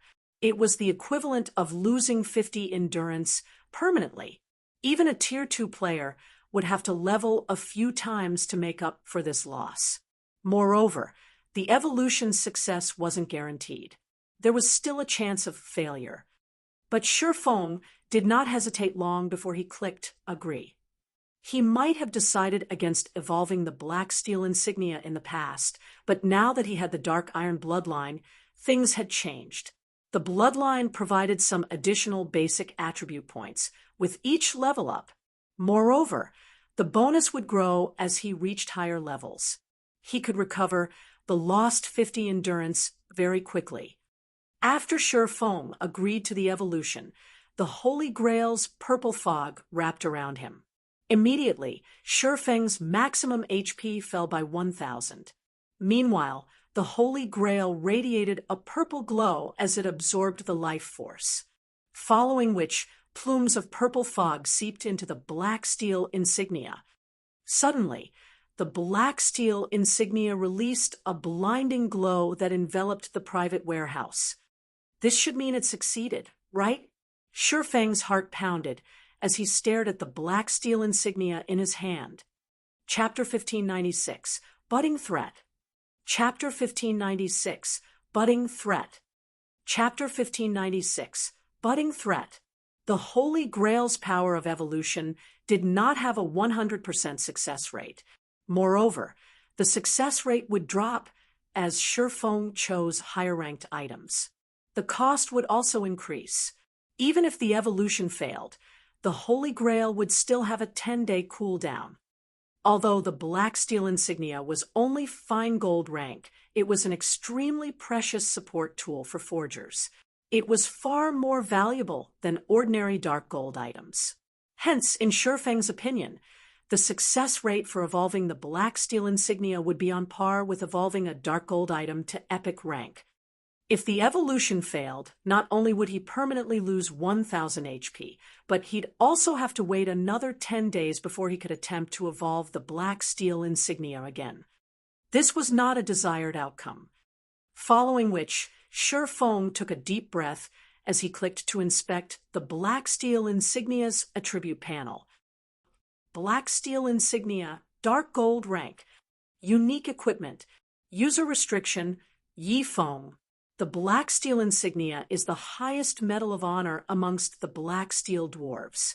After equipping it, forging success rate increased by 10%, proficiency has a 15% chance to increase by 1 extra point. When forging, there is a 3% chance to increase the forged item's attributes. Feng breathed a sigh of relief when he saw the black steel insignia's attributes. Ecstasy then gripped his heart. The dark gold ranked black steel insignia is amazing. No wonder the evolution required so much HP. The black steel insignia's upgraded attributes shocked Feng. Not only had the bonus forging success rate risen from 5% to 10%, but the chances of increasing a forged item's attributes had also increased from 1% to 3%. Now, he'd have a considerably higher chance of improving his crafted item's attributes. In God's domain, producing higher rank items would become exponentially more difficult. Although it wouldn't be a direct rank increase, the black steel insignia could raise a fine gold item's attributes to be only slightly inferior to a piece of dark gold equipment of the same level. This meant that the black steel insignia's wielder could forge items 1 rank stronger than their intended rank. After dealing with the black steel insignia, Feng returned to the candlelight trading firm to forge the Conqueror's armor. Meanwhile, an army of over 3,000 players, all level 46 or higher, assaulted an orc fortress within the orc empires. Although the orcs defending the fortress were around level 60 and ranked between elite and grand lord, they fell, one after another, under the players' fierce assault. Unfortunately, the players also suffered casualties. Focus on dodging the boss's skills. Ranged players destroy the fortress's defense turrets. Singular burial commanded from the rear of the army.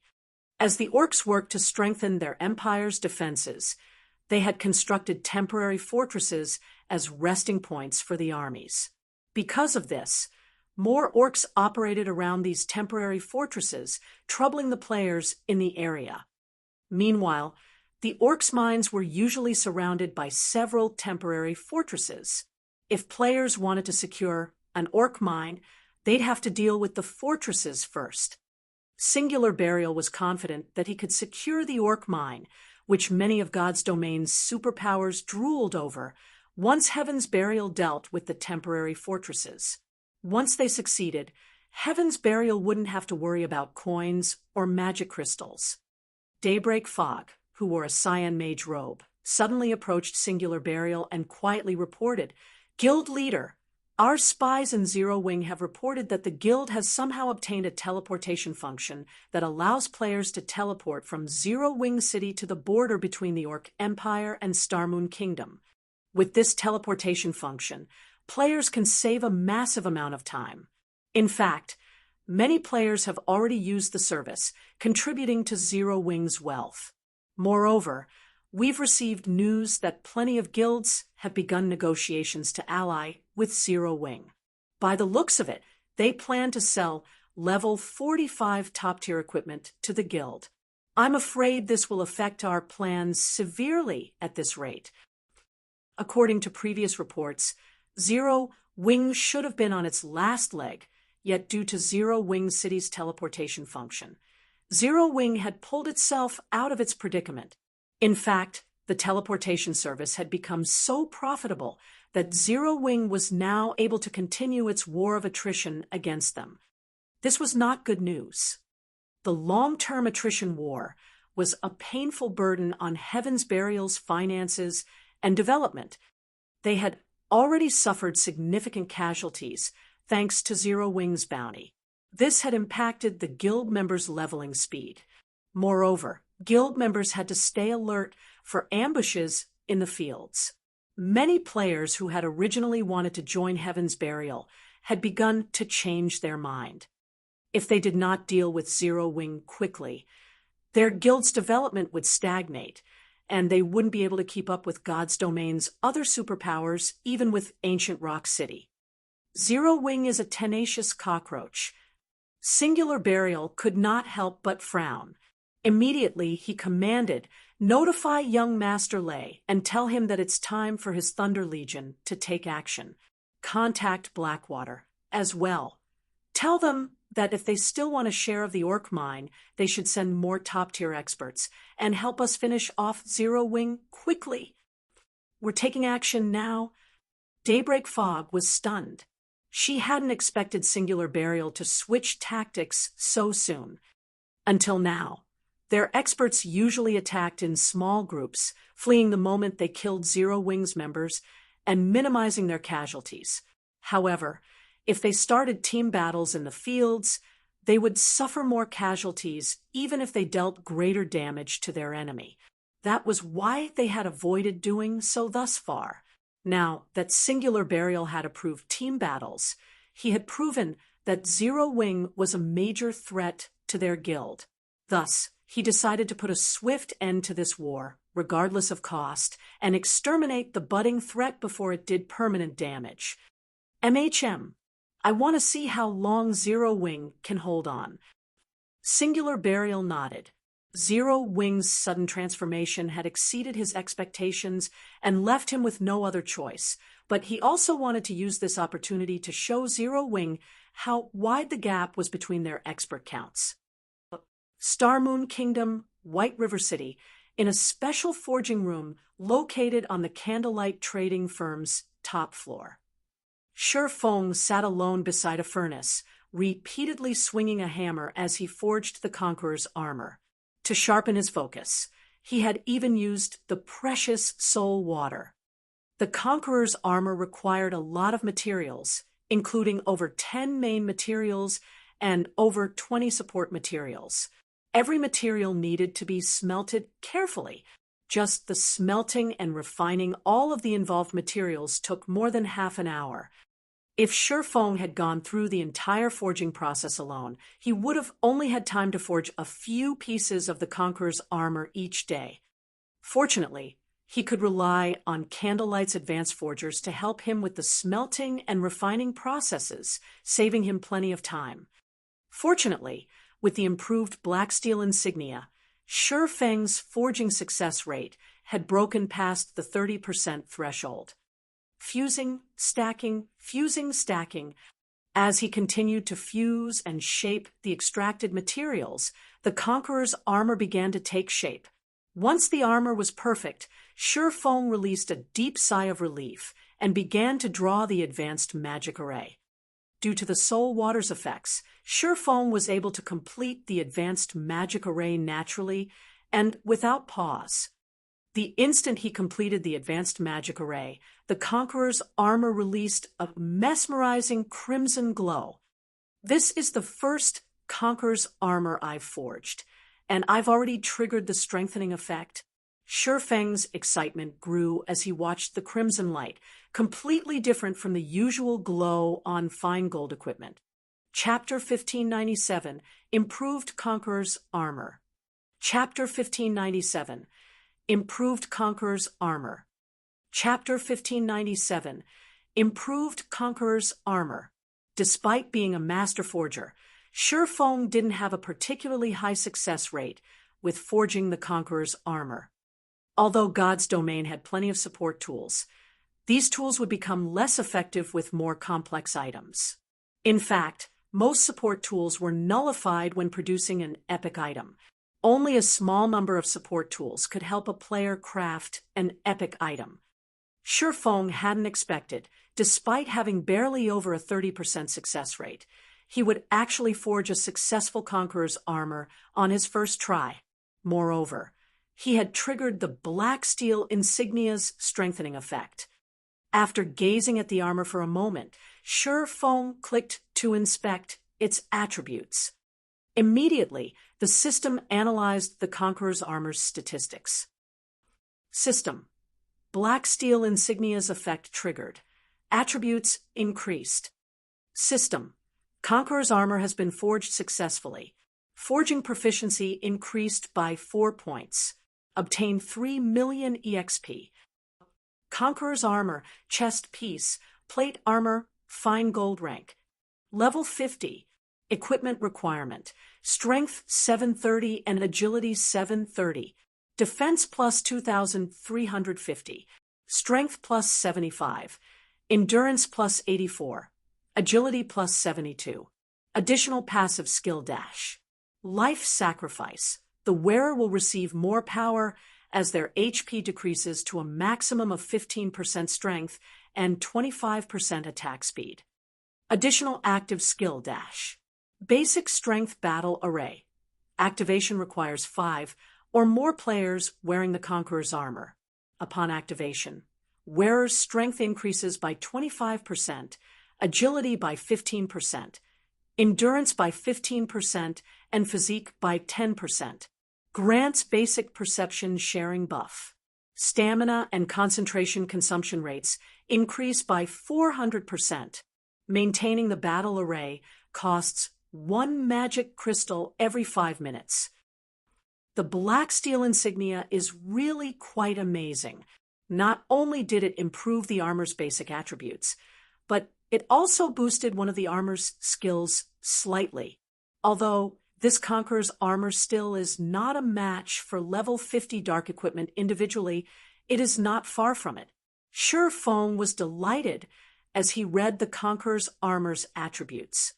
Level 50 was a major turning point in God's domain. Top-tier equipment past this level would become incredibly difficult to obtain. Even level 50, 100-man team dungeons only dropped level 50 fine gold equipment and set equipment at best. Generally, players could only obtain level 50 dark gold equipment from super large-scale team dungeons. On its own, the improved Conqueror's armor was only slightly less valuable than a piece of epic equipment of the same level, but if he had 5 pieces of the improved version of this armor, each piece would be worth as much as a piece of ordinary epic equipment. Unlike the improved Conqueror's armor, epic equipment only provided powerful boosts to basic attributes and a few powerful skills. On the other hand, the Conqueror's armor's basic strength battle array could improve players' combat standards, as well as basic attributes and physique. The only flaw was the armor's level limit. At best, players could use the armor until level 60. Most epic equipment, in contrast, could be used past level 100. Gazing at the improved Conqueror's armor before him, Sure Feng's passion to forge the armor ignited. If he could mass-produce the Conqueror's armor and equip a 1,000-man legion, the result would be mind-blowing. If he geared a legion of 1,000 expert players in the Conqueror's armor, he'd have a legion of refinement realm experts instantly. Such a legion would be unstoppable on the battlefield. He'd even dare to challenge a true super first-rate guild head-on with such a force, not to mention Heaven's Burial. Dreaming of such a powerful legion, Sure Feng continued to forge one Conqueror's armor after another, not resting for a moment. Since Sure Feng had nearly 100 advanced forgers to handle the most time-consuming process, smelting and refining, he could complete each forging attempt in roughly 10 minutes. As he became more familiar with the process, he was even able to work faster than that. Perhaps he had used all of his luck during the first attempt, because unfortunately, the next 4 attempts all failed. In the blink of an eye, he had wasted over 200 gold in materials. If any other trading firm suffered such a loss, they'd likely halt production immediately, but Sure Feng was unfazed. If equipment with basic battle arrays were that easy to produce, the various super guilds wouldn't have struggled so much in the past mass-producing such equipment. However, as Sure Feng continued his forging attempts, he became increasingly familiar with drawing the crucial advanced magic array. He'd even used divine providence to improve his success rate later. Although luck was insubstantial, it could, more or less, affect production success rate. Before Sure Feng had realized it, he had already gone through 300 material sets. In the end, he had successfully forged 96 pieces of Conqueror's armor. His overall success rate was slightly higher than the theoretical success rate the system had given him, and among the 96 chest pieces, Sure Feng had forged another 3 pieces of improved Conqueror's armor, securing a total of 4 improved chest pieces. Meanwhile, Shi Feng's experience bar had risen steadily due to his diligent work to craft the Conqueror's armor. His leveling speed was 3 to 4 times faster than God's Domain's other peak experts. Although his leveling speed was impressive, there likely wasn't another player in God's Domain who would dare to replicate Shi Feng's leveling method.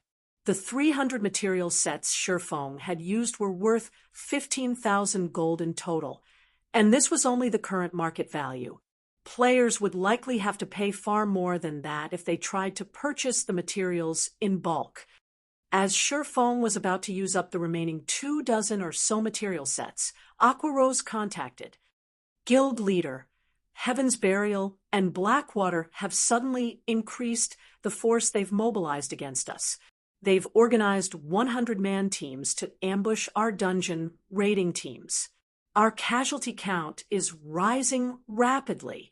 We've already lost over 5,000 lives since they bolstered their forces. Although we've tried to retaliate, we're too outnumbered. We simply can't keep up with all of the attacks. Should I recall our guild members from the dungeon raids and grinding in the high-resource maps for now, and concentrate on leveling up in a few safe maps? Due to Zero Wing City's rise in popularity, Aqua Rose was relatively confident that Zero Wing would survive the war with Heaven's Burial, but now Heaven's Burial and Blackwater had dispatched more experts to ambush their players in the various high-resource maps they occupied. The two guilds even targeted their 100-man elite and expert teams. This had never happened before. The wisest move right now would be to gather their members in a few specific leveling maps close to each other. Although this would limit their members' leveling speed, it would provide more security. Zero Wing could also send their limited number of experts as reinforcements far faster. They're finally done sitting by. Huh? Shi Feng frowned. He hadn't thought that Heaven's Burial would attempt to end this war so soon. Immediately, he commanded, "I like your suggestion. We need to concentrate our forces, but move them to the targeted high-resource maps instead." But the level 40 and 50 high-resource maps are too far apart.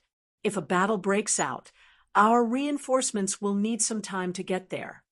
Aqua Rose had also considered the idea, but it wasn't a wise move. Zero Wing had a limited number of experts, and they weren't enough to cover multiple maps that were so far apart. "It's fine. Just do as I say. Leave the rest to me." Shi Feng simply smiled, not bothering to offer any further explanation.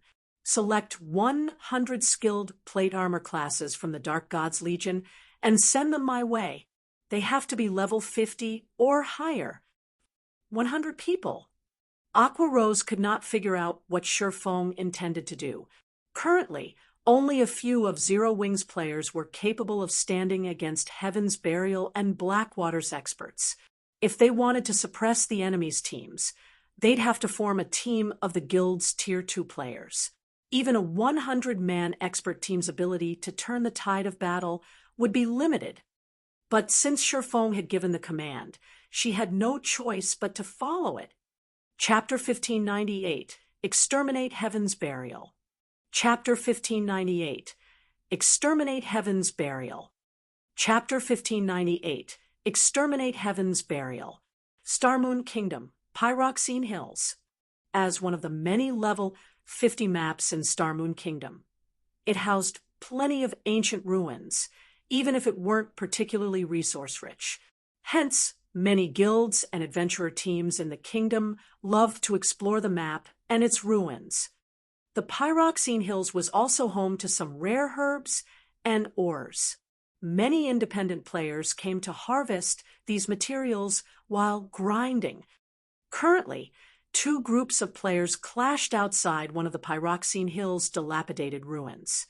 All of the players were high-leveled, with the lowest at level 50 and the strongest players at level 52. One of the 2 groups wore Heaven's Burial's guild emblem, while the other players wore Zero Wings. Amazing! So, this is a team battle between guilds? The players passing by could not help but pause to watch the battle. They were captivated. Compared to the PvP battles between independent players they had seen before, this battle was on a level of its own.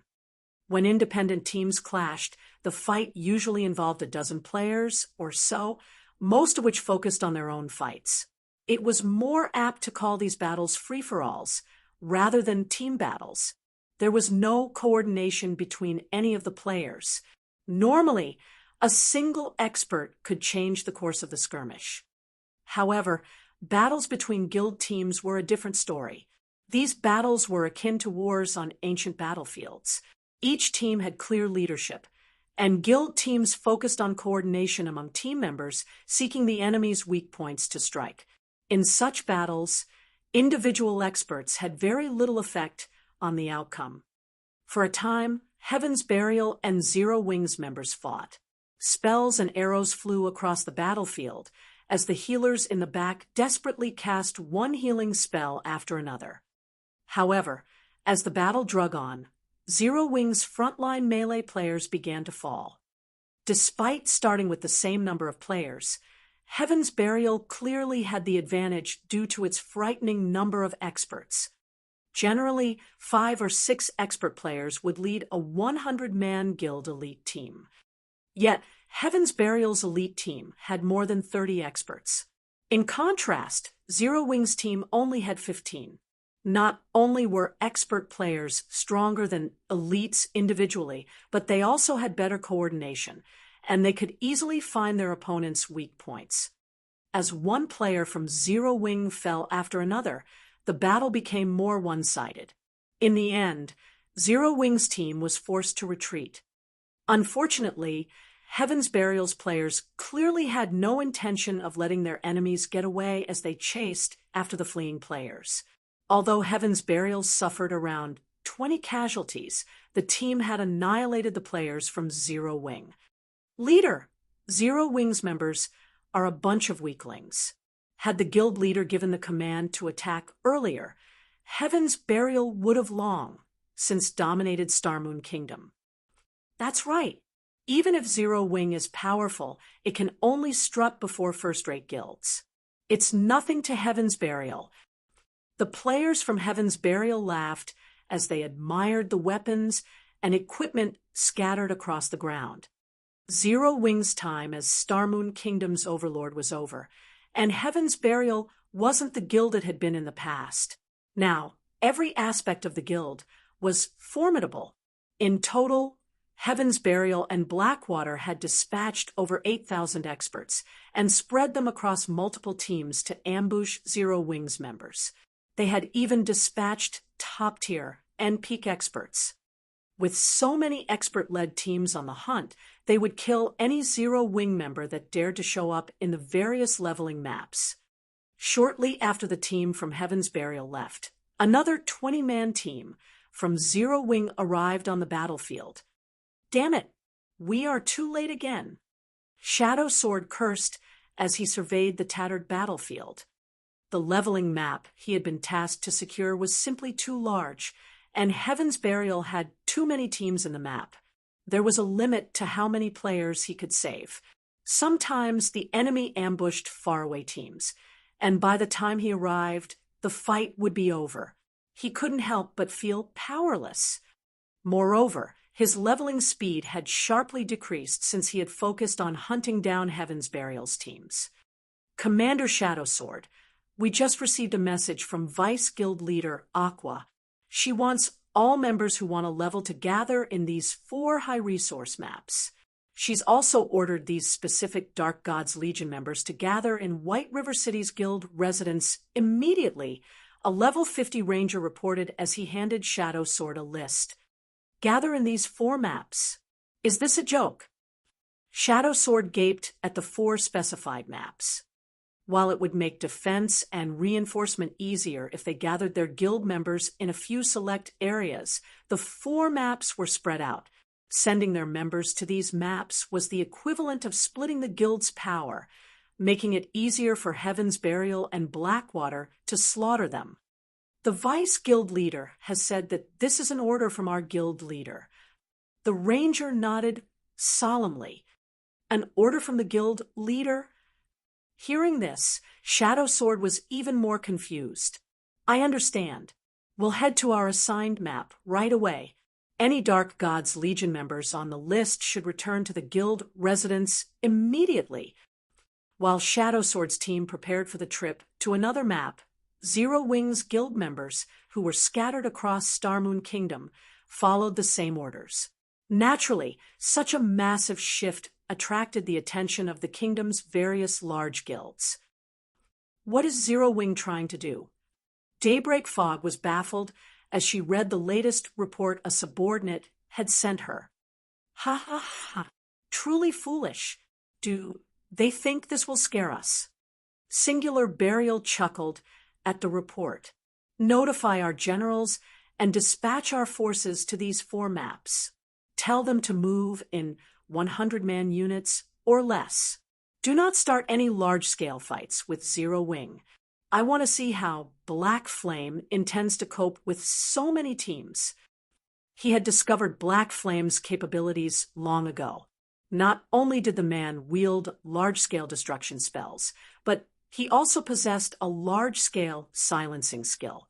In battles involving thousands of players, these abilities worked wonders. Even if Heaven's Burial won due to its numeric advantage, the guild would suffer drastically, and that wasn't something he wished to see. Had Zero Wing gathered its members in a single map, he wouldn't have dared to send his guild members. Of course, he'd be more than happy to see Zero Wing do just that, since only so many resources were available in a single map. If every Zero Wing member cowered in one area, even if it were a high-resource map, there wouldn't be enough resources to go around. Ultimately, it would damage the guild members' leveling speed. However, to ensure that its members could level normally, Zero Wing had split its players across 4 high-resource maps that were fairly far from each other. With Zero Wing's limited number of experts, it could only dispatch a few to protect each area. As long as Heaven's Burial continued to start small-scale battles, Zero Wing would fail to keep up with the enemy guild's numeric advantage. If this drug on, it would only be a matter of time before Zero Wing crumbled. Meanwhile, in Zero Wing's residence in White River City, 100 players wearing the core members' guild emblem sat in the residence's meeting room. The lowest level among the crowd was level 50, while the highest had reached level 52. All of these players could rank among the top regarding levels in any guild. As for their combat standards, the weakest among them had reached the middle stage of the Trial Tower's 6th floor, and the most powerful had reached the 7th floor. None of these players dared to utter a word as they watched the cloaked man before them, reverence and admiration filling their gazes. This cloaked man was none other than Black Flame, Zero Wing's guild leader, and an expert of his own legends. Since everyone's here, let's get straight to business, Shifeng said as he glanced at the players in the room. Once he verified that there were enough players, he continued, "From now on, I have an extremely important task for you, but before carrying it out, you'll have to sign a confidentiality contract. If you don't wish to sign, you may leave, and I'll find a replacement. If you have any questions, ask now." A confidentiality contract. Guild leader, can you tell us what kind of task we'll be doing?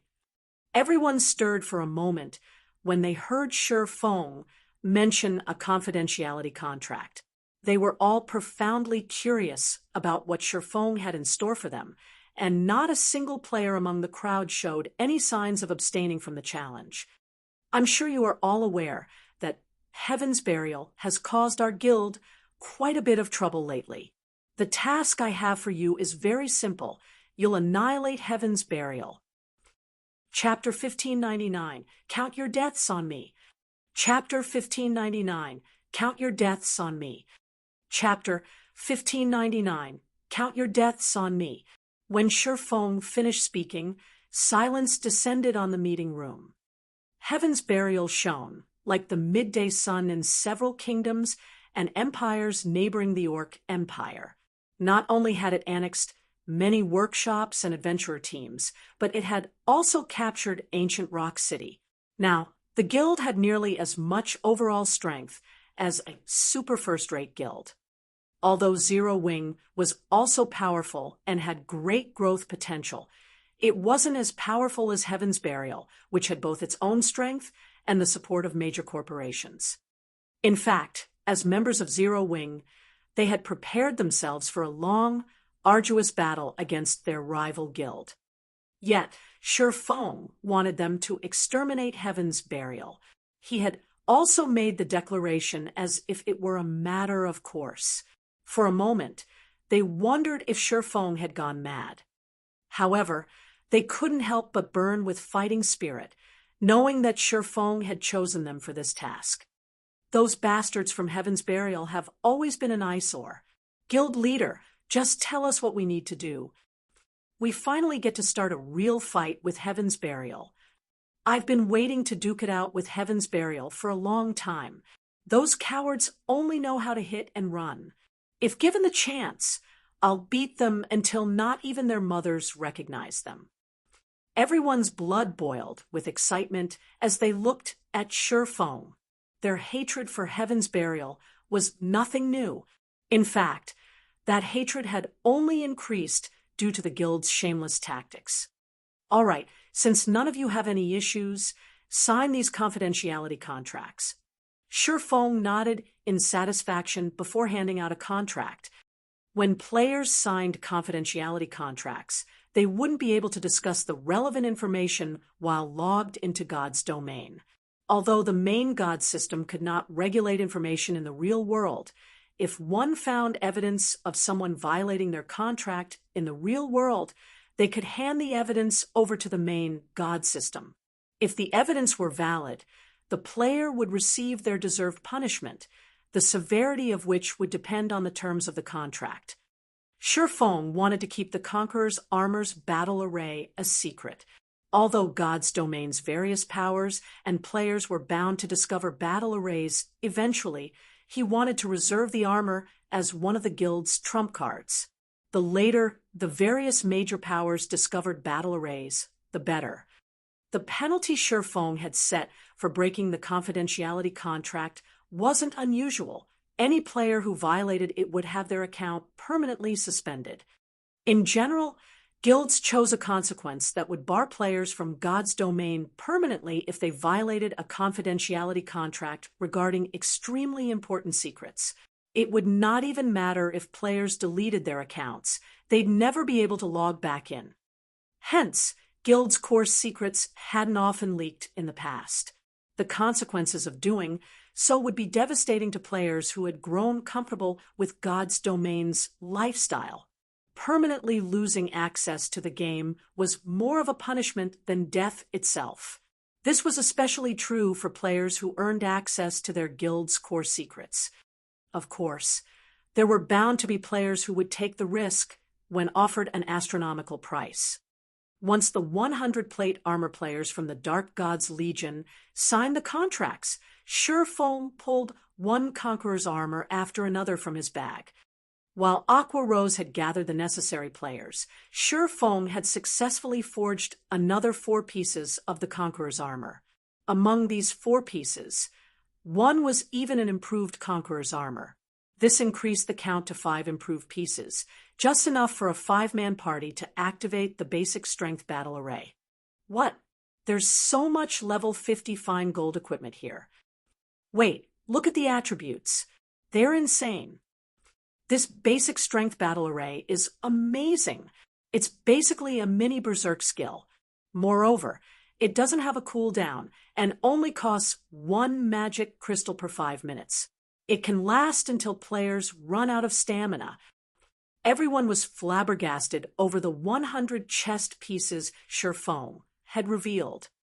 They frequently grinded in level 50+ maps, so they knew just how difficult it was to obtain level 50 equipment. Even mysterious iron equipment was incredibly rare, let alone secret silver rank. Level 50 Mysterious Iron equipment's basic attributes could easily rival those of level 45 Fine Gold equipment, and level 50 equipment provided higher defense than lower-level equipment. However, the superior defense wasn't displayed in numerical value.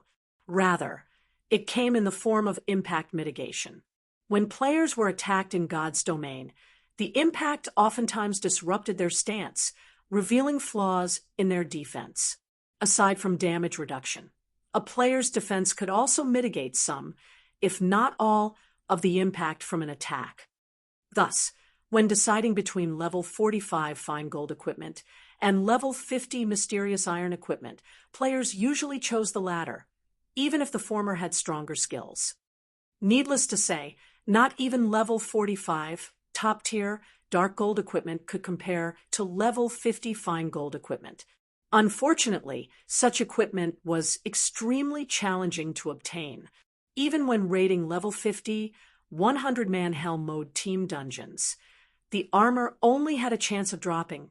It wasn't guaranteed. Yet, Sure Feng had just set 100 pieces of such equipment before them. Moreover, the Conqueror's armor had a superb skill for large-scale combat. Every one of these players from the Dark God's Legion felt as if they were dreaming.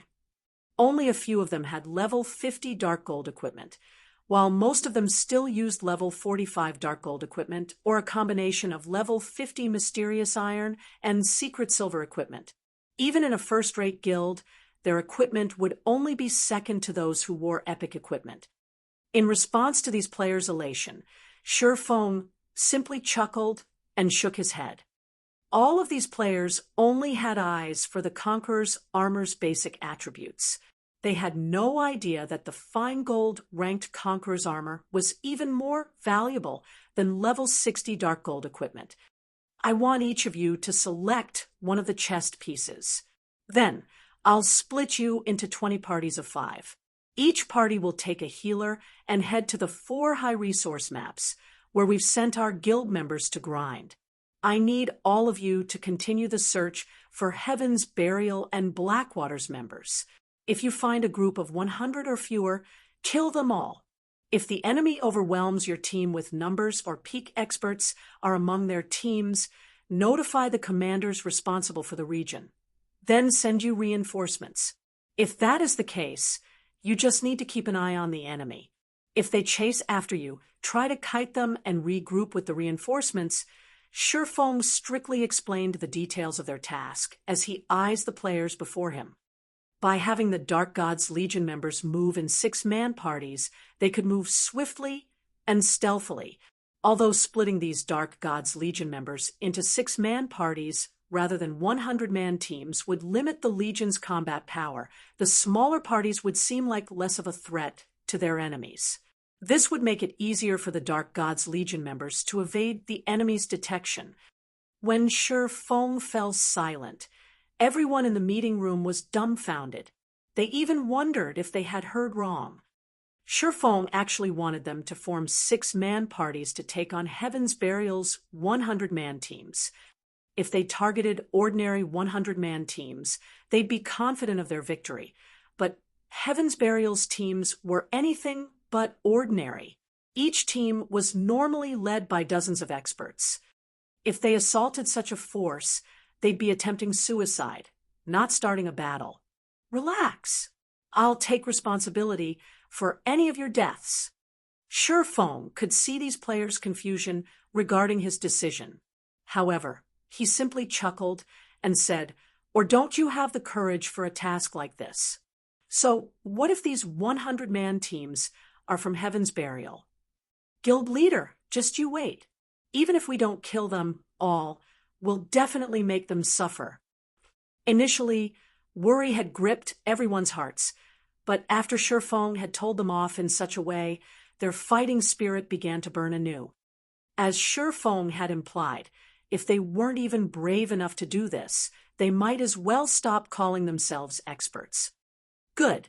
Also, the 3 parties with the highest kill counts will receive a large number of GCPs and gain 1 opportunity to learn an advanced combat technique.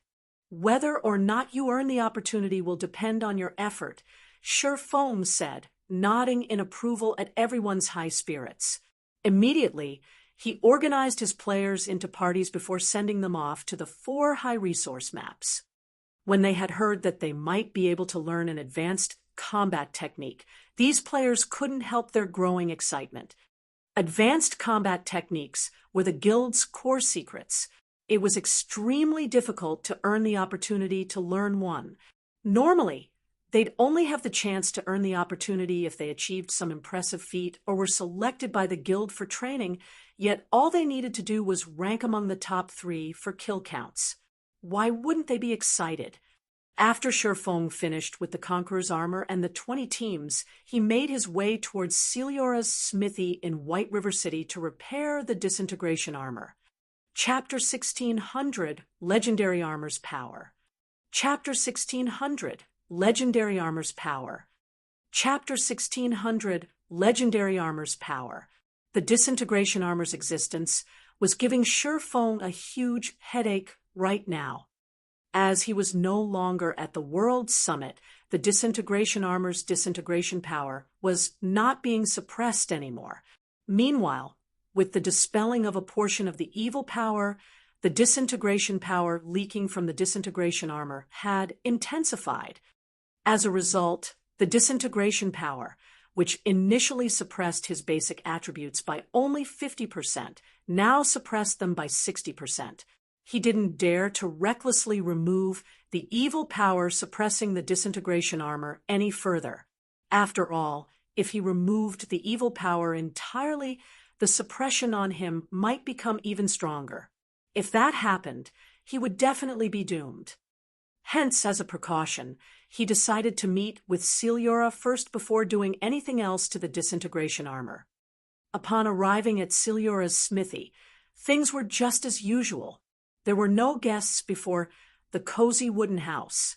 Only the clangor of hammering came from it. There was nothing unusual about this place whatsoever. However, when Shi Feng stepped into the smithy, it was as if he had entered an entirely different world. The mana density inside the smithy was far superior to even that of Zero Wing City. Meanwhile, at this moment, Celiora stood before a furnace smelting materials. Upon seeing Celiora's actions, Shi Feng had to admit that a Grandmaster Forger was indeed different from a Master Forger. Master Forgers would normally use only flames when smelting and refining materials. However, Celiora was actually controlling a 3-fold magic array to imbue an oceanic amount of mana into her materials first before refining them using flames, which boosted the quality of her materials. Meanwhile, upon sensing Shi Feng's entry into the smithy, Celiora sent him a glance. Although Celiora herself was not a combat-specialized NPC, Shi Feng still felt as if Celiora saw through his soul when she looked at him. It seems you managed to find some god's power to remove that evil power while you were gone. It's a pity that the god's power you acquired was too little to completely remove that evil power, Celiora said, shaking her head as she looked at Shi Feng. She then demanded, "Well, out with it. What are you here for?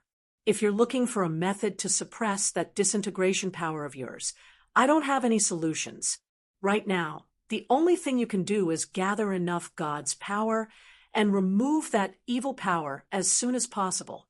Otherwise, the disintegration armor will only lure even more orcs to you.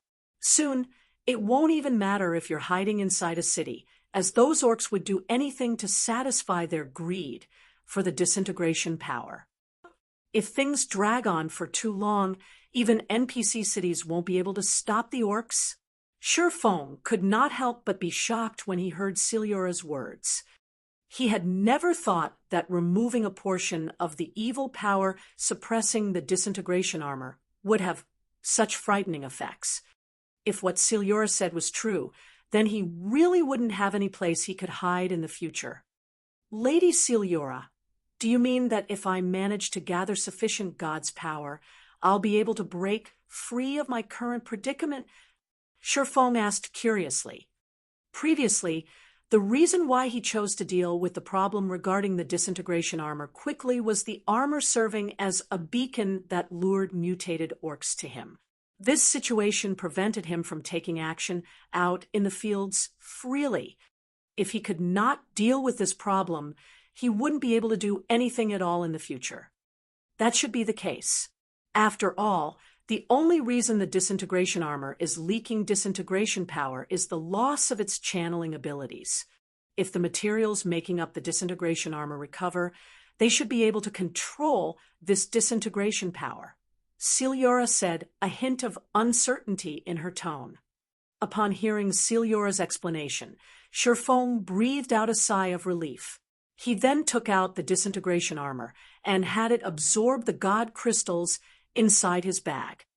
The advanced god crystal and the basic god crystal there shattered and transformed into streams of golden mist that flowed into the disintegration armor. When the golden mist suffused the disintegration armor, streams of pitch-black energy started flowing out of the armor. When Celiora saw this pitch-black energy corroding its surroundings, she could not help but be surprised and hurriedly activated the magic array set up inside her house.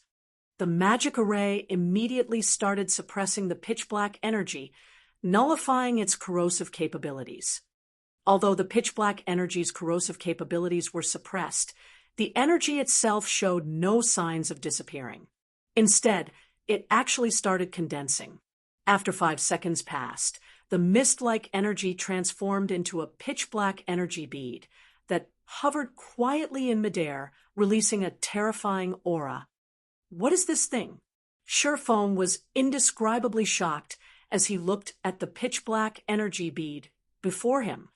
The aura the bead radiated made him feel as if a gigantic beast had just opened its bloody maw before him.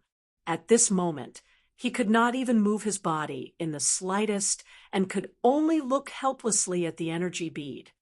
Aside from the pitch-black energy bead, a change had also occurred to the disintegration armor, which he had placed on the table. As if the armor itself had gained life, Sherfong could clearly feel a surge of vitality from it. Rather than an inanimate object, the disintegration armor before him felt like it was some kind of life form. Instead, as the evil power no longer tainted the disintegration armor, the magic circuits covering the surface of the armor released a dazzling glow. Aside from the house becoming brightly lit, the mana inside the house had also frozen. Sherfong could not sense the slightest flow of mana whatsoever right now. However, this situation persisted for only a few short seconds, after which the entire house returned to its normal state. As for the disintegration armor, it was as if the armor had just received a complete makeover. Both the armor's external appearance and aura had changed significantly. Despite the armor merely sitting atop the stone table, it radiated a power that made even Sherfeng's soul shudder in fear. In fact, the stone table the disintegration armor sat on had even started disintegrating, unable to withstand the armor's power. So, this is the disintegration armor's original power? Sherfong was at a loss for words as he looked at the stone table decomposing at a speed visible to the naked eye. It should be known that Celiora was a bona fide Grandmaster Forger. Although the furniture placed inside her house appeared normal, in reality, that was far from the case. In fact, even the stone table before him had an extraordinary origin. From what Sherfong could tell, the table should be made of fire essence stone. Not only was fire essence stone incomparably tough, but it was also one of the top-tier magic resistance materials in God's domain.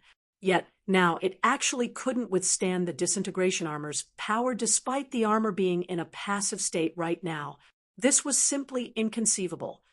However, before the stone table could fully disintegrate, Celiora quickly made her move, line after line of divine runes appearing before her. A moment later, a fourfold magic array formed around the disintegration armor. With the appearance of the magic array, the stone table stopped disintegrating. However, The magic array continuously produced crackling sounds, a sign that it couldn't withstand the disintegration armor's power, either. Amazing! Truly amazing! Even a fourfold void magic array isn't able to contain this thing, as expected of a mythical artifact created by the great Orc Emperor. Celiora's eyes glowed as she looked at her crumbling magic array. At this moment, it was as if her eyes had just been opened to a whole new world. Meanwhile, Sure Fong was quite shocked as he looked at the disintegrating fourfold magic array. A fourfold magic array. That was a magic array that even mythic monsters could not destroy. Yet, a piece of equipment in its passive state was destroying such a magic array. It was no wonder the disintegration set was considered as one of the 9 great legendary sets in God's domain. Despite the disintegration armor being damaged, it still possessed such frightening capabilities. One could just imagine how powerful the founding emperor of the Orc Empire was when he wore the complete disintegration set. Based on this, the legends of the founding emperor fighting against gods were not exaggerations at all. I don't have the ability to suppress the power this disintegration armor is releasing. Do you wish to take this armor away, or let me recast it for you, right now? Celiora asked, smiling as she looked at Sure Fong. Take it away? Sure Fong smiled bitterly. If Celiora couldn't suppress the disintegration armor's power, he would be a fool if he thought even for a second that he could. He immediately replied, I'll have to trouble Lady Celiora. Then, Chapter 16:01, Recasting the Disintegration Armor. Chapter 16:01, Recasting the Disintegration Armor. Chapter 16:01, Recasting the Disintegration Armor.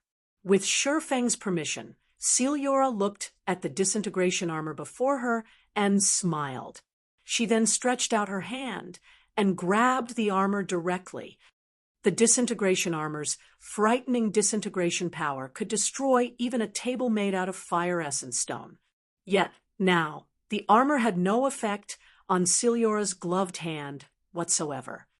Amazing! Sure enough, a Grandmaster Forger really is an extraordinary existence. Sure Fong was indescribably shocked as he looked at the leather gloves Celiora wore. The fact that the gloves remained unaffected by the disintegration power the disintegration armor radiated could only mean that the pair of gloves was legendary equipment.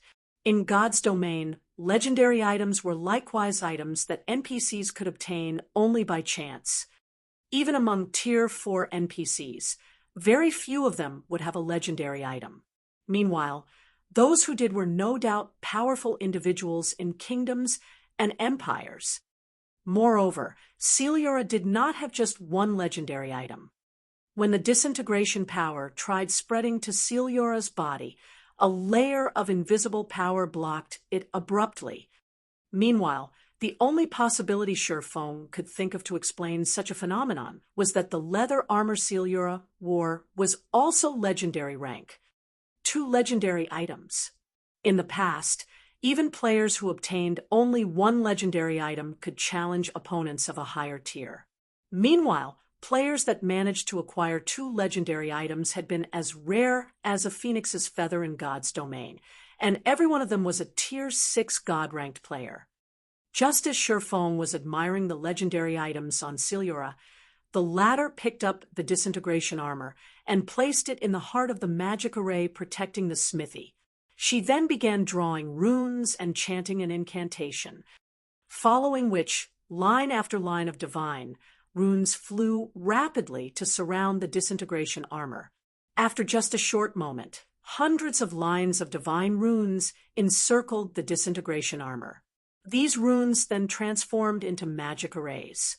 In the blink of an eye, a 5-fold magic array formed around the disintegration armor. The frightening pressure that the 5-fold magic array radiated made even Sure Fong extremely uncomfortable. When the five-fold magic array's formation was complete, the magic array thoroughly suppressed the disintegration power the disintegration armor was leaking. Seeing this, Celiora took out a crystal, which glowed with a golden hue, and inserted it into the five-fold magic array. Boom! The moment the golden crystal came into contact with the magic array, the entire magic array ignited with dazzling, golden flames. Unlike ordinary flames, these golden flames gave off a sacred and gentle feeling. Meanwhile, the disintegration armor trapped inside the magic array started transforming. The incomparably tough materials making up the armor turned bright red and even showed signs of melting. What? This is sacred fire. Shifeng could not help but gape in shock when he saw the golden flames. Sacred fire was something he had only seen depicted in the ancient texts of God's domain. This kind of flame was known as a refining treasure. However, sacred fire did not exist naturally in the continent of God's domain. It only occurred in certain special spaces. Aside from ancient gods, nobody else could truly control it. Meanwhile, the sacred fires that could be found in God's domain were all sealed in special crystals left behind by the ancient gods and could be used only once. Even so, sacred fire was still a flame countless forgers dreamed of obtaining. It was fervently sought after because this flame was the best flame for forging legendary items. In Shifeng's previous life, a crystal-encased sacred fire had appeared in the Blackwing auction house. Back then, many wealthy players and NPCs had contested over the item. In the end, though, the Super Guild Battle Wolves had purchased it for an astronomical price of 310,000 gold, shocking the entire God's domain. Back then, many superpowers had ridiculed the Battle Wolves for being foolish. After all, the Super Guild had spent 310,000 gold for a one-time use item, which was a massive expenditure even for a super guild. However, in the end, one had to admit that it had been money well spent. Using the sacred fire, the Grandmaster Forger working for the Battle Wolves had created a legendary item. Although its performance was below average, it was still a legendary item at the very least. Fragmented legendary items could not compare to it. This outcome had also further whetted the various superpowers' desire for sacred fire. Shifeng had never imagined that Celiora had actually managed to get her hands on a sacred fire. Moreover, she even used it on the disintegration armor without asking for payment. If he was required to cover the cost, even if he sold himself now, he wouldn't be able to gather enough money. While Shifeng was lost in his thoughts, the disintegration armor inside the five-fold magic array had turned white-hot.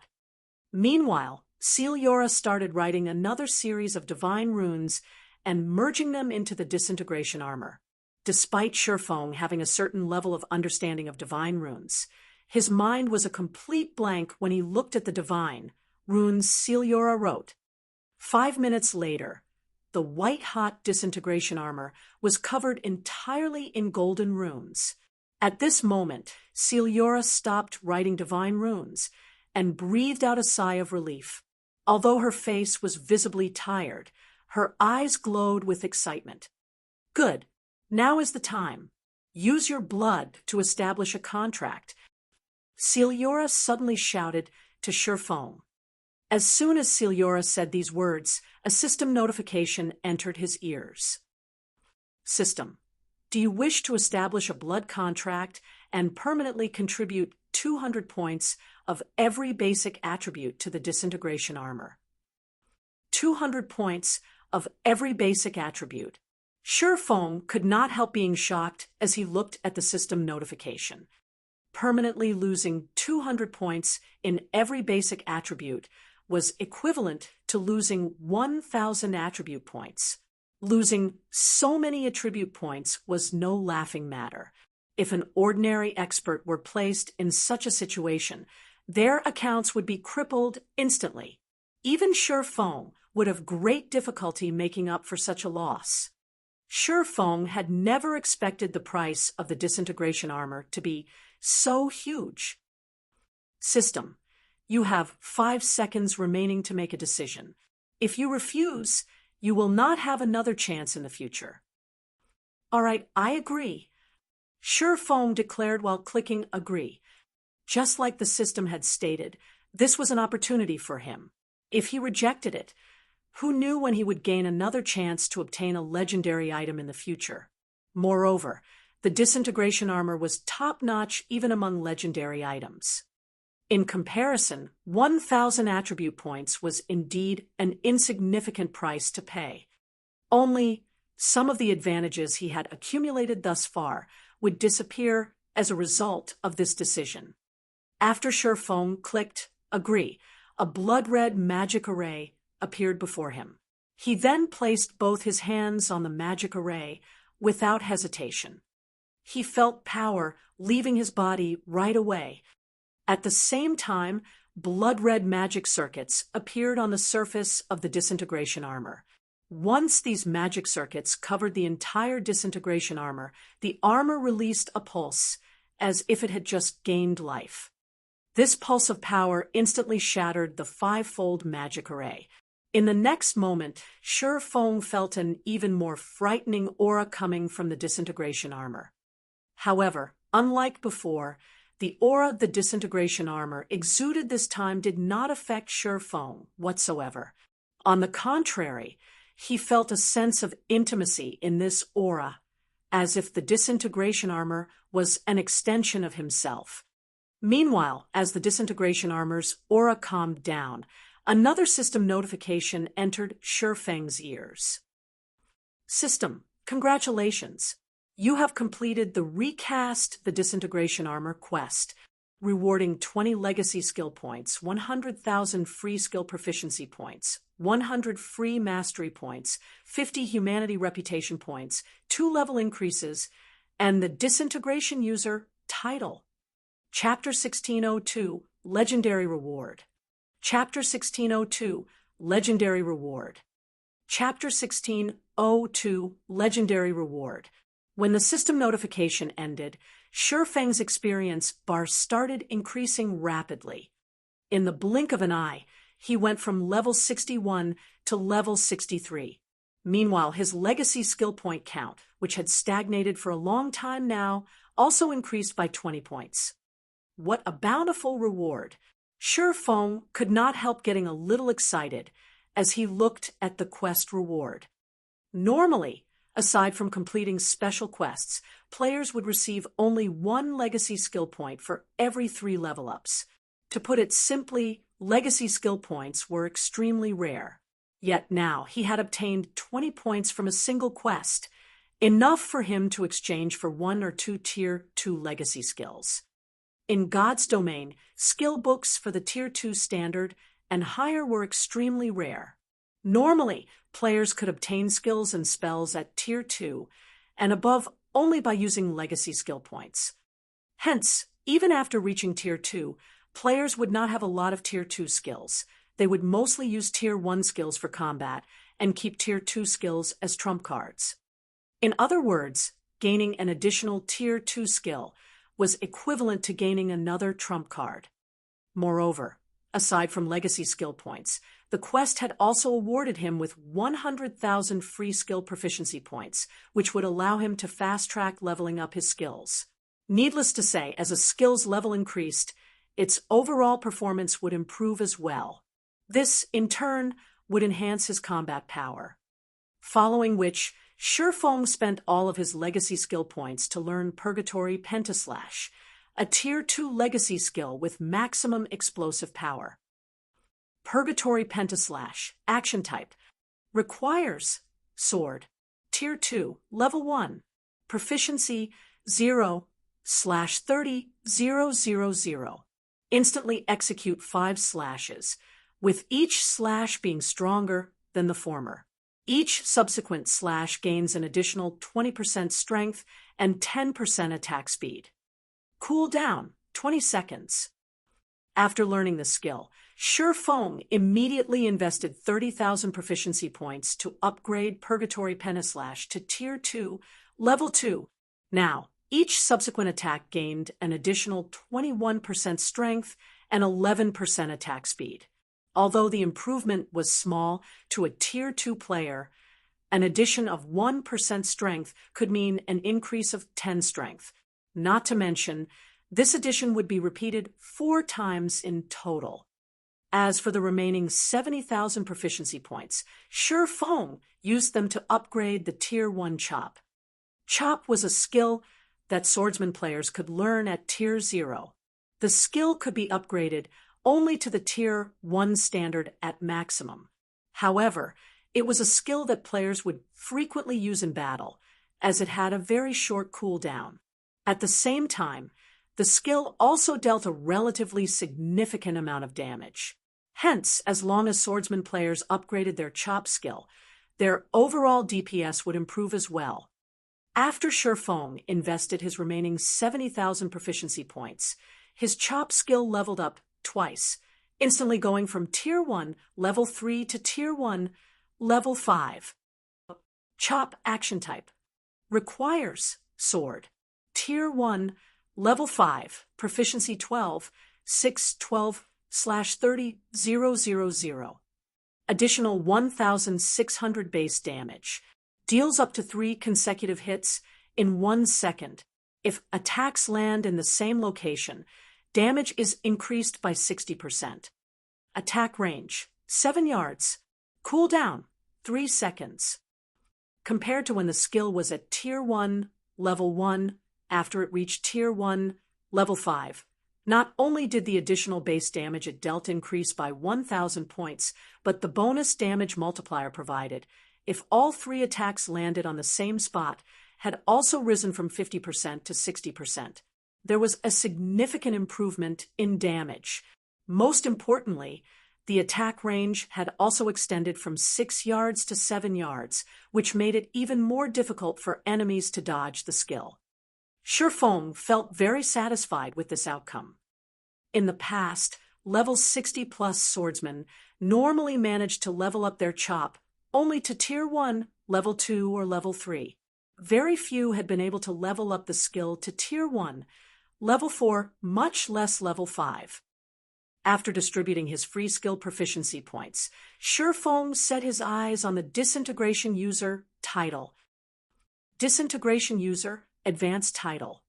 The proof of ownership for the disintegration power. Endow disintegration power to a maximum of 30 players within a 200-yard radius, increasing their basic attributes by 10% and damage by 20%. The magic damage and physical damage they receive will also be decreased by 30% and 15%, respectively. Reading the introduction for the Disintegration User title stunned Feng. Titles were different from domain skills. In the case of domain skills, the simultaneous use of multiple domain skills would weaken their effects slightly. There might even be a counter-reaction. However, it was a different story for titles. The effects of titles could be stacked with the effects of domain skills without them interfering with one another. Although he could only endow disintegration power to a maximum of 30 players, it was still plenty amazing. The Disintegration User title would work wonders in team battles and dungeon raids. Meanwhile, although the Disintegration User title's effects were wonderful, Feng had noticed an even more exciting matter. And that was the increase to his basic attributes. Due to the improvement of his life rating, each time he leveled up, he would gain more basic attributes than he did before. After leveling up twice in a row, not only had he acquired a large number of free attribute points, but his basic attributes had also received a significant boost. Overall, he now gained 20 more attribute points each time he leveled up. So, this is the power of the Dark Iron bloodline. Feng was at a loss for words as he looked at his improved basic attributes. Currently, he was still only a level 63, Tier 2 player, yet the Dark Iron bloodline was already providing him with an additional 20 attribute points with each level up. Moreover, this number would increase as he reached higher levels and tiers. He might even be able to recover the 1,000 attribute points he lost today before he got to level 100. Just as Sherfong was feeling shocked by the power of his bloodline, Celiora turned her gaze to him. "You're very lucky. The recasting this time was extremely successful. However, as you are too weak right now, despite having established a blood contract with the disintegration armor, you still cannot fully control the disintegration armor. Right now, all the blood contract is doing is preventing you from being affected by the armor's power. If you wish to fully control the armor, you'll need to become stronger," Celiora said as she turned her gaze back to the disintegration armor, which was still sitting in the center of her smithy's magic array. "However, you don't need to feel dejected. Although you cannot use the disintegration armor now, since you've already established a blood contract with it, you can utilize a small portion of its power." Although she had managed to recast the disintegration armor, at the end of the day, she was not the armor's creator. She only managed to shoddily re-establish the armor's magic circuits using her limited knowledge of divine runes. The divine runes she drew simply could not compare with those of the disintegration armor's creator. The final magic circuit she ended up forming still had many problems. The flow of energy in the armor also wasn't perfect. Without a considerable amount of power, one would not be able to control the armor at all. Upon hearing Celiora's words, Sherfong could not help but take a look at the disintegration armor's attributes. Indeed, just like Celiora had said, the disintegration armor was still considerably unstable after being recast. It needed him to reach Tier 3 before he could equip it. Aside from that, there was no other information stated in the armor's attribute panel. However, the disintegration field skill granted to him had strengthened considerably. Disintegration field disintegrates all skills and spells within a 100-yard radius. Skills and spells at Tier 2 and below will be nullified, while skills and spells above Tier 2 will be weakened by 60%. All entities within range of the disintegration field will sustain a 40% reduction to basic attributes, physique, and stamina, in addition to a 400% increase to their stamina and concentration consumption rates. No cooldown. This is the real disintegration field. After looking at the new disintegration field, Sherfong finally understood why legendary items could allow players to challenge opponents of higher tiers. Currently, he could use only a small portion of the disintegration armor's power, yet the armor was already providing him with such great benefits. If he could equip the armor now, he would simply be invincible among the current players of God's domain. However, Sherfong only toyed with this thought. Legendary equipment was not that easy to equip, all the more top-notch legendary equipment, like the disintegration armor. He should just be grateful that the disintegration armor no longer suppressed him and provided a stronger disintegration field. After storing the disintegration armor, Sherfong finally shifted his sights to the pitch-black energy bead floating in midair. Although the energy bead's aura had already disappeared, the energy bead had also formed a zone completely void of mana around itself. Just by entering this void zone, Sherfong felt his entire body becoming incomparably heavy. At the same time, his mind also became sluggish like never before. Chapter 1603, Destruction Crystal. Chapter 1603, Destruction Crystal. Chapter 1603, Destruction Crystal. What is this thing? The closer Sherfong got to the hovering energy bead, the heavier his body felt. He even felt somewhat dizzy, his mind growing fuzzy. He felt as if his control over his own body had dulled, as if it no longer belonged to him. This was the first time he had ever experienced such a sensation in God's domain, both in this life and the previous one. If players merely lost some attributes, they'd, at most, feel physically powerless, but their mind wouldn't be affected. Yet, despite his unchanged basic attributes, his overall combat power had decreased by at least 80%. At this point, even an ordinary Tier 2 player could easily kill him. It's best if you don't get too close to this thing. When Shifeng was less than a yard from the energy bead, Celiora raised her hand to stop him. Hearing Celiora's warning, Shifeng obediently retreated from the energy bead. He only regained control of his body after he had left the void zone. He couldn't help but stare at the energy bead in shock. It was too strong. If he could wield this power, using it on the battlefield against other players, he'd become truly invincible. While the energy bead didn't suppress basic attributes, it significantly reduced players' control of their bodies. And regardless of how high a player's attributes were, they'd become a helpless child when subjected to the energy bead's mental suppression. This isn't something you can withstand at your current power. If you try to touch it, you'll lose your life on the spot. Even if you are a heaven-blessed individual, it'll still be some time before you can resurrect, Celiora explained when she noticed Shifeng's dumbfounded expression. Death upon touch. And the resurrection time is so long. Shifeng couldn't help his growing curiosity over the bead's identity. Lady Celiora, what is this item? He had heard of many items that could kill players upon contact, but he had never heard of items increasing players' resurrection time. As far as he knew, only certain skills and high-tiered NPCs could do such a thing. The ability to absorb a player's soul was one such example. Yet, even after using omniscient eyes on the energy bead, the bead's inscription still said unknown. He couldn't even get a name. This is a destruction crystal, formed from the power of destruction. Not only can it destroy physical material, but it can also destroy souls.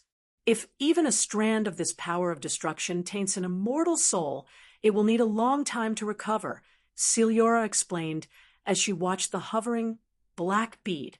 Although the destruction crystal is currently inactive, even the weak energy it's radiating is dangerous to you.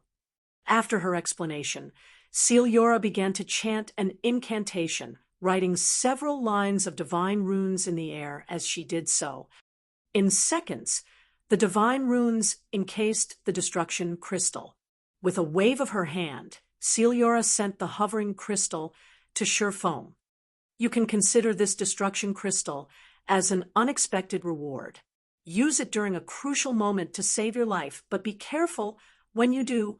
If not handled properly, you might sacrifice your own life during the process, Celiora gravely warned Shifeng. All right, you can leave now. I've gained a significant boon from recasting the disintegration armor, so I need to rest and process the information. Since I don't wish to be disturbed, I'll be leaving White River City for some time. Shifeng stored the destruction crystal and nodded to Celiora before taking his leave. Although it seemed as if Celiora hadn't done much, as a master forger, Shifeng was familiar with the delicacy of re-establishing the disintegration armor's magic circuits. The process would even exhaust a grandmaster forger like Celiora. After leaving Celiora's smithy, Shifeng could no longer bottle his curiosity as he inspected the destruction crystal in his bag. Destruction crystal consumable, sealed by Celiora. When unsealed, unleashes the power of destruction in a 1,000-yard radius. A 1,000-yard AoE? Shifeng's jaw dropped when he read the introduction text. The destruction crystal's AoE was even stronger than Tier 4 large-scale destruction spells, but unlike these spells, which could be cast from a distance, the disintegration crystal would explode the moment the seal was lifted. Even if a player threw the thing when they activated it, they'd be lucky to get it 100 yards away and would still get caught in the AoE. Meanwhile, the power of destruction would damage both the physical body and the soul. If this power killed a player, the consequences would be even more severe than if their immortal soul were absorbed. It was no wonder why Celiora warned him to take care when using the destruction crystal. I mustn't use this unless it's absolutely necessary. When Shi Feng recalled the feeling of standing too close to the power of destruction, his heart skipped a beat. However, now that he had dealt with the disintegration armor, his basic attributes were free of its suppression. Moreover, he no longer had to worry about mutated orcs targeting him out in the fields. He could now execute his plans without worry. As Shi Feng prepared to visit Zero Wing City to check on its situation, his system communicator rang. Phoenix Rain. Shi Feng could not help his curiosity when he saw the caller ID. Phoenix Rain had been very busy lately. After gaining control of a portion of Thunder Island, she had quickly taken advantage of the opportunity to grow her faction's strength. In addition, she still had to keep an eye on Nine Dragons' Emperor. She should be busy as hell without a minute to spare, yet she was contacting him. Naturally, Shi Feng picked up the call. Yifeng, I've just received some important information. You should be very careful of Heaven's Burial, Phoenix Rain said somberly. Since Nine Dragons' Emperor gained nothing on Thunder Island due to our partnership, he's secretly colluded with Beast Emperor. From what my subordinates discovered, Nine Dragons' Emperor has only made one demand of Beast Emperor, Zero Wing's destruction. Furthermore, Beast Emperor has deep ties with Heaven's Burial. Now that your two guilds are at war, Beast Emperor won't miss this opportunity. Beast Emperor? Shi Feng frowned. Previously, due to his focus on the war with Heaven's Burial, he had temporarily set aside the issue of Beast Emperor and the Black Dragon Empire's Evil God's Temple. If Beast Emperor really got involved in this guild war, Zero Wing would be at a disadvantage. Yet Shi Feng didn't know the Evil God's Temple's exact whereabouts in the Black Dragon Empire and Star Moon Kingdom.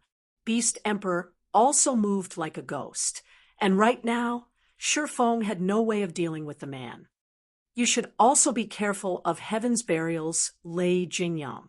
Although Lei Jingyang only leads a workshop, the Thunder Legion under his command has quite a few refinement realm experts. Moreover, the Thunder Legion's members are extremely adept in field combat. When Crimson Emperor tried to contest Lei Jingyang's group over an ancient ruin, the guild actually lost. Even Cuttlefish, the commander of Crimson Emperor's Trump Card Legion, died. It's best if you avoid small-scale field battle with Lei Jingyang's people, Phoenix Rain warned. Even Cuttlefish lost. Shi Feng was surprised. Crimson Emperor was a super first-rate guild, and in no way weaker than the Dragon Phoenix Pavilion. Naturally, Cuttlefish, who commanded the guild's Trump Card Legion, was a powerful individual. Although he was not a domain realm expert, he had a wealth of combat experience. He was also the Guardian Knight and ranked 77th on the God's Domain Experts list, earning the nickname Iron Wall. In a one-on-one fight, even domain realm experts would struggle to kill him. Furthermore, Cuttlefish was constantly surrounded by his own experts. Shi Feng found it hard to believe that Lei Jingyang had actually killed the man. In any case, just be careful, Phoenix Rain reiterated. If you lack manpower, I'll send Blue and a group of experts to help.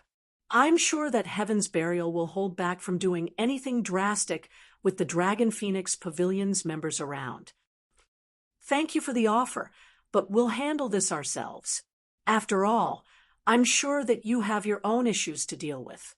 I've heard that Nine Dragons Emperor has been causing quite a bit of trouble for you lately, Shi Feng said, smiling as he rejected Phoenix Rain's offer. While Heaven's Burial wasn't an easy foe, Zero Wing was no pushover either. All right. Phoenix Rain sighed. She felt that Zero Wing was too stubborn. Although Zero Wing had grown quite strong, it still wasn't a match for Heaven's Burial. Moreover, its enemy had the support of Blackwater and Beast Emperor. If this war weren't dealt with properly, it might mean the fall of Zero Wing.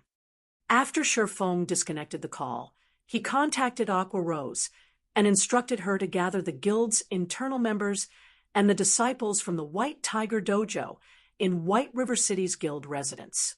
He had been preoccupied with his own matters, but now that he was free, it was time to introduce some new blood to the guild. Chapter 1604, Raising Levels. Chapter 1604, Raising Levels. Chapter 1604, Raising Levels. Guild Leader, do you intend to include them in the guild's war of attrition?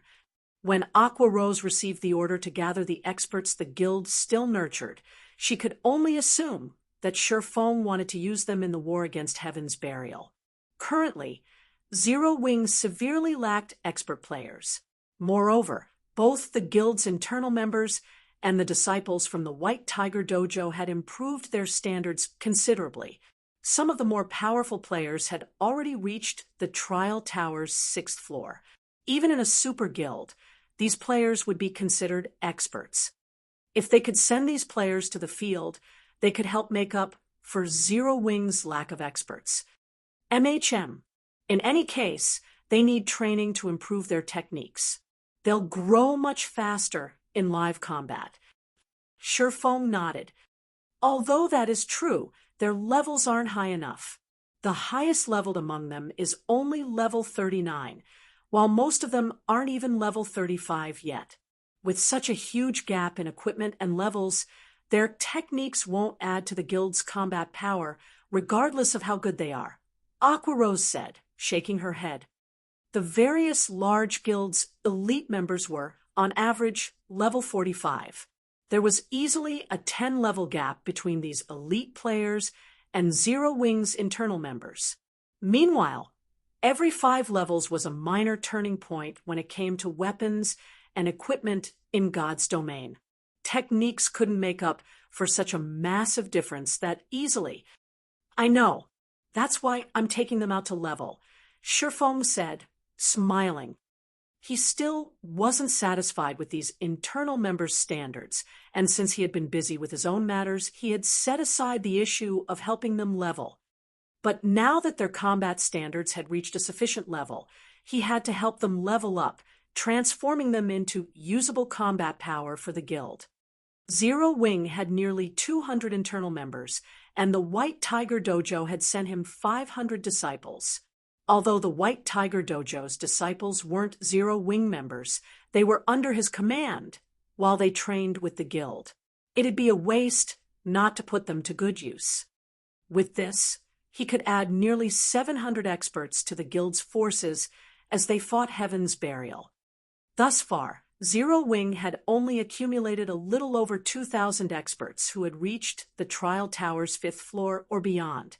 Another 700 experts would increase the guild's overall combat power by a massive 1/3. Taking them out to level, Aqua Rose's eyes lit up when she heard Shurfeng's plan. She was very familiar with Shurfeng's leveling capabilities, knowing that his leveling speed was at least 2 or 3 times faster than other peak experts. He was also more than capable of helping others level up as quickly as he did. If he took command, it wouldn't be long before Zero Wing had another 700 experts, which would make it much easier to defend the 4 high-resource maps. However, after giving the matter some more thought, Aqua Rose shook her head and said, "Guild leader, I'm afraid helping them level up will be difficult right now. Heaven's Burial is constantly watching our people. If we send our internal members to the fields to level, Heaven's Burial will certainly ambush the group. They might lose levels rather than gain them." Relax. That is only true if Heaven's Burial can follow us, Shurfeng said, chuckling. When he had decided to take Zero Wing's internal members out to level, in truth, it had been a passing thought. Obtaining mana ore was his true goal. Although the boneless land was rich with ores, it was also a good leveling area. Plenty of low HP and defense demonic creatures roamed the map, and their respawn rate was fairly fast. These demonic creatures' high magic resistance and combat standards were the only issues, making them difficult to deal with for magical class players. To Shurfeng, however, these monsters were not a problem. After all, he had the Bible of Darkness, and in that map, he'd be in his element. Following which, Aqua Rose notified Zero Wing's internal members and the White Tiger Dojo's disciples to gather in White River City's guild residence. While he waited, Sure Fong made a trip to the candlelight trading firm to grab pickaxes before heading to the residence himself. When Sure Fong arrived, the gathered crowd stirred. They had never expected their guild leader to take them out to level, and for a moment they were all immensely excited. Every player who had played God's Domain for some time knew of the title Sword King. Sure Feng's battle records were also listed on the God's Domain experts list, and many swordsman players had long since analyzed these records, using them as reference. Sure Feng didn't bother to waste time with words. Instead, he had everyone head to the teleportation hall and travel to one of Starmoon Kingdom's border towns. He then found a relatively deserted location and activated Spatial Gate. To get to the Boneless Land, one had to cross more than 10 high-level maps.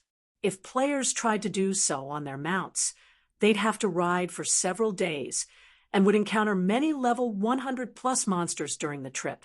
Not even Sure Feng would dare to take on such a high-level monster right now, not to mention other players.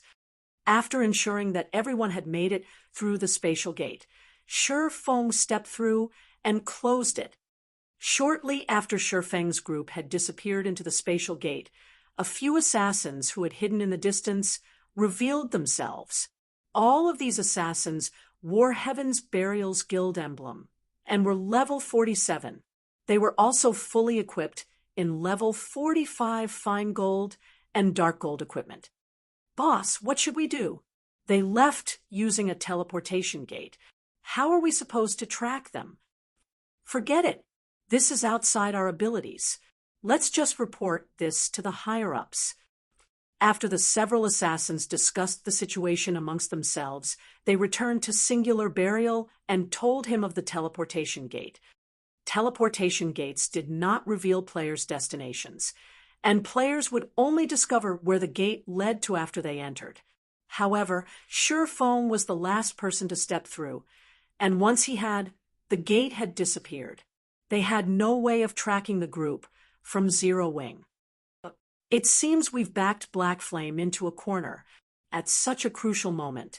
A guild leader like him is taking a bunch of level 30-plus players out to level." Singular Burial could not help but laugh when he read the report. He then turned to Daybreak Fog and asked, "Have Lei Jingyong and Blackwater's men gathered in their designated locations?" "Most of their forces have arrived. They can take action at any time," Daybreak Fog replied. "Good. Have them activate the war barriers to lock down the maps. It's about time we give Zero Wing a taste of hell," Singular Burial said, laughing madly. To crush Zero Wing swiftly, they had dispatched 8,000 experts to hunt down the enemy guild's members in the 4 high-resource maps and utilize the war barriers to trap them within. In addition, they had dispatched 40,000 elite members to guard the map's entrances. Understood. Daybreak Fog immediately commanded the guild members to spread out across the 4 maps. With Daybreak Fog's command, Heaven's Burial's members went into action, activating the war barriers and preventing every player in the 4 maps from using return scrolls. If players wished to leave the maps, they'd have to do so through the map's entrances. Meanwhile, Heaven's Burial and Blackwater's experts scoured the maps for Zero Wing's members in 100-man teams. "Boss Flo, there's a 6-man party from Zero Wing ahead, but they're all wearing cloaks, so we can't see their levels. Should we attack?"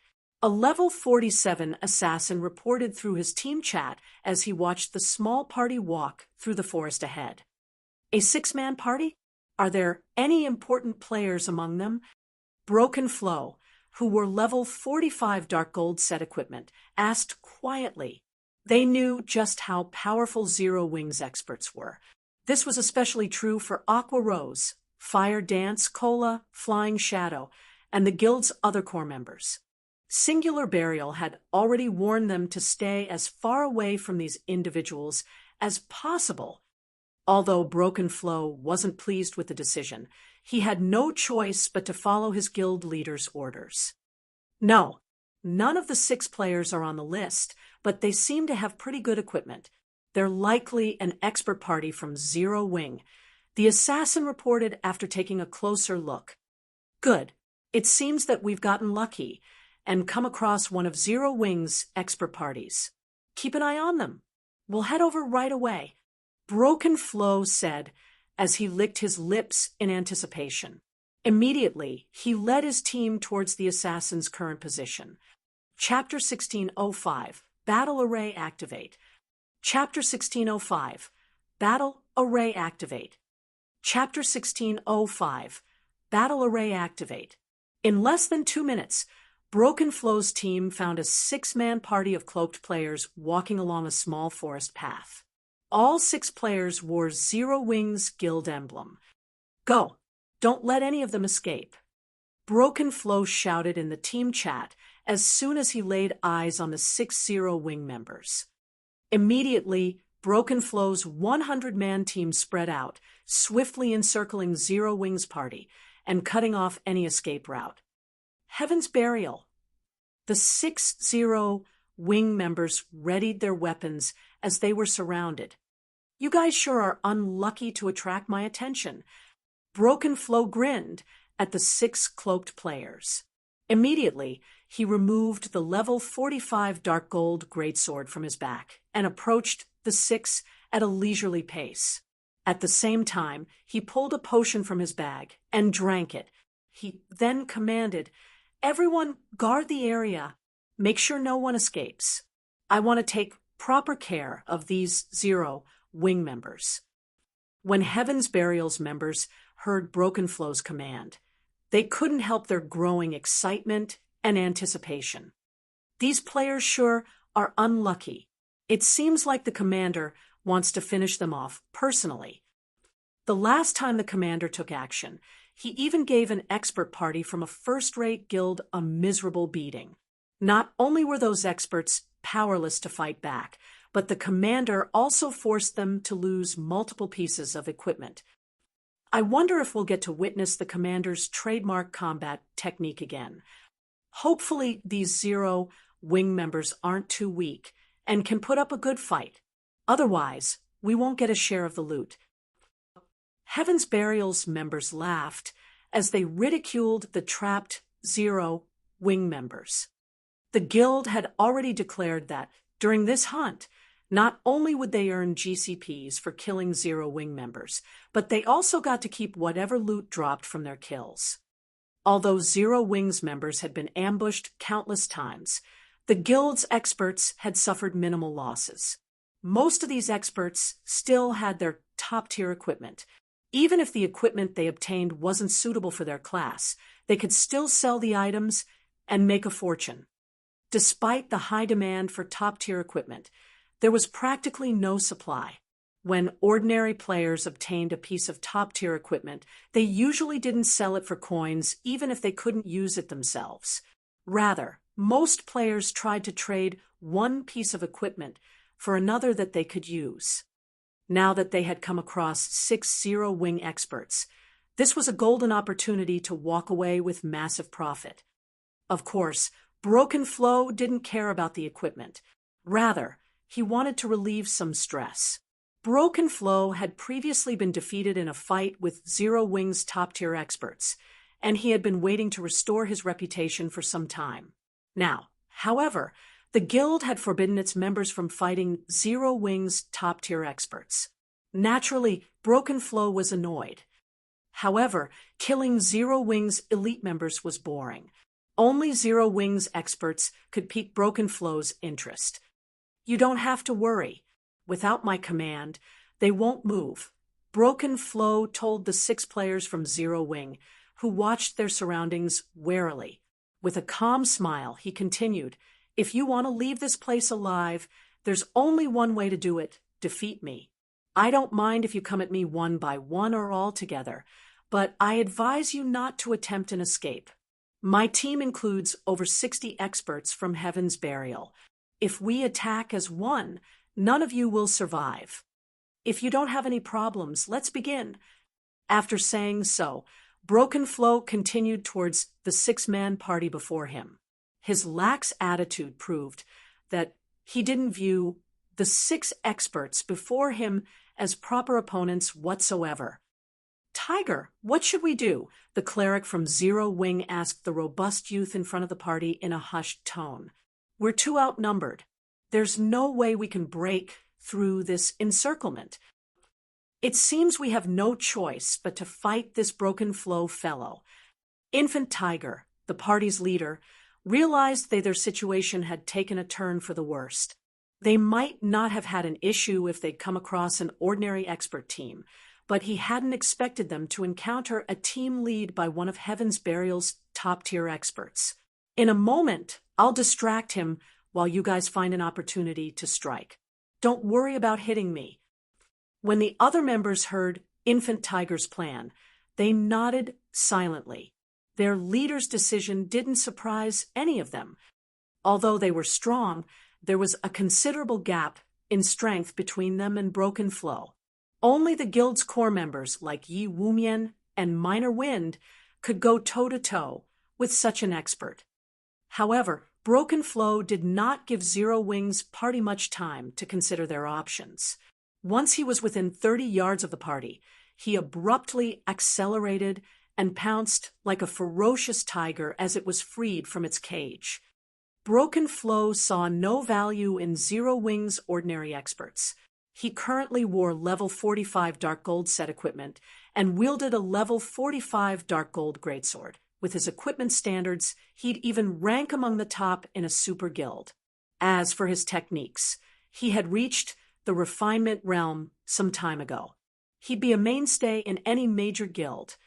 If not for Singular Burial's prohibition, he'd even challenge Zero Wing's peak experts like Fire Dance and Aqua Rose. So fast, Broken Flow's speed caught Zero Wing's members off guard. By the time they reacted, Broken Flow was already within 10 yards. In the blink of an eye, Broken Flow circled around Infant Tiger, who stood at the forefront of the party, and swung his greatsword. As his greatsword soared towards the enemy berserker, it split into 3 copies that struck from different angles. Combat technique, Trishadao interception. Just as Broken Flow's 3 sword lights were about to bite into Infant Tiger, who was at his wit's end, decisively activated the basic strength battle array. Immediately, the mana around Infant Tiger and the other 4 melee players in the Conqueror's armor went berserk.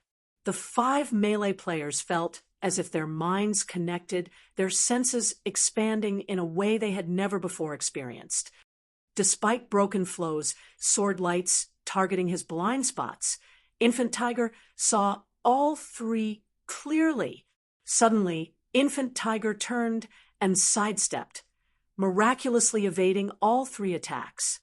Without even turning to look at Broken Flow, Infant Tiger swung his own blade, sending an arc of silver slicing through Broken Flow's side. Broken Flow panicked. Since his attacks had missed, his stance was off balance, and his defense was riddled with holes.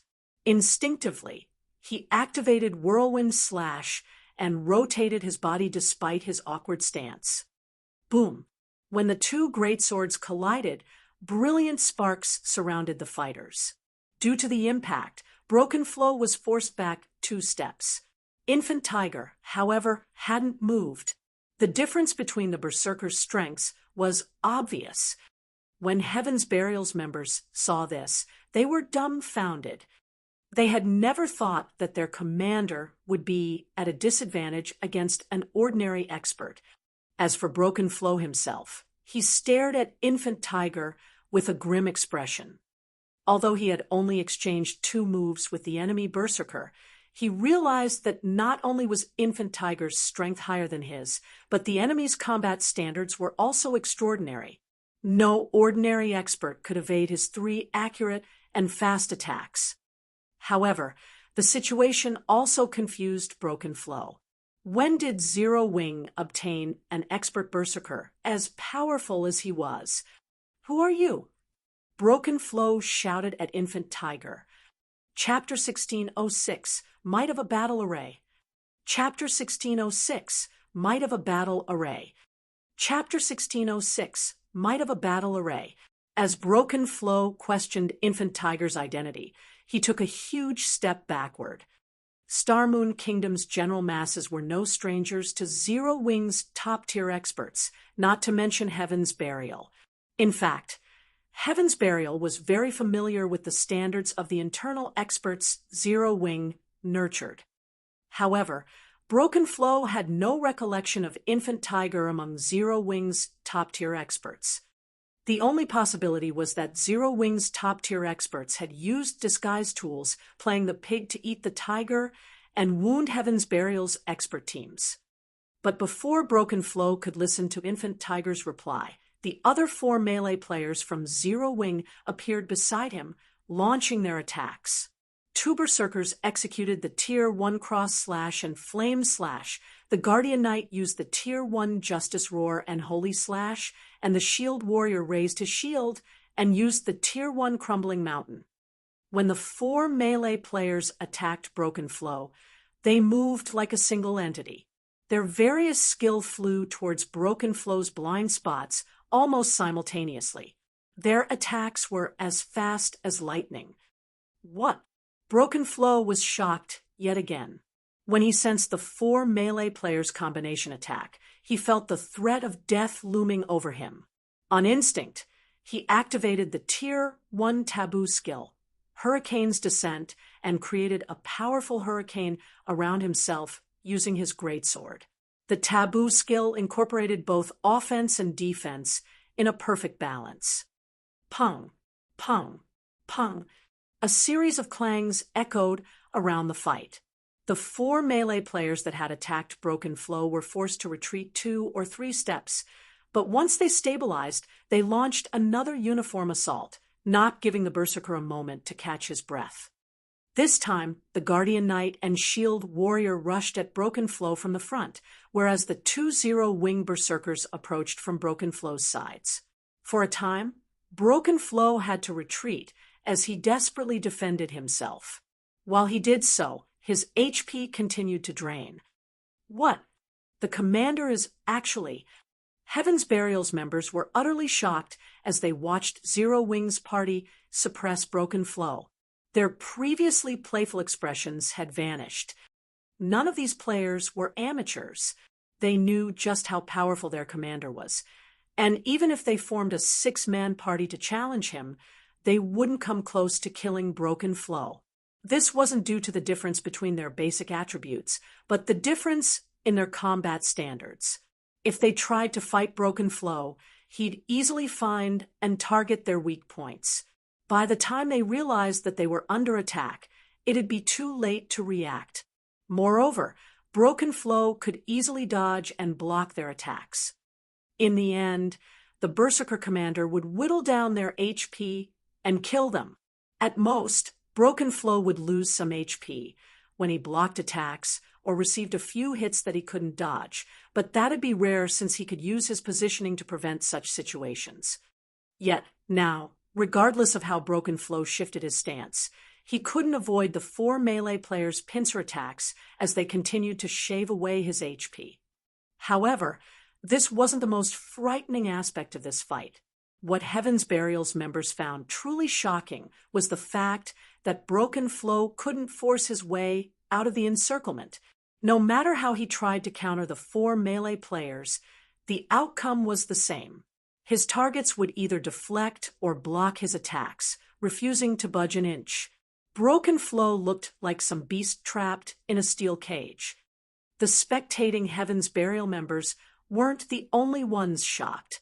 Broken Flow, who desperately fought for his life, was flabbergasted. Of the 4 melee players assaulting him, one had combat standards to rival Infant Tiger. This Zero Wing party actually had 5 Refinement Realm experts. Even super guilds valued Refinement Realm experts, and they'd be top-ranked fighters in first-rate guilds. Yet, this 6-man party had 5 of these experts. if he weren't familiar with the combat styles of Kola, Shadow Sword, Turtle Dove, Yi Wumian, and Zero Wing's other top-tier melee experts. He'd suspect that these 4 players were those experts in disguise. As Broken Flow continued to fend off the 4 Refinement Realm experts, whose basic attributes were even higher than his, a bitter taste filled his mouth. Although he had invited Zero Wing's party to attack him as one, he hadn't expected 4 Refinement Realm experts to gang up on him shamelessly. Even Infant Tiger danced around him, looking for the opportunity to land a fatal blow.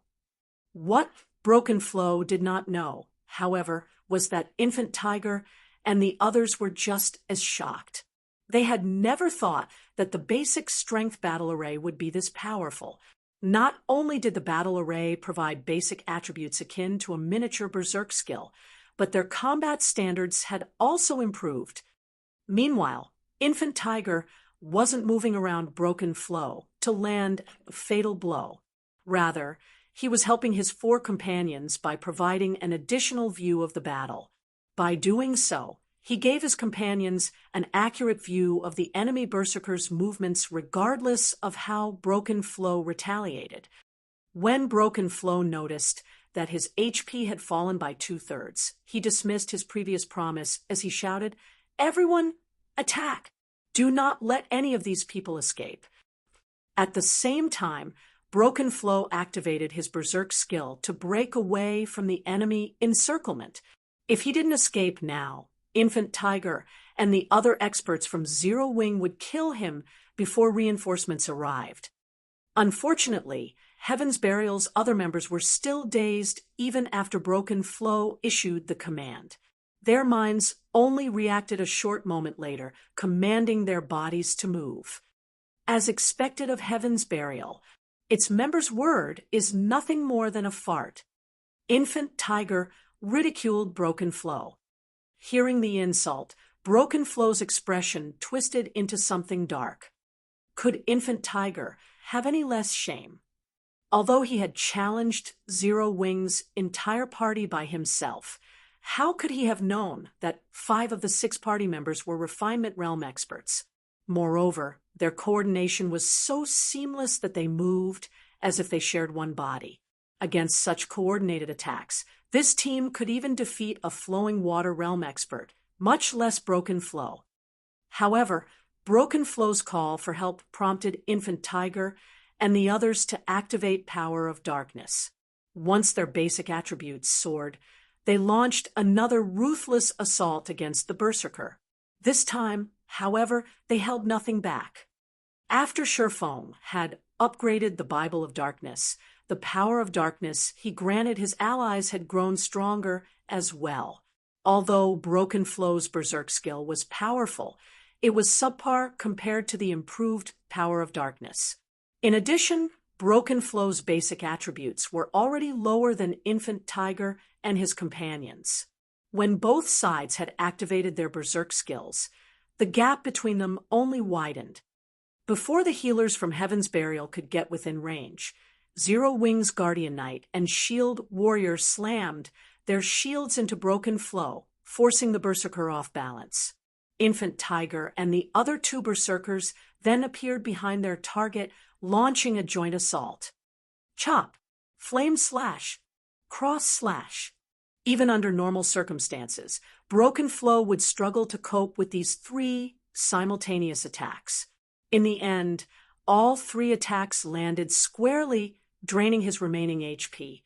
As his body collapsed, he dropped 3 pieces of level 45 Dark Gold equipment. "Commander, how is this possible?" Heaven's Burial's members were dazed when they watched their commander die. They had never dreamed that a peak expert like Broken Flow could be killed so easily. Moreover, Broken Flow had been slain by a bunch of Zero Wing members they had never even heard of